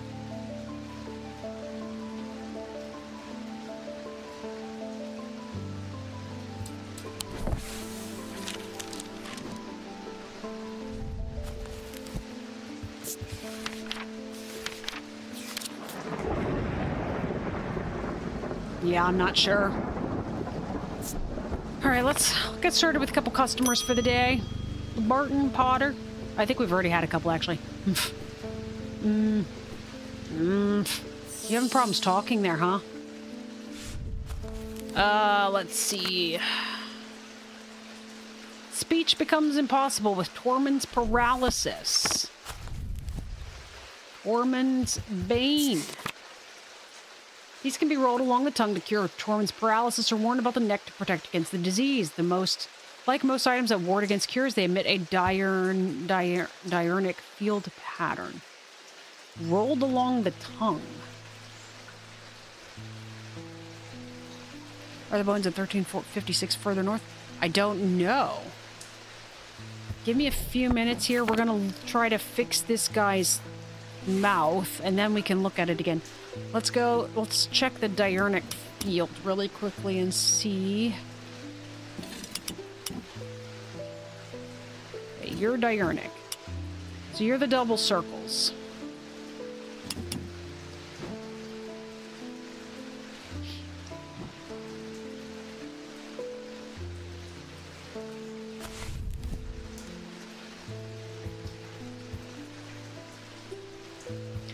Oh, paralysis.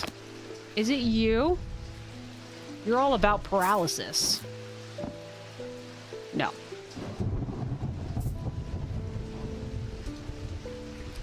Anne says, shoot, there's times I talk like that. Fair. I don't know what that symbol means. What in here would you like to roll around on your tongue? How about these, like, withered fingers? It would have to be something small.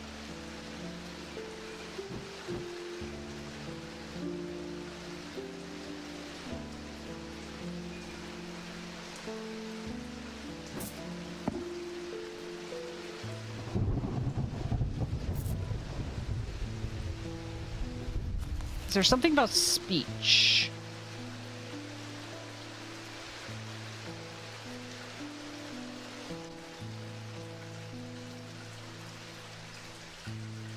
Not really.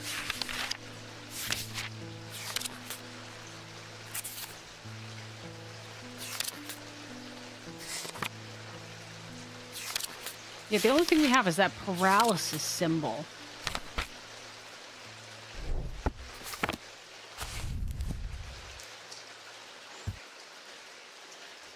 Well, it does say it can be worn about the neck. So, whatever it is, it's a pendant.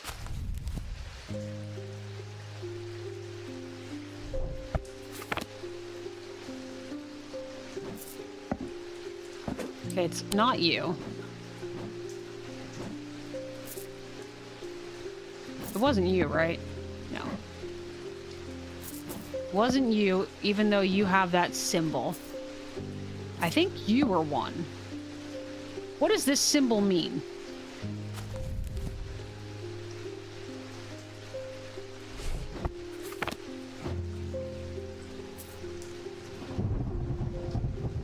So it's basically a full circle with a line through it. Whoops.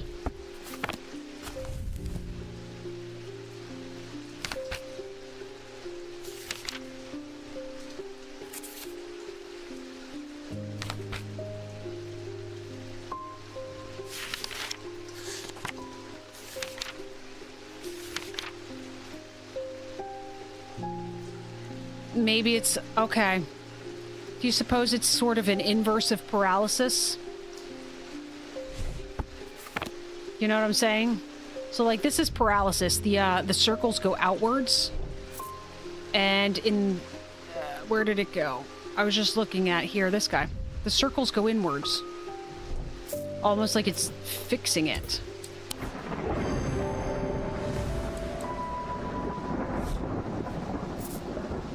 Thank you. I don't even know how I managed to get down from Weatherlam. Everything went dark after reading the inscription on the tall stone, but somehow I knew if I made it to Strange Antiquities, I would be... oh, you're the one I gave that Balebia thing to. Through the darkness, I received a message from the Nameless Ones. They seek an item called the Nalian Casket. If we give it to them, they promise to free those it has infected. I don't think we have a choice. At least we can be certain of one thing. If they have the casket, they will not allow it to be opened. All they desire, all they value, is power, and opening the casket would release all of its contained power.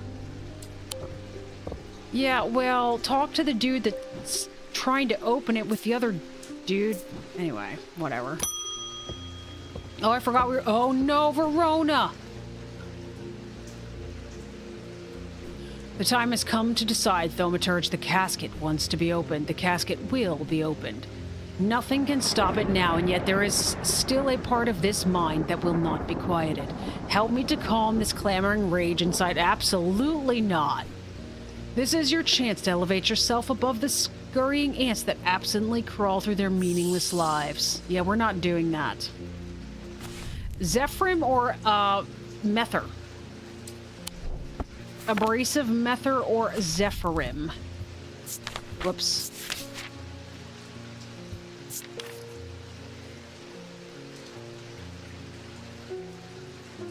This type of Mether is used to purge unwanted Nope. Not doing that. We're bringing Verona back out. We're bringing her out, folks. These resonant objects give off a faint odor that will be familiar to any thaumaturge. It is the scent of the storm, of ozone and power, the scent of magic. When these vapors are inhaled deeply, they can unlock deep wells of anger and channel them into a powerful maelstrom. This is the power of the west wind.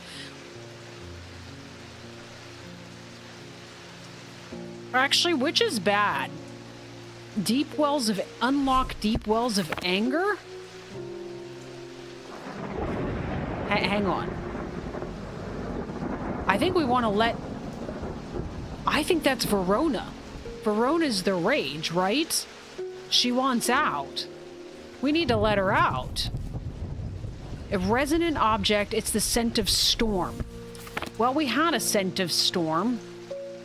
We had an object of storm. All right, it says resonant. Do you have a scent? Scent. No. What about you? No. You do not have a scent either. All right, so we have to find another resonant item. Oh, we have one.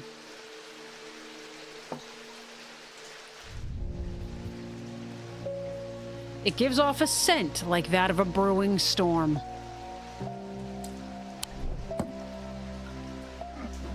Are you ready for this, guys? I hope that's the right choice. I hope that's the one that brings Verona out.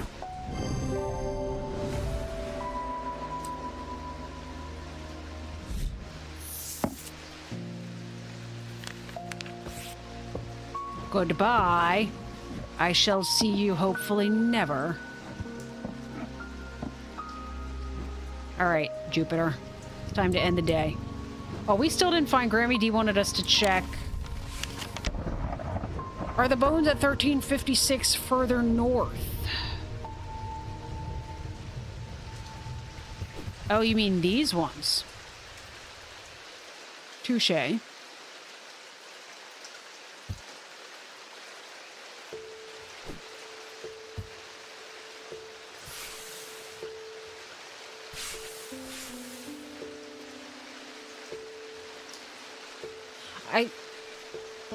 I wonder if... Do we have anything about Marwyn? Maybe Marwyn has a symbol that we can find. Nothing in there. What about in the Book of Symbols? I don't know what Marwyn is. Other than that Marwyn was a thaumaturge like us. I still don't even know to this day if I'm actually pronouncing that word correctly. It was not one I was familiar with.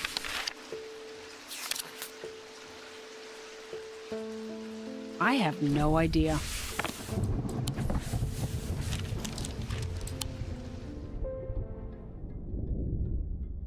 But the problem with storing powerful dark artifacts is that slowly, inevitably, the darkness seeps out.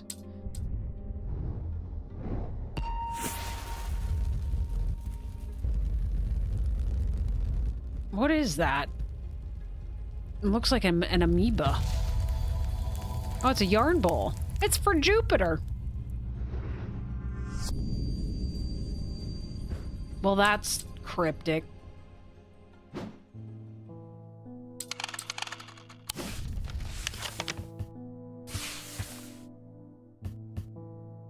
Do we have any roads that double back on themselves? Yes. So here doubles back, comes up to this knob. Out here and here. Sort of. I guess in all technicality it could be here too. Doubles back, comes up through here. I'm not really sure.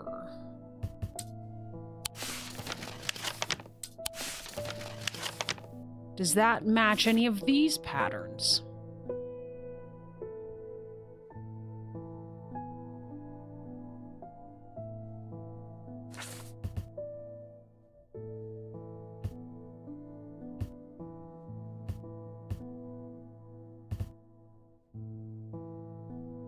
I'm assuming we'd be going where the yarn ball is. I mean, that sort of matches. And it would be one of these.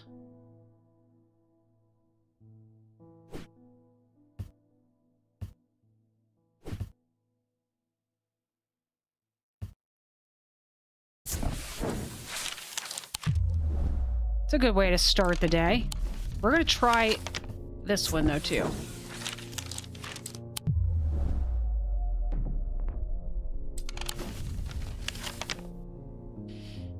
Okay.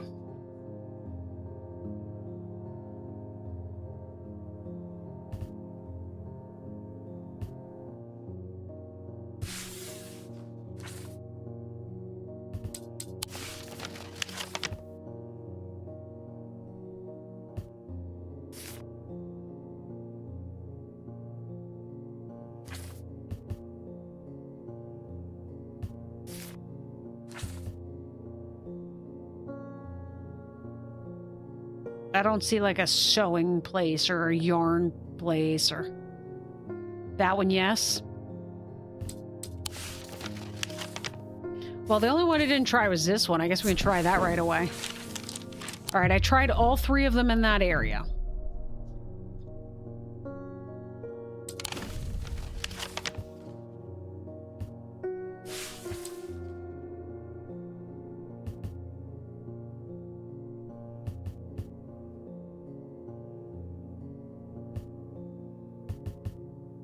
Unless we try the one in the end. I was assuming we would start... Here, let's try this one. The grave is old and worn. There was an inscription once, but it is too faded and crumbled to read.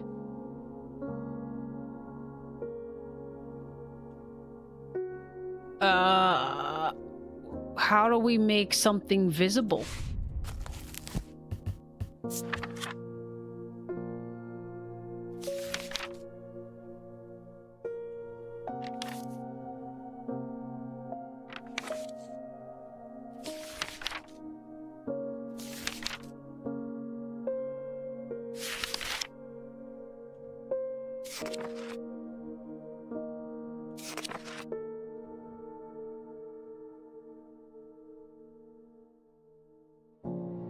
Why does it say it's just too faded?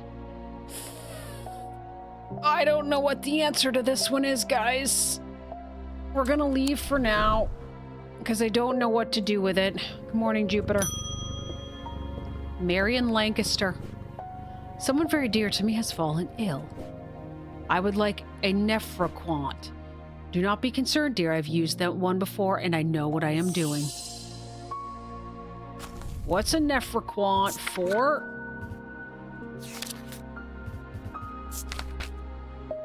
These were once worn by the necromancers of the Five Knolls, who used them in the rituals of resurrection. Their power became bound to them such that if they were to remove them even after death, the nephroquant would crumble to dust. Well, this is... okay. Today their power is much diminished, but they can be used to draw out infections. However, they will cause Braxis if held against bare skin for long periods. Scarring caused by Braxis.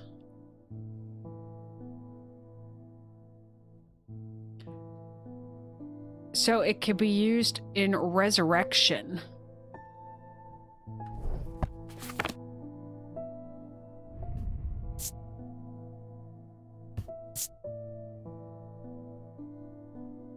I keep going back to this one for other things, and I swear that, like, a stone for dark purposes. Oh, I'm trying it. Just kidding.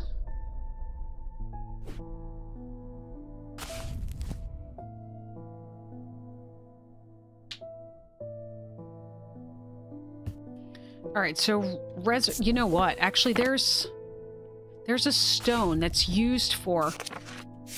hang on. Rather than that one, but it's just for dark purposes. Oh, wait.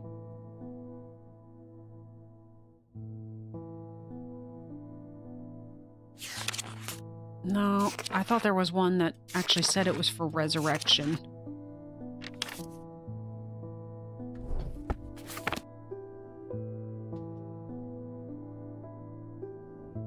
I'm covering it.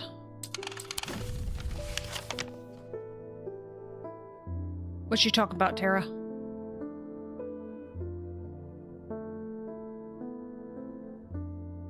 Are you talking about this thing that we were on before? I just realized that is a symbol on it. Probably should have looked at that symbol. It's a circle with a part of a triangle in it.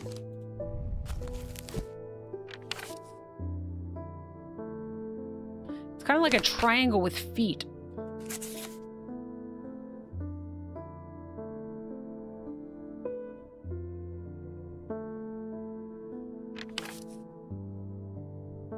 Northwest from Mammoth.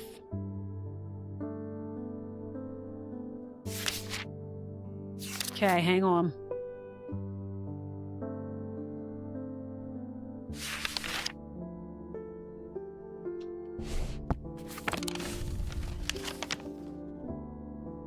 This one?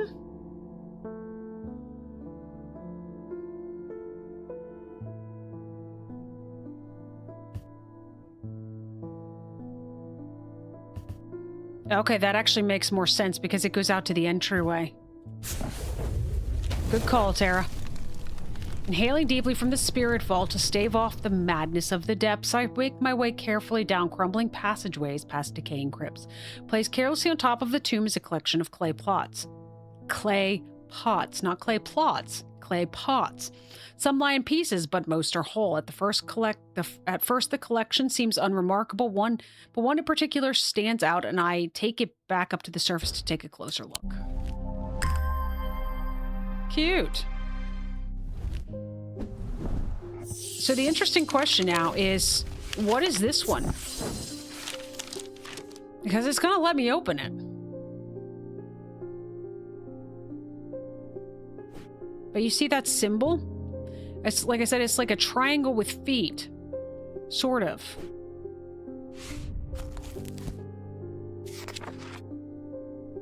Like it is actually looking for me to do something at that tomb. I just don't know what that is yet. Maybe we should just, since that's not the one we're looking for right now. All right, what is a Nephroquant? My symbol book. I think I looked at the symbol book, did I not? Resurrection, death. Maybe I didn't. Maybe I was looking at gemstones first. Okay, death is that.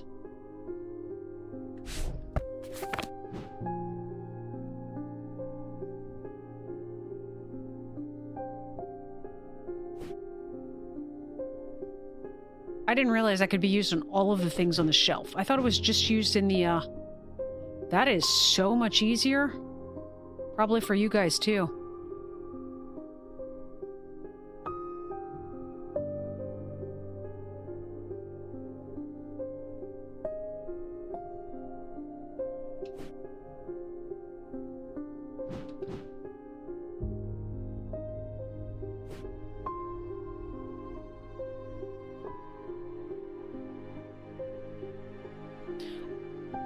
I'm not finding anything that overly helps. I mean, there's this crazy skull. Definitely something unusual about this item. I can't quite put my finger on it, though. I can't tell if that low hum is coming from the item or my own imagination. It feels unusual, not hot exactly, but energetic somehow. This part's painted black, this part is gold. What am I looking here for? Resurrection or death? Because this is death.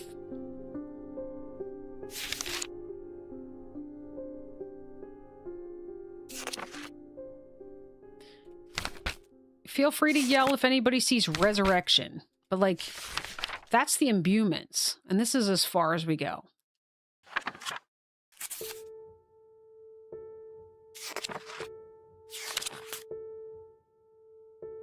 Well, here's life.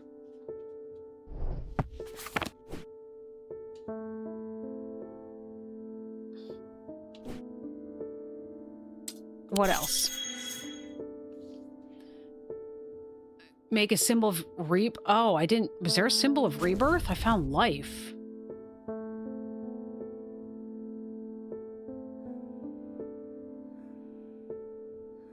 Anybody see a symbol of rebirth?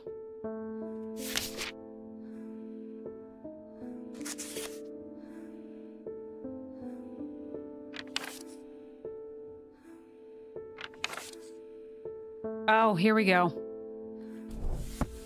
Okay, so that's what we're looking for. A swirl.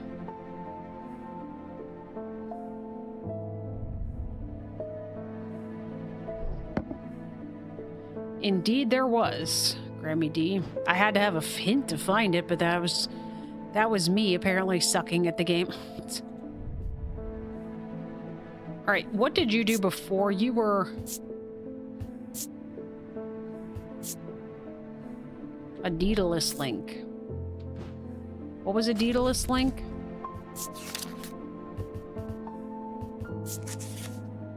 Levitation. That doesn't seem to be in the same vein.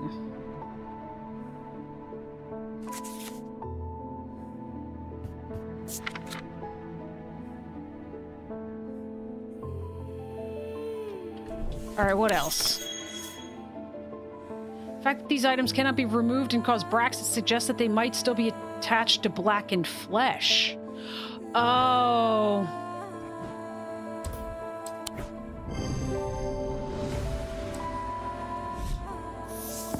You have to excuse my stupidity on that one. I forgot that had a ring on it. When did we get singing going on? It's pretty. Franklin Underhill. Have we had you before? Please do pay us a visit. We have some items that we're confident will be of interest to you. The Twinings, artisans of wood, iron, and clay. 2 Market Avenue in Undermere.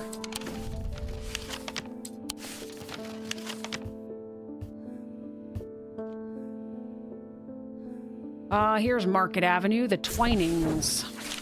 The man who dropped off his card introduces himself as the owner of the Twinings, an unusual sprawling series of grotto-like rooms filled with handcrafted carpentry, ironmongery, and pottery. He leads me past wooden chairs and strange iron contraptions to a room unlike the others. This one is filled with small trinkets, ornaments, and jars of various sizes containing ominous-looking liquids and organic materials. I know it might not look like much, but there are some items of value among the junk here, says the man. Take your time and let me know if you find anything interesting. 2 hours later, I've indeed unearthed something very interesting that I'm keen to take back to the shop for further investigation. Whoa. Oh, that is evil in and of itself. This is the stone that's used for dark purposes, and this is one for death and decay, I'm pretty sure.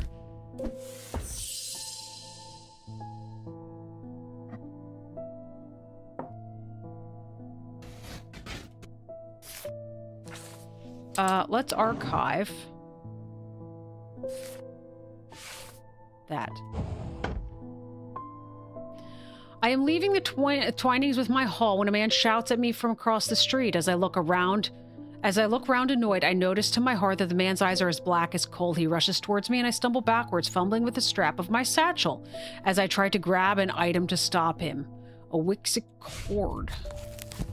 We're being assaulted. Everyone run. Despite the name, these simple looking items do not produce a Wixic field. They belong to the diurnal branch. They cause a freezing effect in the body, earning them the nickname Medusa stones. Fortunately, this effect is not permanent. So stones. This had something to do with ice and with paralysis. Really? You're gonna fight me on that one, huh? These are the same symbols twice. Some of them are just upside down.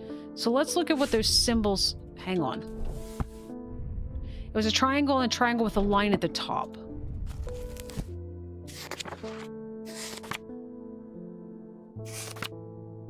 Air.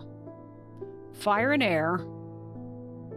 Oh, and water and earth. I thought that was just going to be no air and, like, no fire. I guess, to be fair, earth is the opposite of air and fire is the opposite of water. So, okay, fine. That's not what we need, though. How about this guy? This is paralysis.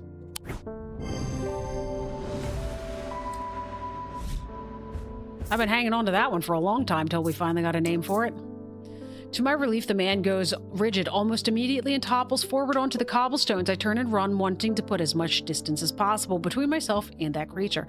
When I finally come to my senses, I realize I should alert Dr. Robertson, but by the time I return to the Twinings, the man is nowhere to be seen. Oh, that's weird.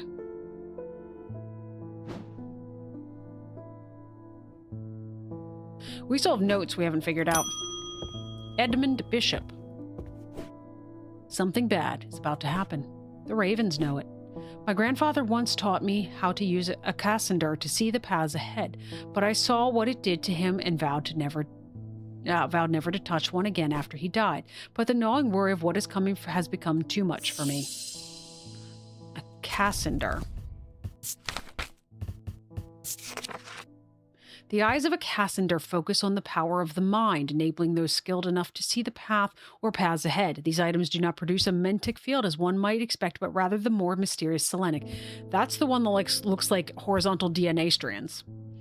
Care should always be taken with any object of prophecy, and these are no different. Many have been seduced or driven mad by the paths shown to them and have been led to ruin. All right,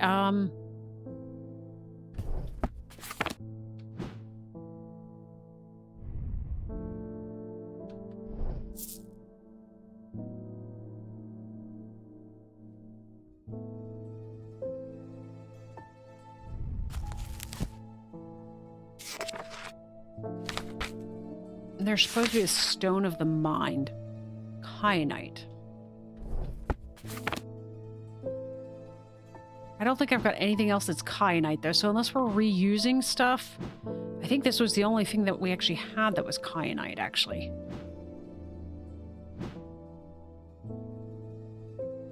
So it probably doesn't have a gemstone. Does it look like this tree? Would you like a tree?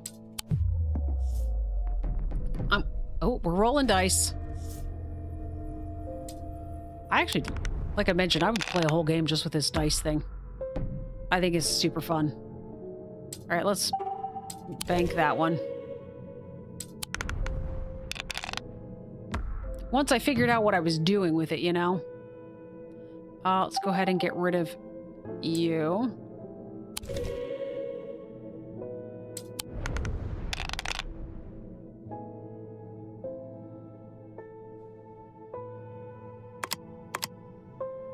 It's the stars that are... Alright, so I need another moon and another cat.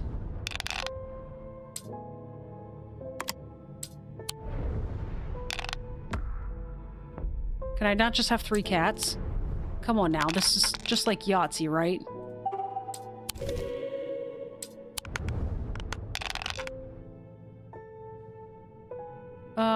Sure. 2 suns.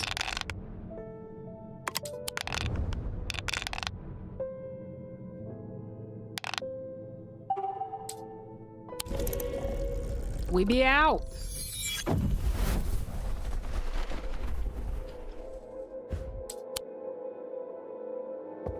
All right. Yes, Edmund. I'm gonna need a hint on this one.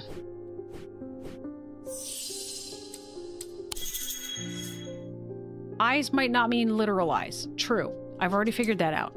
Is there a gemstone that could make sense for this item? Yeah, it's... Is it gonna be this thing? That's the one that's got kyanite in it.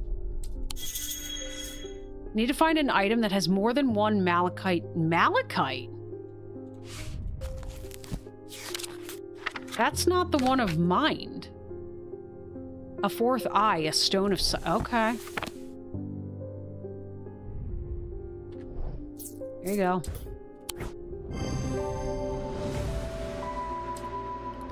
I hadn't even tested the fields. Half the time for me to test the fields, I gotta put all the symbols back in, and if I would remember what they are, it would be easier, but anyway.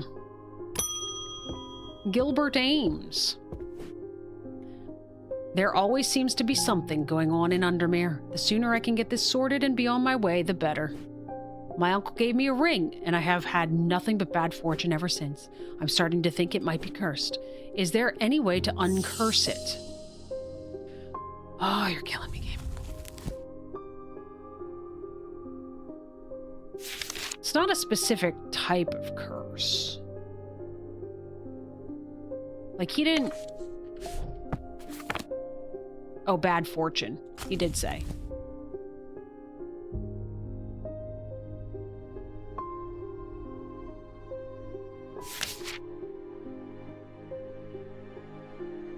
Are the snake eyes kyanite as well? I don't know. I will let you know in a minute.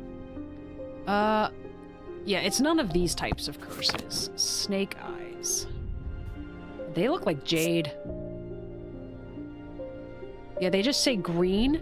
If you get anything that is kyanite, it's going to say dark green. So those are jade. This is also jade. Just says green. All right, you would like me to uncurse something. Curse. A Kuzik purifier?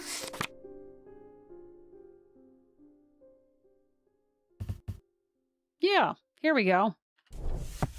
Anybody remember what that looks like?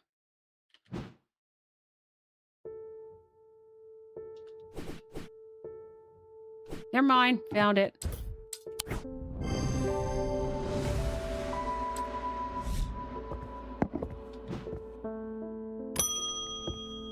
Lavinia Hawthorne. I have been researching ancient customs, particularly those relating to thaumaturgy, and I am fascinated by the use of objects in ritual ceremonies. If you're able to get your hands on a gris, I would be very interested in studying it further. All right. You would like a gris. Worn as a pendant to dispel melancholy. Oh, nope. Wrong one. For the ritual of the broken path, a gris is heated slowly over flame. To have full effect, it must be held in an ungloved hand until the ritual is complete, no matter how hot it gets. The ritual should not be performed by those who have not studied the Wixic art. It is common to suffer burns, but when done correctly, it should not be painful.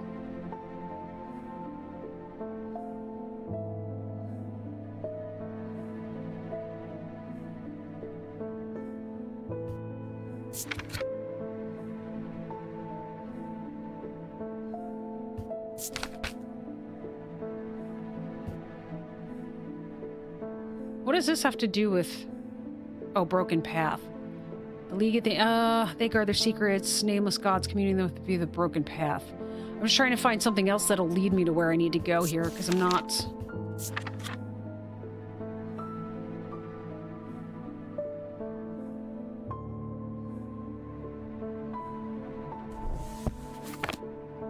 Alright, I'm going to be a little bit more liberal with hints here because we still have, I think, like 2 days to go and I'd like to finish the game. But I do also know it's almost 7:20 here, which means, first of all, it's getting very late in Europe. But also, I've not eaten dinner. My dogs have not eaten dinner. They've not gone for their walk yet. So we're going to be liberal, and I apologize. If an item is heated in flame use, I imagine that might leave a mark. Sure. Scorch marks or soot on it.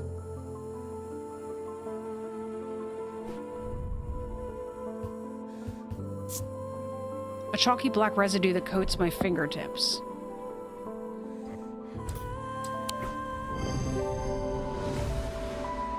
All right.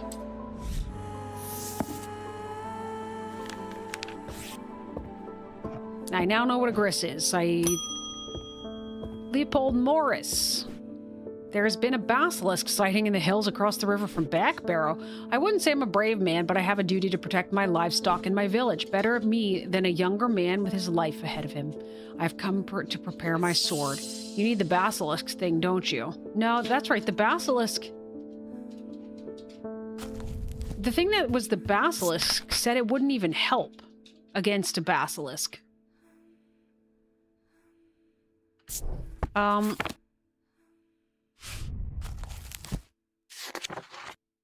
It would be something for poison. So this...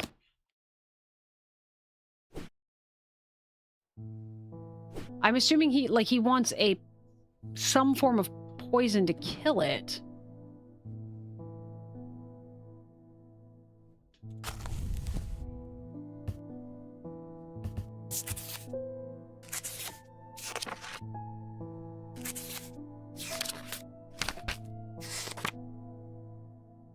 Was there actually an entry for a basilisk? Because we did have a basilisk with something. I didn't even think to look for that. Here. Cyrene ward and folium. A blade is drawn across the face of a folium 6 times during the ritual of the hand prior. Dreher huntsmen and those wanting to prove themselves perform this ritual before seeking out the basilisk known as folium blade. It is the only known way to pierce its thick armor. Of a folium. What's a folium?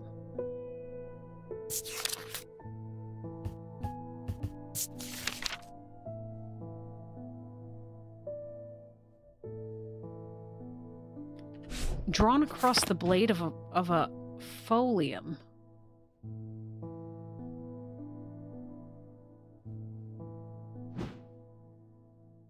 I don't know what that is. They're not giving enough details. Like, they're not telling me anything about it. I mean, to be fair, this looks like it's got marks from being drug across a sword. All right.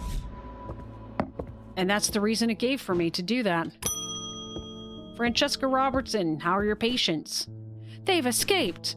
At first, my patients grew agitated when I used the Gaudian siren, but then I had a breakthrough. Vivian Cartwright woke up. She seemed lucid, even calm. I made a stupid mistake and loosened her restraints. I don't know what happened, whether the siren stopped working or if perhaps it had never worked and she tricked me. But almost immediately she changed back and turned violent. Before I knew it, she had managed to free the others. We tried to stop them, but they fought their way out of the hospital. I have no idea where they've gone. I have an idea.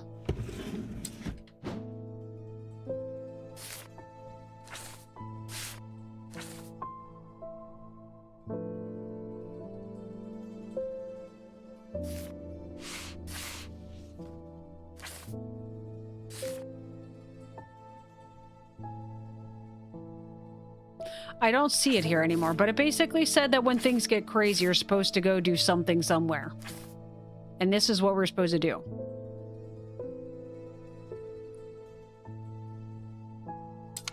All right, we've got a couple more turns. Let's go through random places in the catacombs that we haven't been.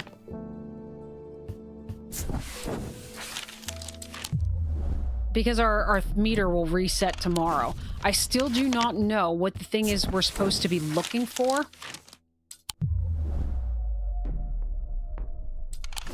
Supposedly, she's supposed to have some sort of path. But I don't know what that is. Like, or some sort of symbol for Marwyn to find something. Let's go look at the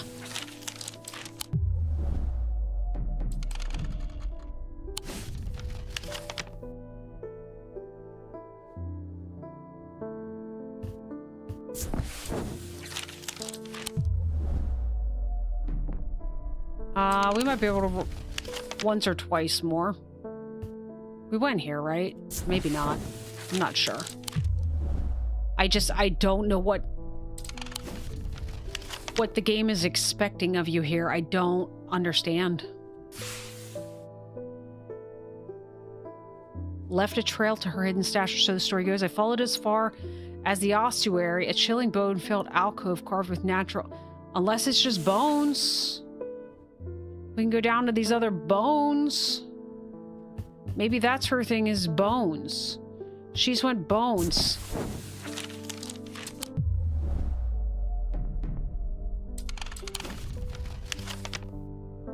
I'll check this one yet.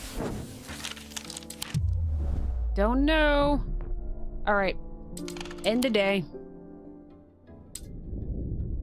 Almost imperceptibly, the casket began to absorb the crepuscular power that had leached into the stone and the earth of its lightless tomb.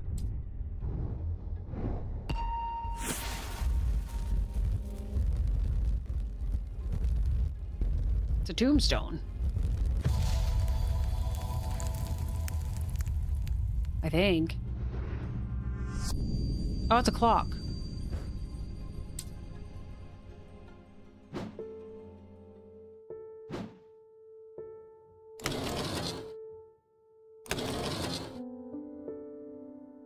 Where'd that go?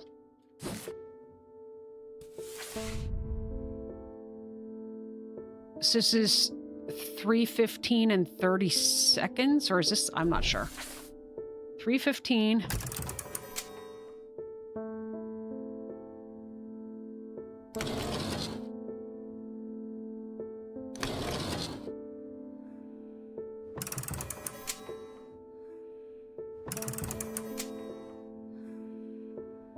I totally said that wrong, didn't I? That's 9:15 and 30 seconds is what I'm... I don't know what I'm talking about. There. The half.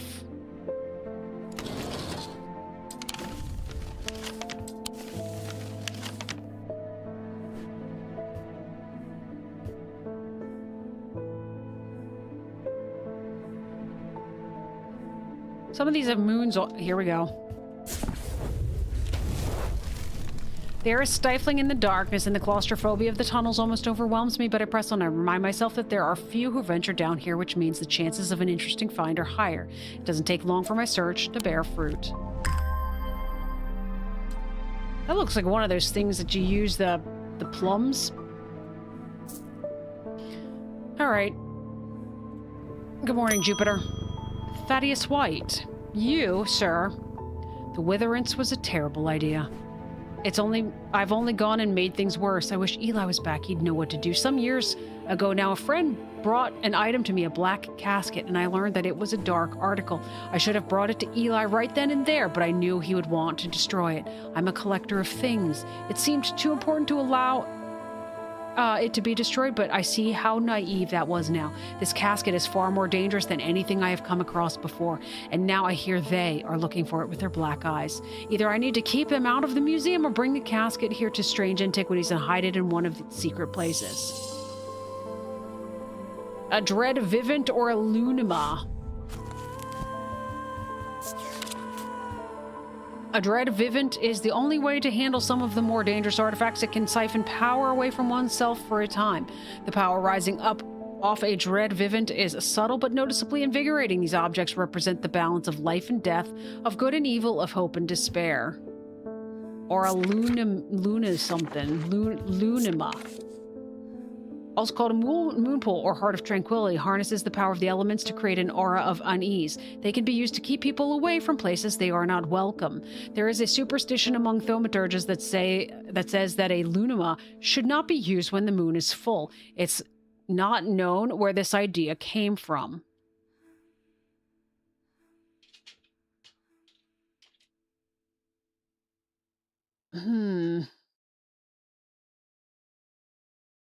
It sounds like this one would be intended to keep the actual casket in the museum. And then to keep the people with the black eyes away. Otherwise, we have the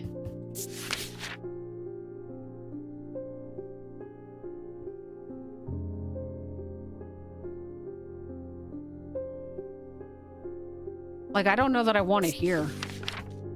That's just me.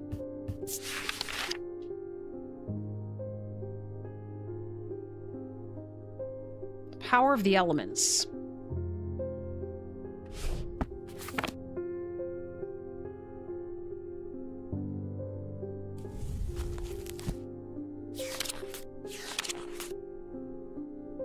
Okay, so it's all the triangles. I was wondering if it was this thing, but that's like weather related. Is it you? I mean, you are a fair number of them.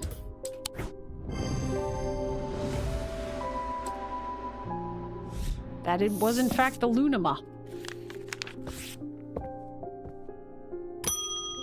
All right, David, hurry up, move it along.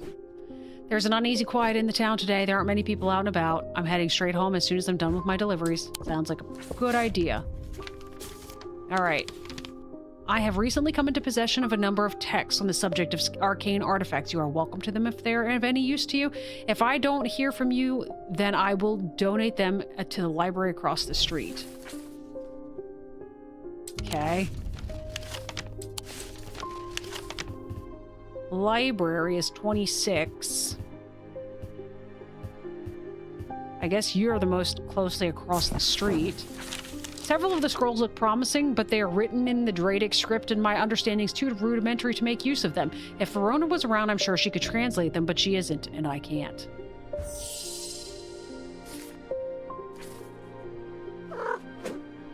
Excuse you, Jupiter.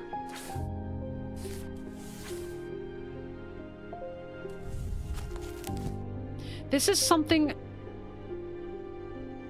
This might be what helps us get into that tombstone as well. Yes, translate a Bibelia. Is that what that did? That's right, I did know that. I think it's this thing. No, that's a Fortnance. Where's the Bibelia? It's somewhere over here. At least it was at one point.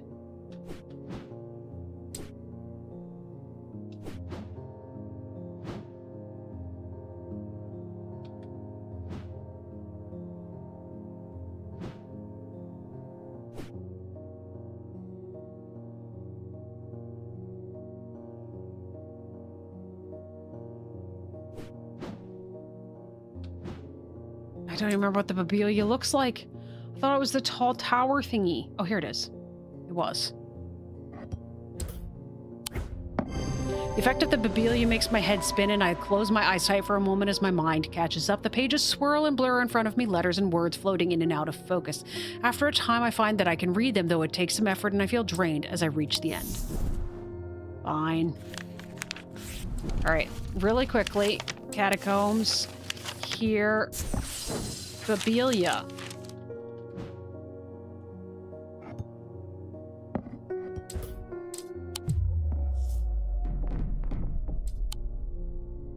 Is there a hint on this one?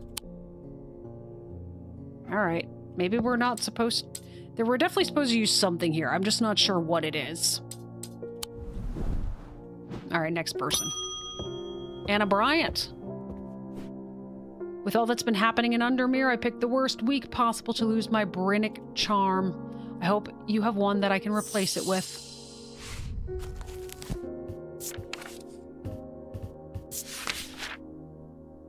I mispronounced that. I don't even know how it's pronounced. Bryic charm?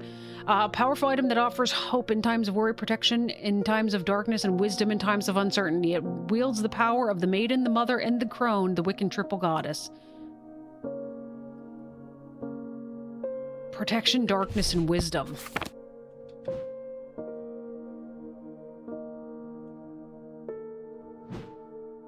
We labeled all of these things. This is what I was thinking of.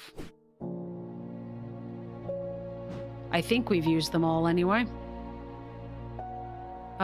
This is done. You can go away.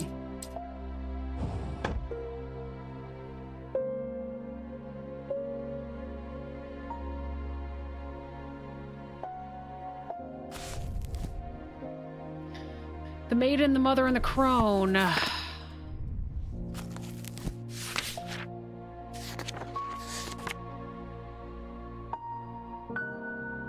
Okay. I thought they would be here.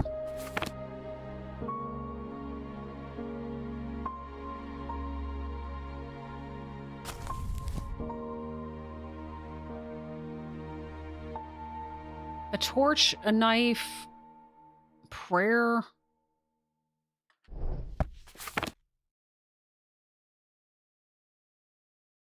All right, game. I apologize. We gotta move faster here. Oh, the thing that looks like a candy. Oh, you?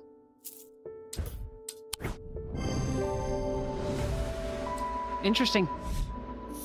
I wouldn't have guessed it with the moon.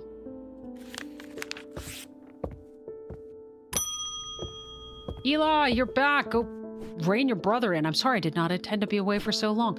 I trust the shop has not been too much trouble to look after in my absence. I have learned a lot from my time in Oxford. There's a powerful dark article here in Undermere called the Nalian Casket. And now you're telling me that my foolish half-wit of a brother has had it in his museum this whole time?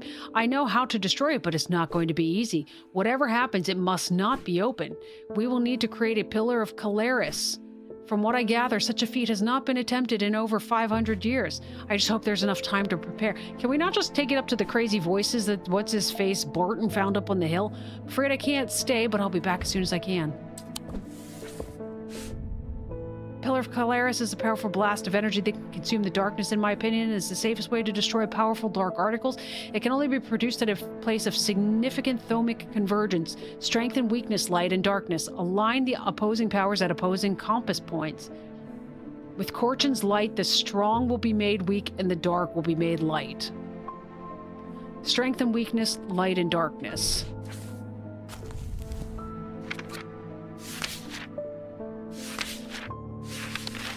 Light and dark.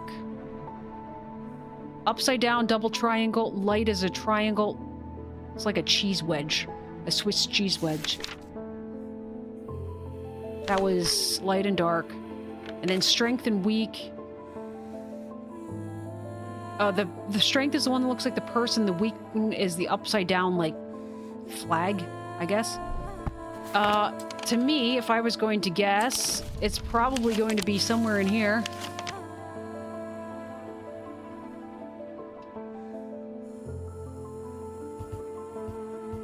I don't see any of those symbols. I figured he might have marked them on his map.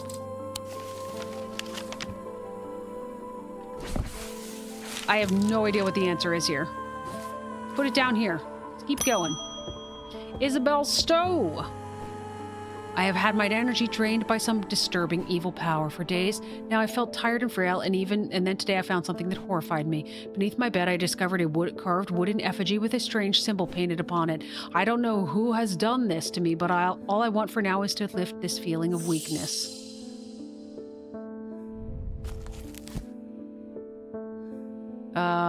Necrosis, choking, burning blood... Possible to speak, hallucinations, nightmares, a poison of the mind.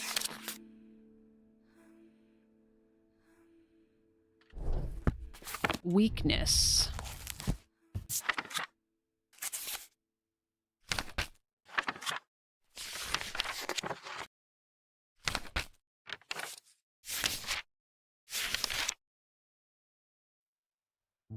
There is no weakness here.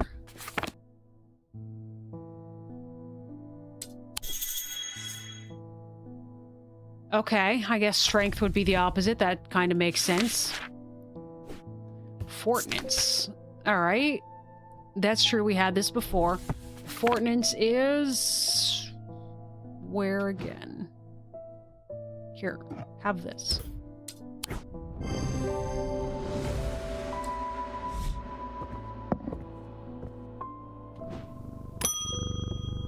Susan Hill! I would like a blood bag. The nameless ones are restless. I'm ready to hear their voices. That sounds terrifying. Why would you want to do that? It was once thought that these objects could be used to commune with the dead, but it is now widely believed that such a thing is not possible. It is not known where the strange voices that emanate from a bloodbecker... We had this one. But there are some who believe they are the voices of the nameless gods. Was it you? Yeah. I think it's you. Just kidding, it's not you. To be fair, I guess it said it was a low hum. It didn't say it sounded like voices. Do you have anything that sounds like voices? No. Bloodbeck. You? No. No. Crazy snakes? No. Other crazy snakes? No. Alright. Help out here. Maybe the item could have a suitable symbol or gemstone. For hearing voices? Try harder, game. Oh, connection with death? That's the black one. I think. No, that's the kyanite one. Or, sorry, Vivianite. Stone of Death and Decay. I thought I had exactly one of those. Or was that that might have been the kyanite.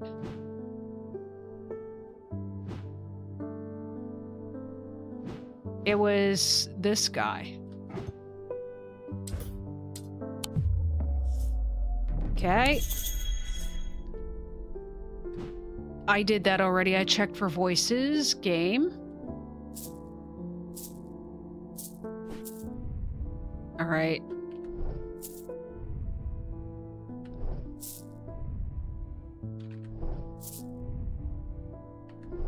I'm checking everything that we don't have labeled.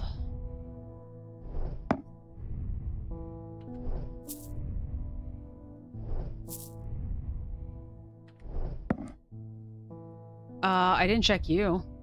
No. The candle. What about you? No. We got the tea yet.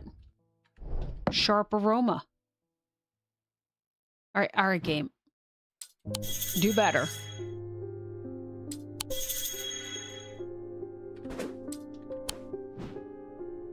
I checked all of the ones that are empty.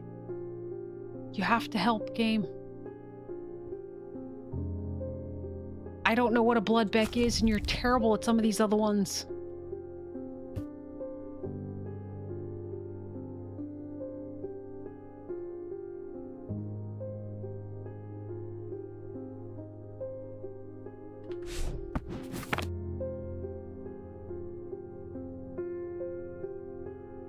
I really think that is the only thing that's got that stone in it.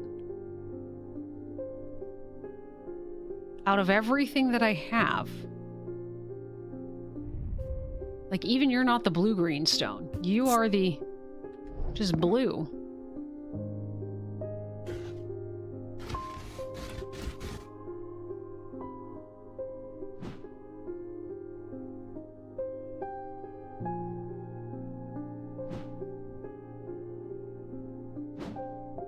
All right, game.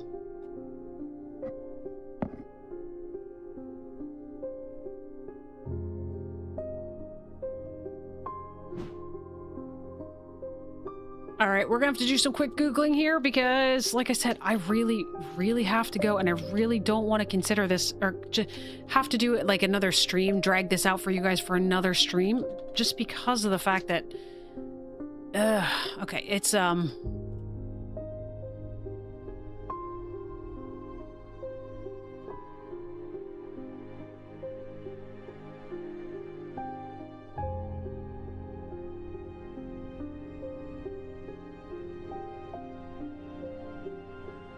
hang on.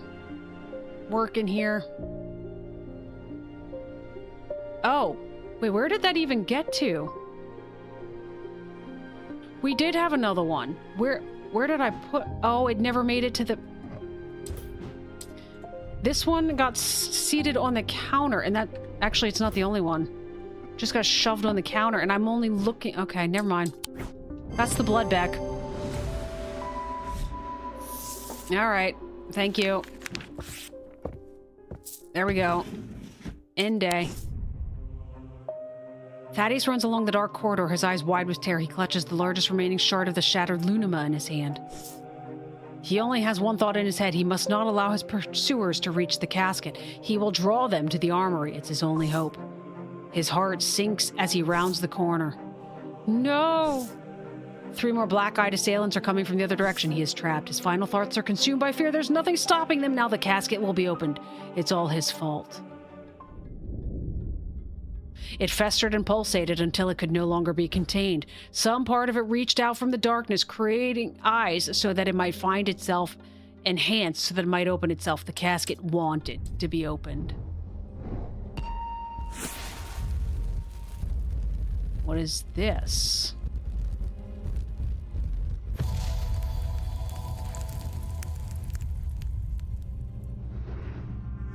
I lie below the books and scrolls on the esoteric and the arcane.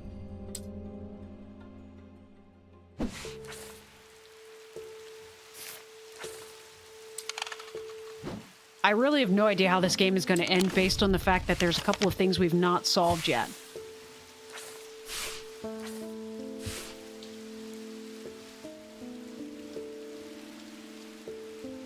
I think we're done with this. I would like to archive a couple things here.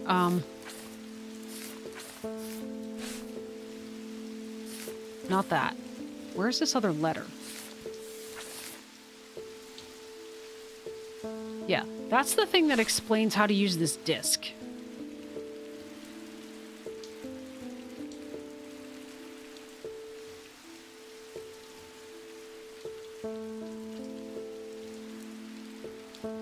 All right.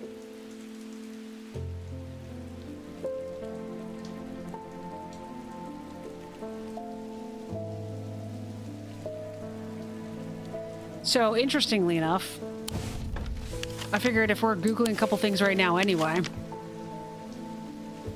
It says, literally look for a wall of skulls for the Marwyn thing. Is it you? But we already did... Are we just... Oh. I'm able to follow Marwyn's trail for a while, but the carved markings are faded and worn by centuries of weathering. By the time I reach the ossuary, I can no longer make them out at all. Fortunately, I've always wanted an excuse to use a Carrick's candle. Alright, here you go. We've known that one for a while. It just wasn't labeled. Stalagmites retreat under the light of the candle as I hold it aloft and search the shifting rock walls for any signs of Marwyn's trail. Suddenly I see it, an M etched into the rock as clear as if it had been carved yesterday. I follow the trail in an excited hurry, tripping and stumbling as the candle distorts the height of the floor until I come to its end at a small boulder. Rolling the rock to one side, I reach behind it and reclaim Marwyn's lost treasure. Oh, it's like a little person. It's a little lady. There you go. You stay there. All right, now.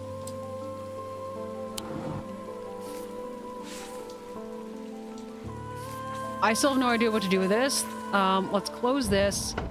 Let's go to the explore thing. I lie below books and scrolls on the esoteric and the arcane. Is there a bookstore?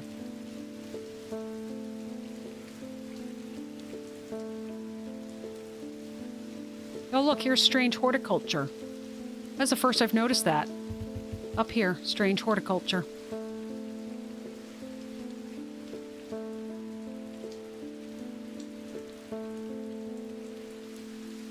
The spoken word, number 12.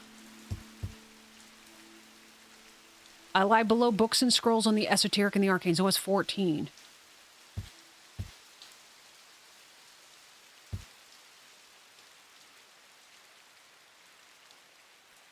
That seems more esoteric and arcane than like the town hall and the market square. Convent is an imposing building that appears to be designed for secrecy. The few windows that look out onto the street are small, for the most part covered in sturdy iron shutters. The sole entrance is a large iron gate bearing the sigil of the League of the Amphibian Heart, a twin-headed snake. The gate is locked. Unless it is directly on the books. The theater, oh, that's a theater, is in surprisingly good condition given the rather ramshackle state of the rest of the town. I shake my head, remembering the time old Benjamin Marsh mistook a real sword for a prop one and accidentally stabbed a poor lady in the front row. Props and costumes have no use in my line of work. One more thing. Does the layout of the books look like any of these houses?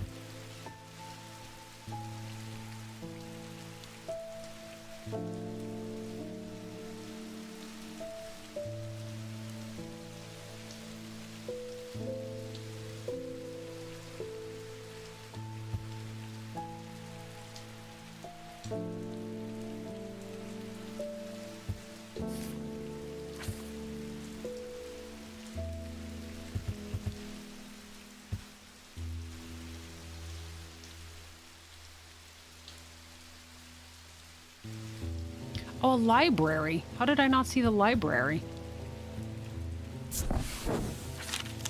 The Wordsworth Library is a quiet haven of books and knowledge, as it shelves well stocked and well kept, a place where time slows with every turn of a page.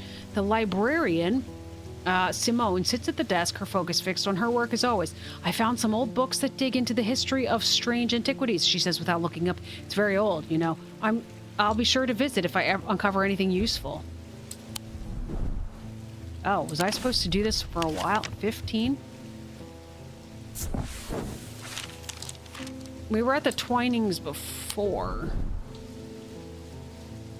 Like, we were on the last day. Like, if we're gonna find this, we need to do it now.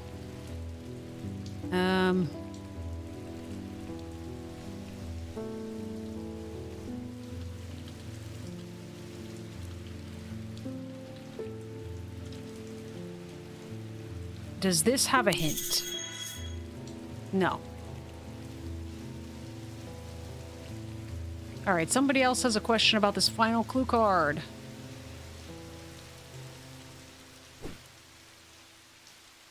It says this clue is literal. The library is on the second. We didn't check that map.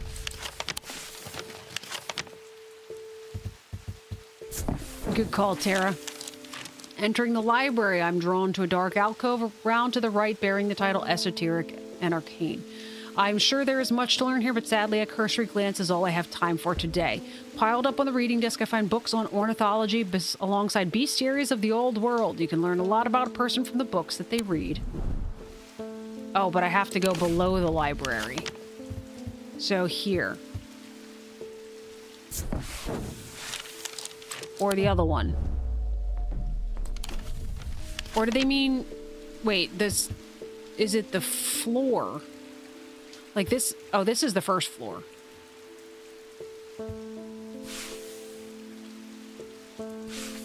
Like I was... Also, north-south is this way.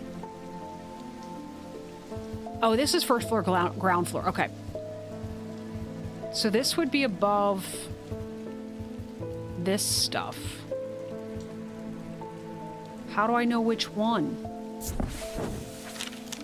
I just wanted to double check that one to make sure.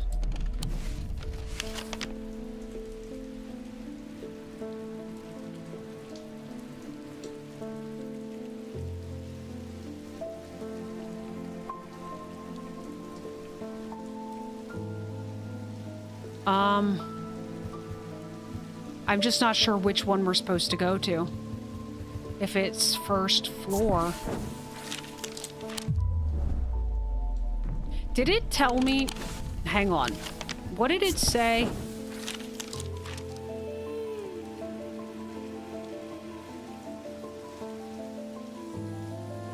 Is it here-ish?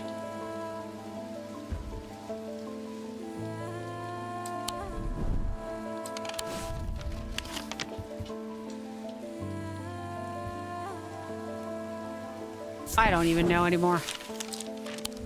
Nothing to find there, that one said, in the ballroom. Maybe we'll go to this one that's got the symbol on it. Wasting my time here. Wow, you can't make this simple, can you, game?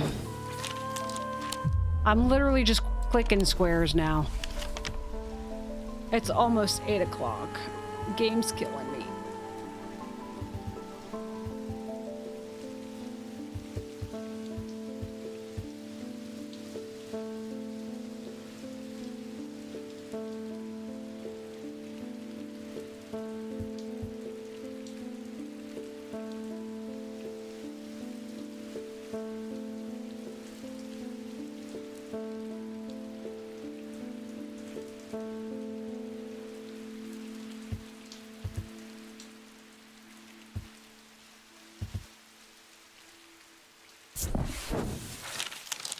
Okay.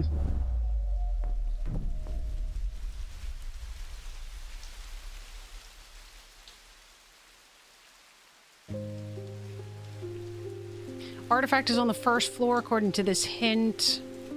It says it's literally beneath that shelf.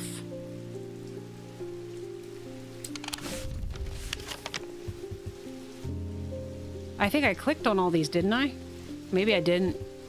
Maybe you're right. I was clicking on these, wasn't I? Like, it spans this whole thing. We're soon gonna be rolling dice. Alright, I clicked on this one. Let's go this one.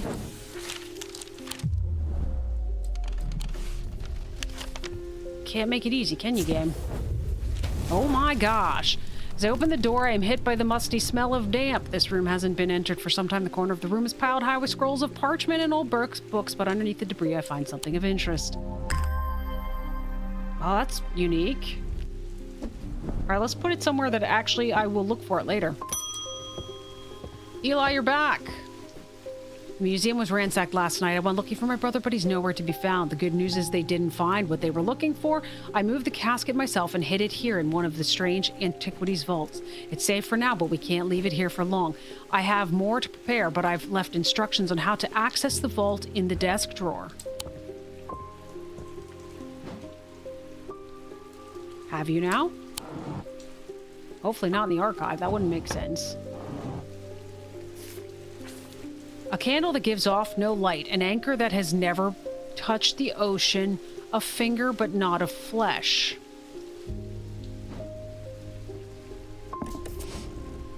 An anchor that has never touched the ocean.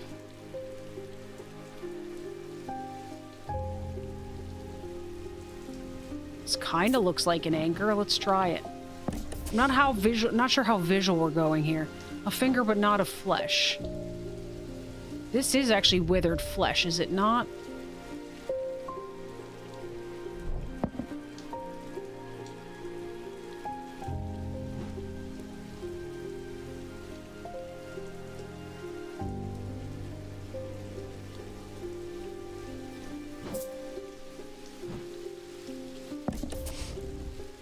That's a whole hand, not just a finger.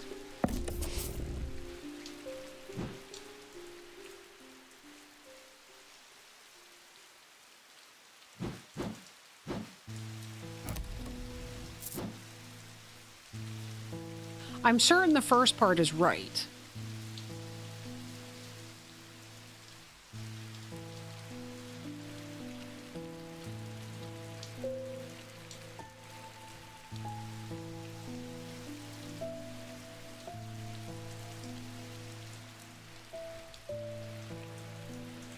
Okay, hang on.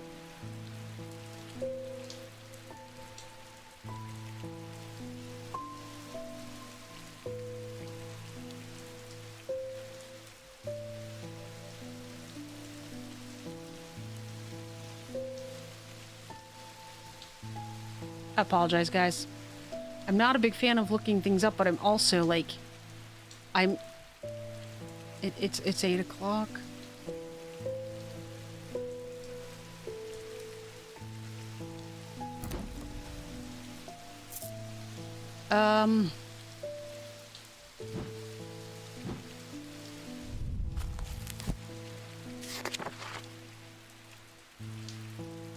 Okay, the shadow anchor is what we're looking for. I don't remember what that looks like. That was where we put a... No.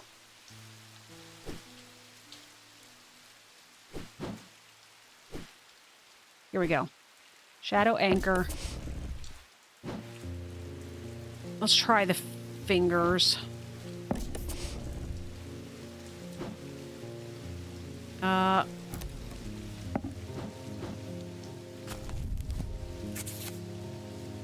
Oh, we don't have this open yet. Witches' fingers are said to be the severed digits of the Witch of Undermere. They are capable of inflicting intense pain.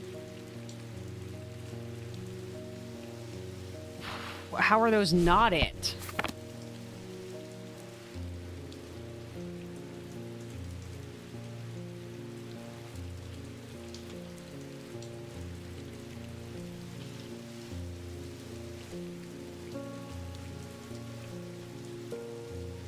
I'm interested to see what choices that we've made, what ending that we have.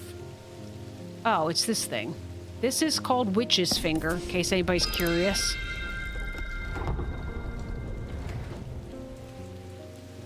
All right, we need that moon.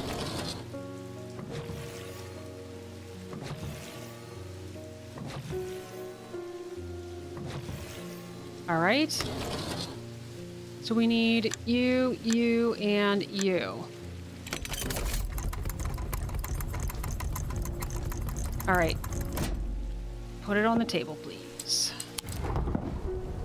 All right, let's archive you, get you out of my way. I don't know what we're doing with some of the rest of that stuff. I'm gonna warn you guys now. All right, David, hurry up. The lake's turned black. As omens go, I'd say that's probably quite a bad one, but the mail won't deliver itself. Hey, Black Water, they warned us about this. They want us to go now, guys, and become Holgren's whatever, prophet or disciple or whatever. I found this note in an old writing desk up at Gleaston Castle. I expect it will mean more to you. Fear in autumn, rising in winter. It feels all too prescient as we hurtle towards winter and a terrible, unknowable fate. Oh my god, okay. I don't have time for all of these. Fear in autumn, rising in winter. Fear. What's fear? Alright, there we go. Here we go. Fear in autumn, rising in winter.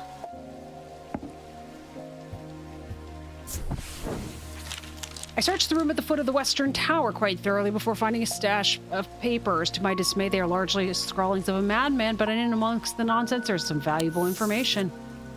Thank you. All right. Go away. There we go. All right, Jupiter, last day. Barton, you're back. Can we get rid of the casket? I have discovered the missing piece of the puzzle. There is an ancient shrine to the nameless gods at the skull of Blen Cathra. It seems humanity tried worshipping them once, long ago, before we learned how little they care for us. We must take the casket there. Whatever happens, we must not allow it to be opened. How do I take it there? Oh, this is it. What did he just say?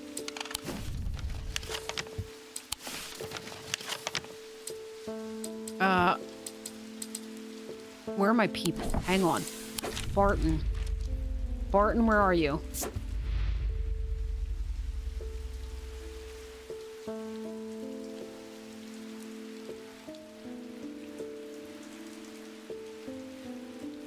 A shrine to the nameless gods at the skull of Blen Cathra. Where is that?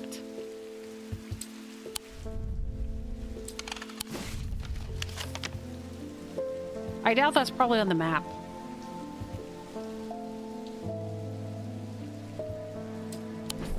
All right, let's go quickly here. Who's next? Eli.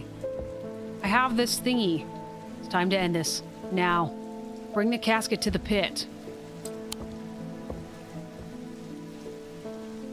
I don't want to take it to the pit. I think that Barton's got the right plan here.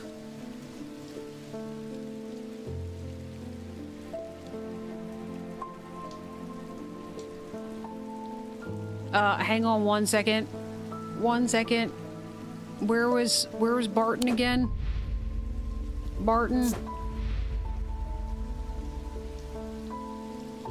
Skull of Blen Cathra.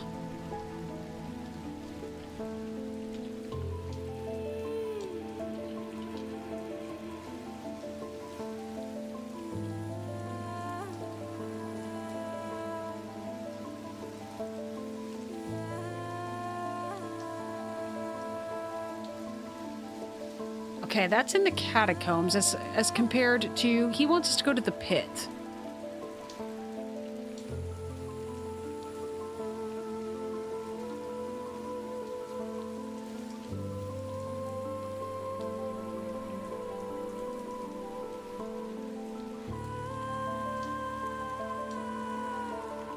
Guys, do we do pit or do we do this skull place?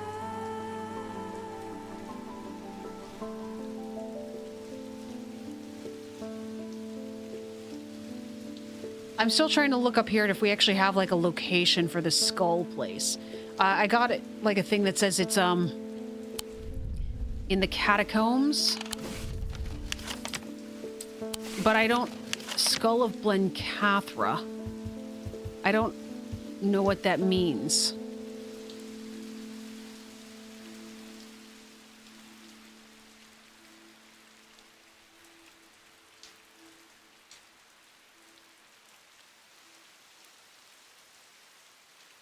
Oh, it literally says click the giant skull in the bottom right-hand corner. Like this thing?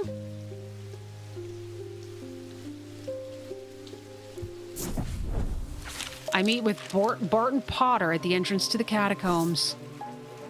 You ready? You have the casket? Guys, are we making a mistake? Yeah, I was thinking it was the people's skull. It turns out it was the mammoth. I'm nervous. Bye, Jupiter. Hopefully I'll be back. Best of luck to me. I show him the small black chest, and his hand moves up to rub the side of his eye absent-mindedly. Smaller than I remember. We begin our Then he remembers? Did we just make a mistake?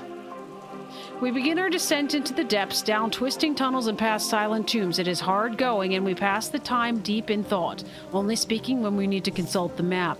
Finally, we come to a large cavern illuminated by our flickering torches and the giant skull of some long-dead beast, huge and terrifying and ominous, the skull of Blencathra. It is too big to have found its way through the tight tunnel, so it's not clear how it got here, but we don't have time to ponder that now.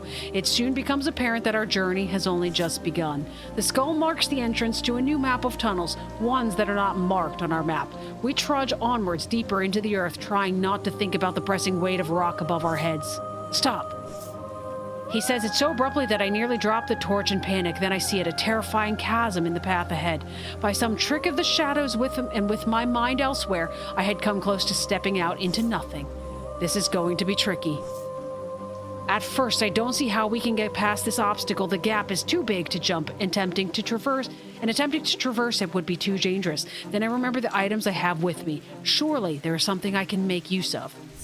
Absolutely there is. There's the levitation thing. It was you, wasn't it? The Daedalus link? Hang on. Pretty sure. Daedalus link. Levitation. Wait, did that say?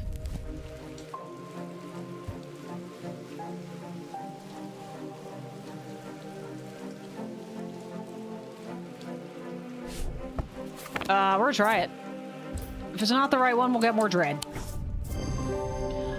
I activate the levitation field around us and feel an unsettling sensation as my feet leave the ground. We float slowly across the chasm and my heart beats faster in my chest.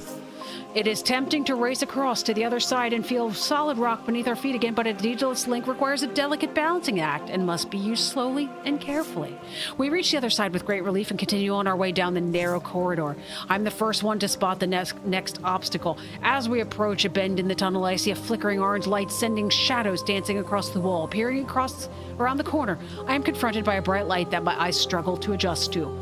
A wall of intense flame fills the passage from floor to ceiling, an impossible bright yellow-orange fire swirling and billowing and roaring in a place where it should not be. I watch mesmerized for a moment, trying to work out where the fire's coming from before being forced to retreat from the heat. What is it? I explain our hopeless predicament, and as I do, I realize that perhaps it is not so hopeless after all. Perhaps there is a way through. Guys, do we have something for water? Like, we had the thing that made us breathe through water.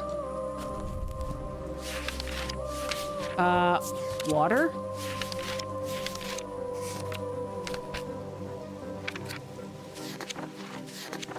or something that would protect us from fire. Let's look water first.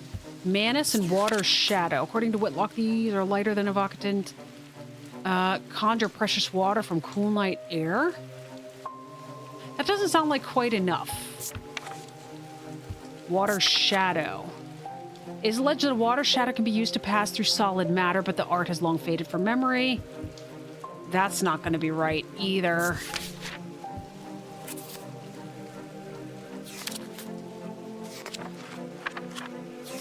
Fire. Fire. A Cyrene ward? Oh, right. This thing from the basilisk scale. That was you. Go. Safely on the other side of the fire-filled tunnel, the passageway begins to widen, and soon it opens out into a vast cavern. Ancient stalagmites reach up towards delicate stalactites that spear down from the ceiling far above.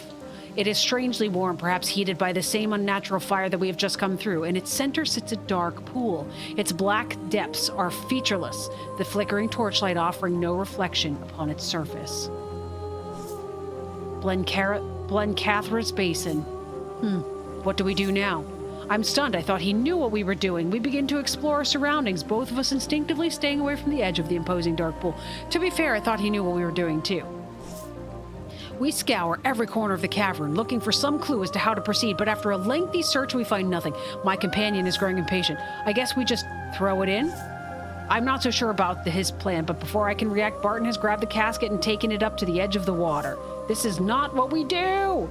I'm confident of that. He pauses, contemplating, when suddenly a shuddering vibration rocks the cavern and knocks us both off of our feet. Oh. The surface of the pool swirls and churns as three terrifying appendages burst out from its depths. They are long and black and spiny, and they stab and scrabble at the rock floor around the relic hunter.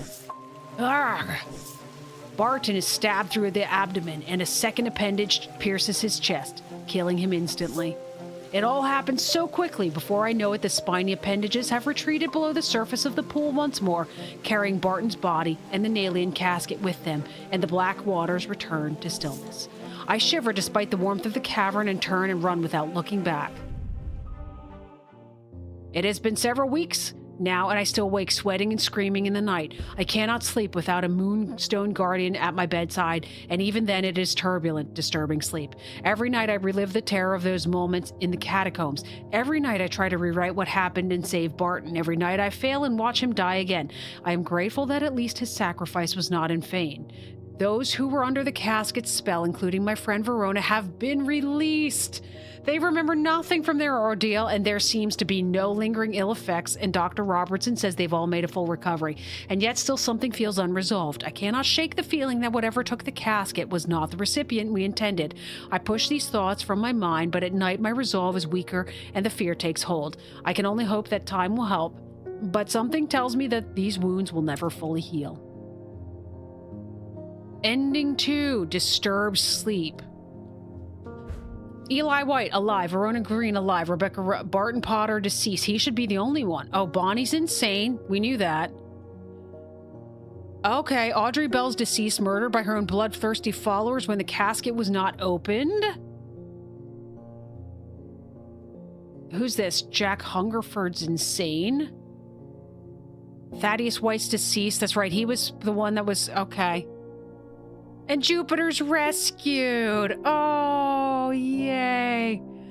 Well, guys, that's not like the worst ending. When we did the ending in Strange Horticulture, it was truly a bad ending. Like somehow like the darkness was released into everything. And, you know, I mean, this maybe the appropriate way was to go with Eli and chuck the thing into the pit or whatever he decided to do.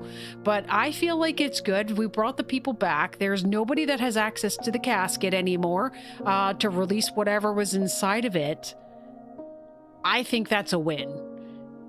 It might be a weird one, but to be honest, I'm not convinced in these games that there is a truly just sunshiny win ending. Maybe I'm wrong, but anyways. All right, guys. Well, I apologize for the rushing through the end of that one, but like I said, I literally have not had dinner. My yo-yos have not had dinner. They have not gone out and gone walking yet or anything, and I really, really just needed to get finished, and it was getting more and more complicated with the less information that they continued to provide. So I did a little bit of cheating, doing some hinting and Googling at the end, but I'm glad we made it to the end. But anyways, guys, thanks so much for joining me through this one, the Strange Antiquities. Again, that is the sequel to The Strange Horticulture. Thanks, guys, for joining, and I will catch you guys in the next one.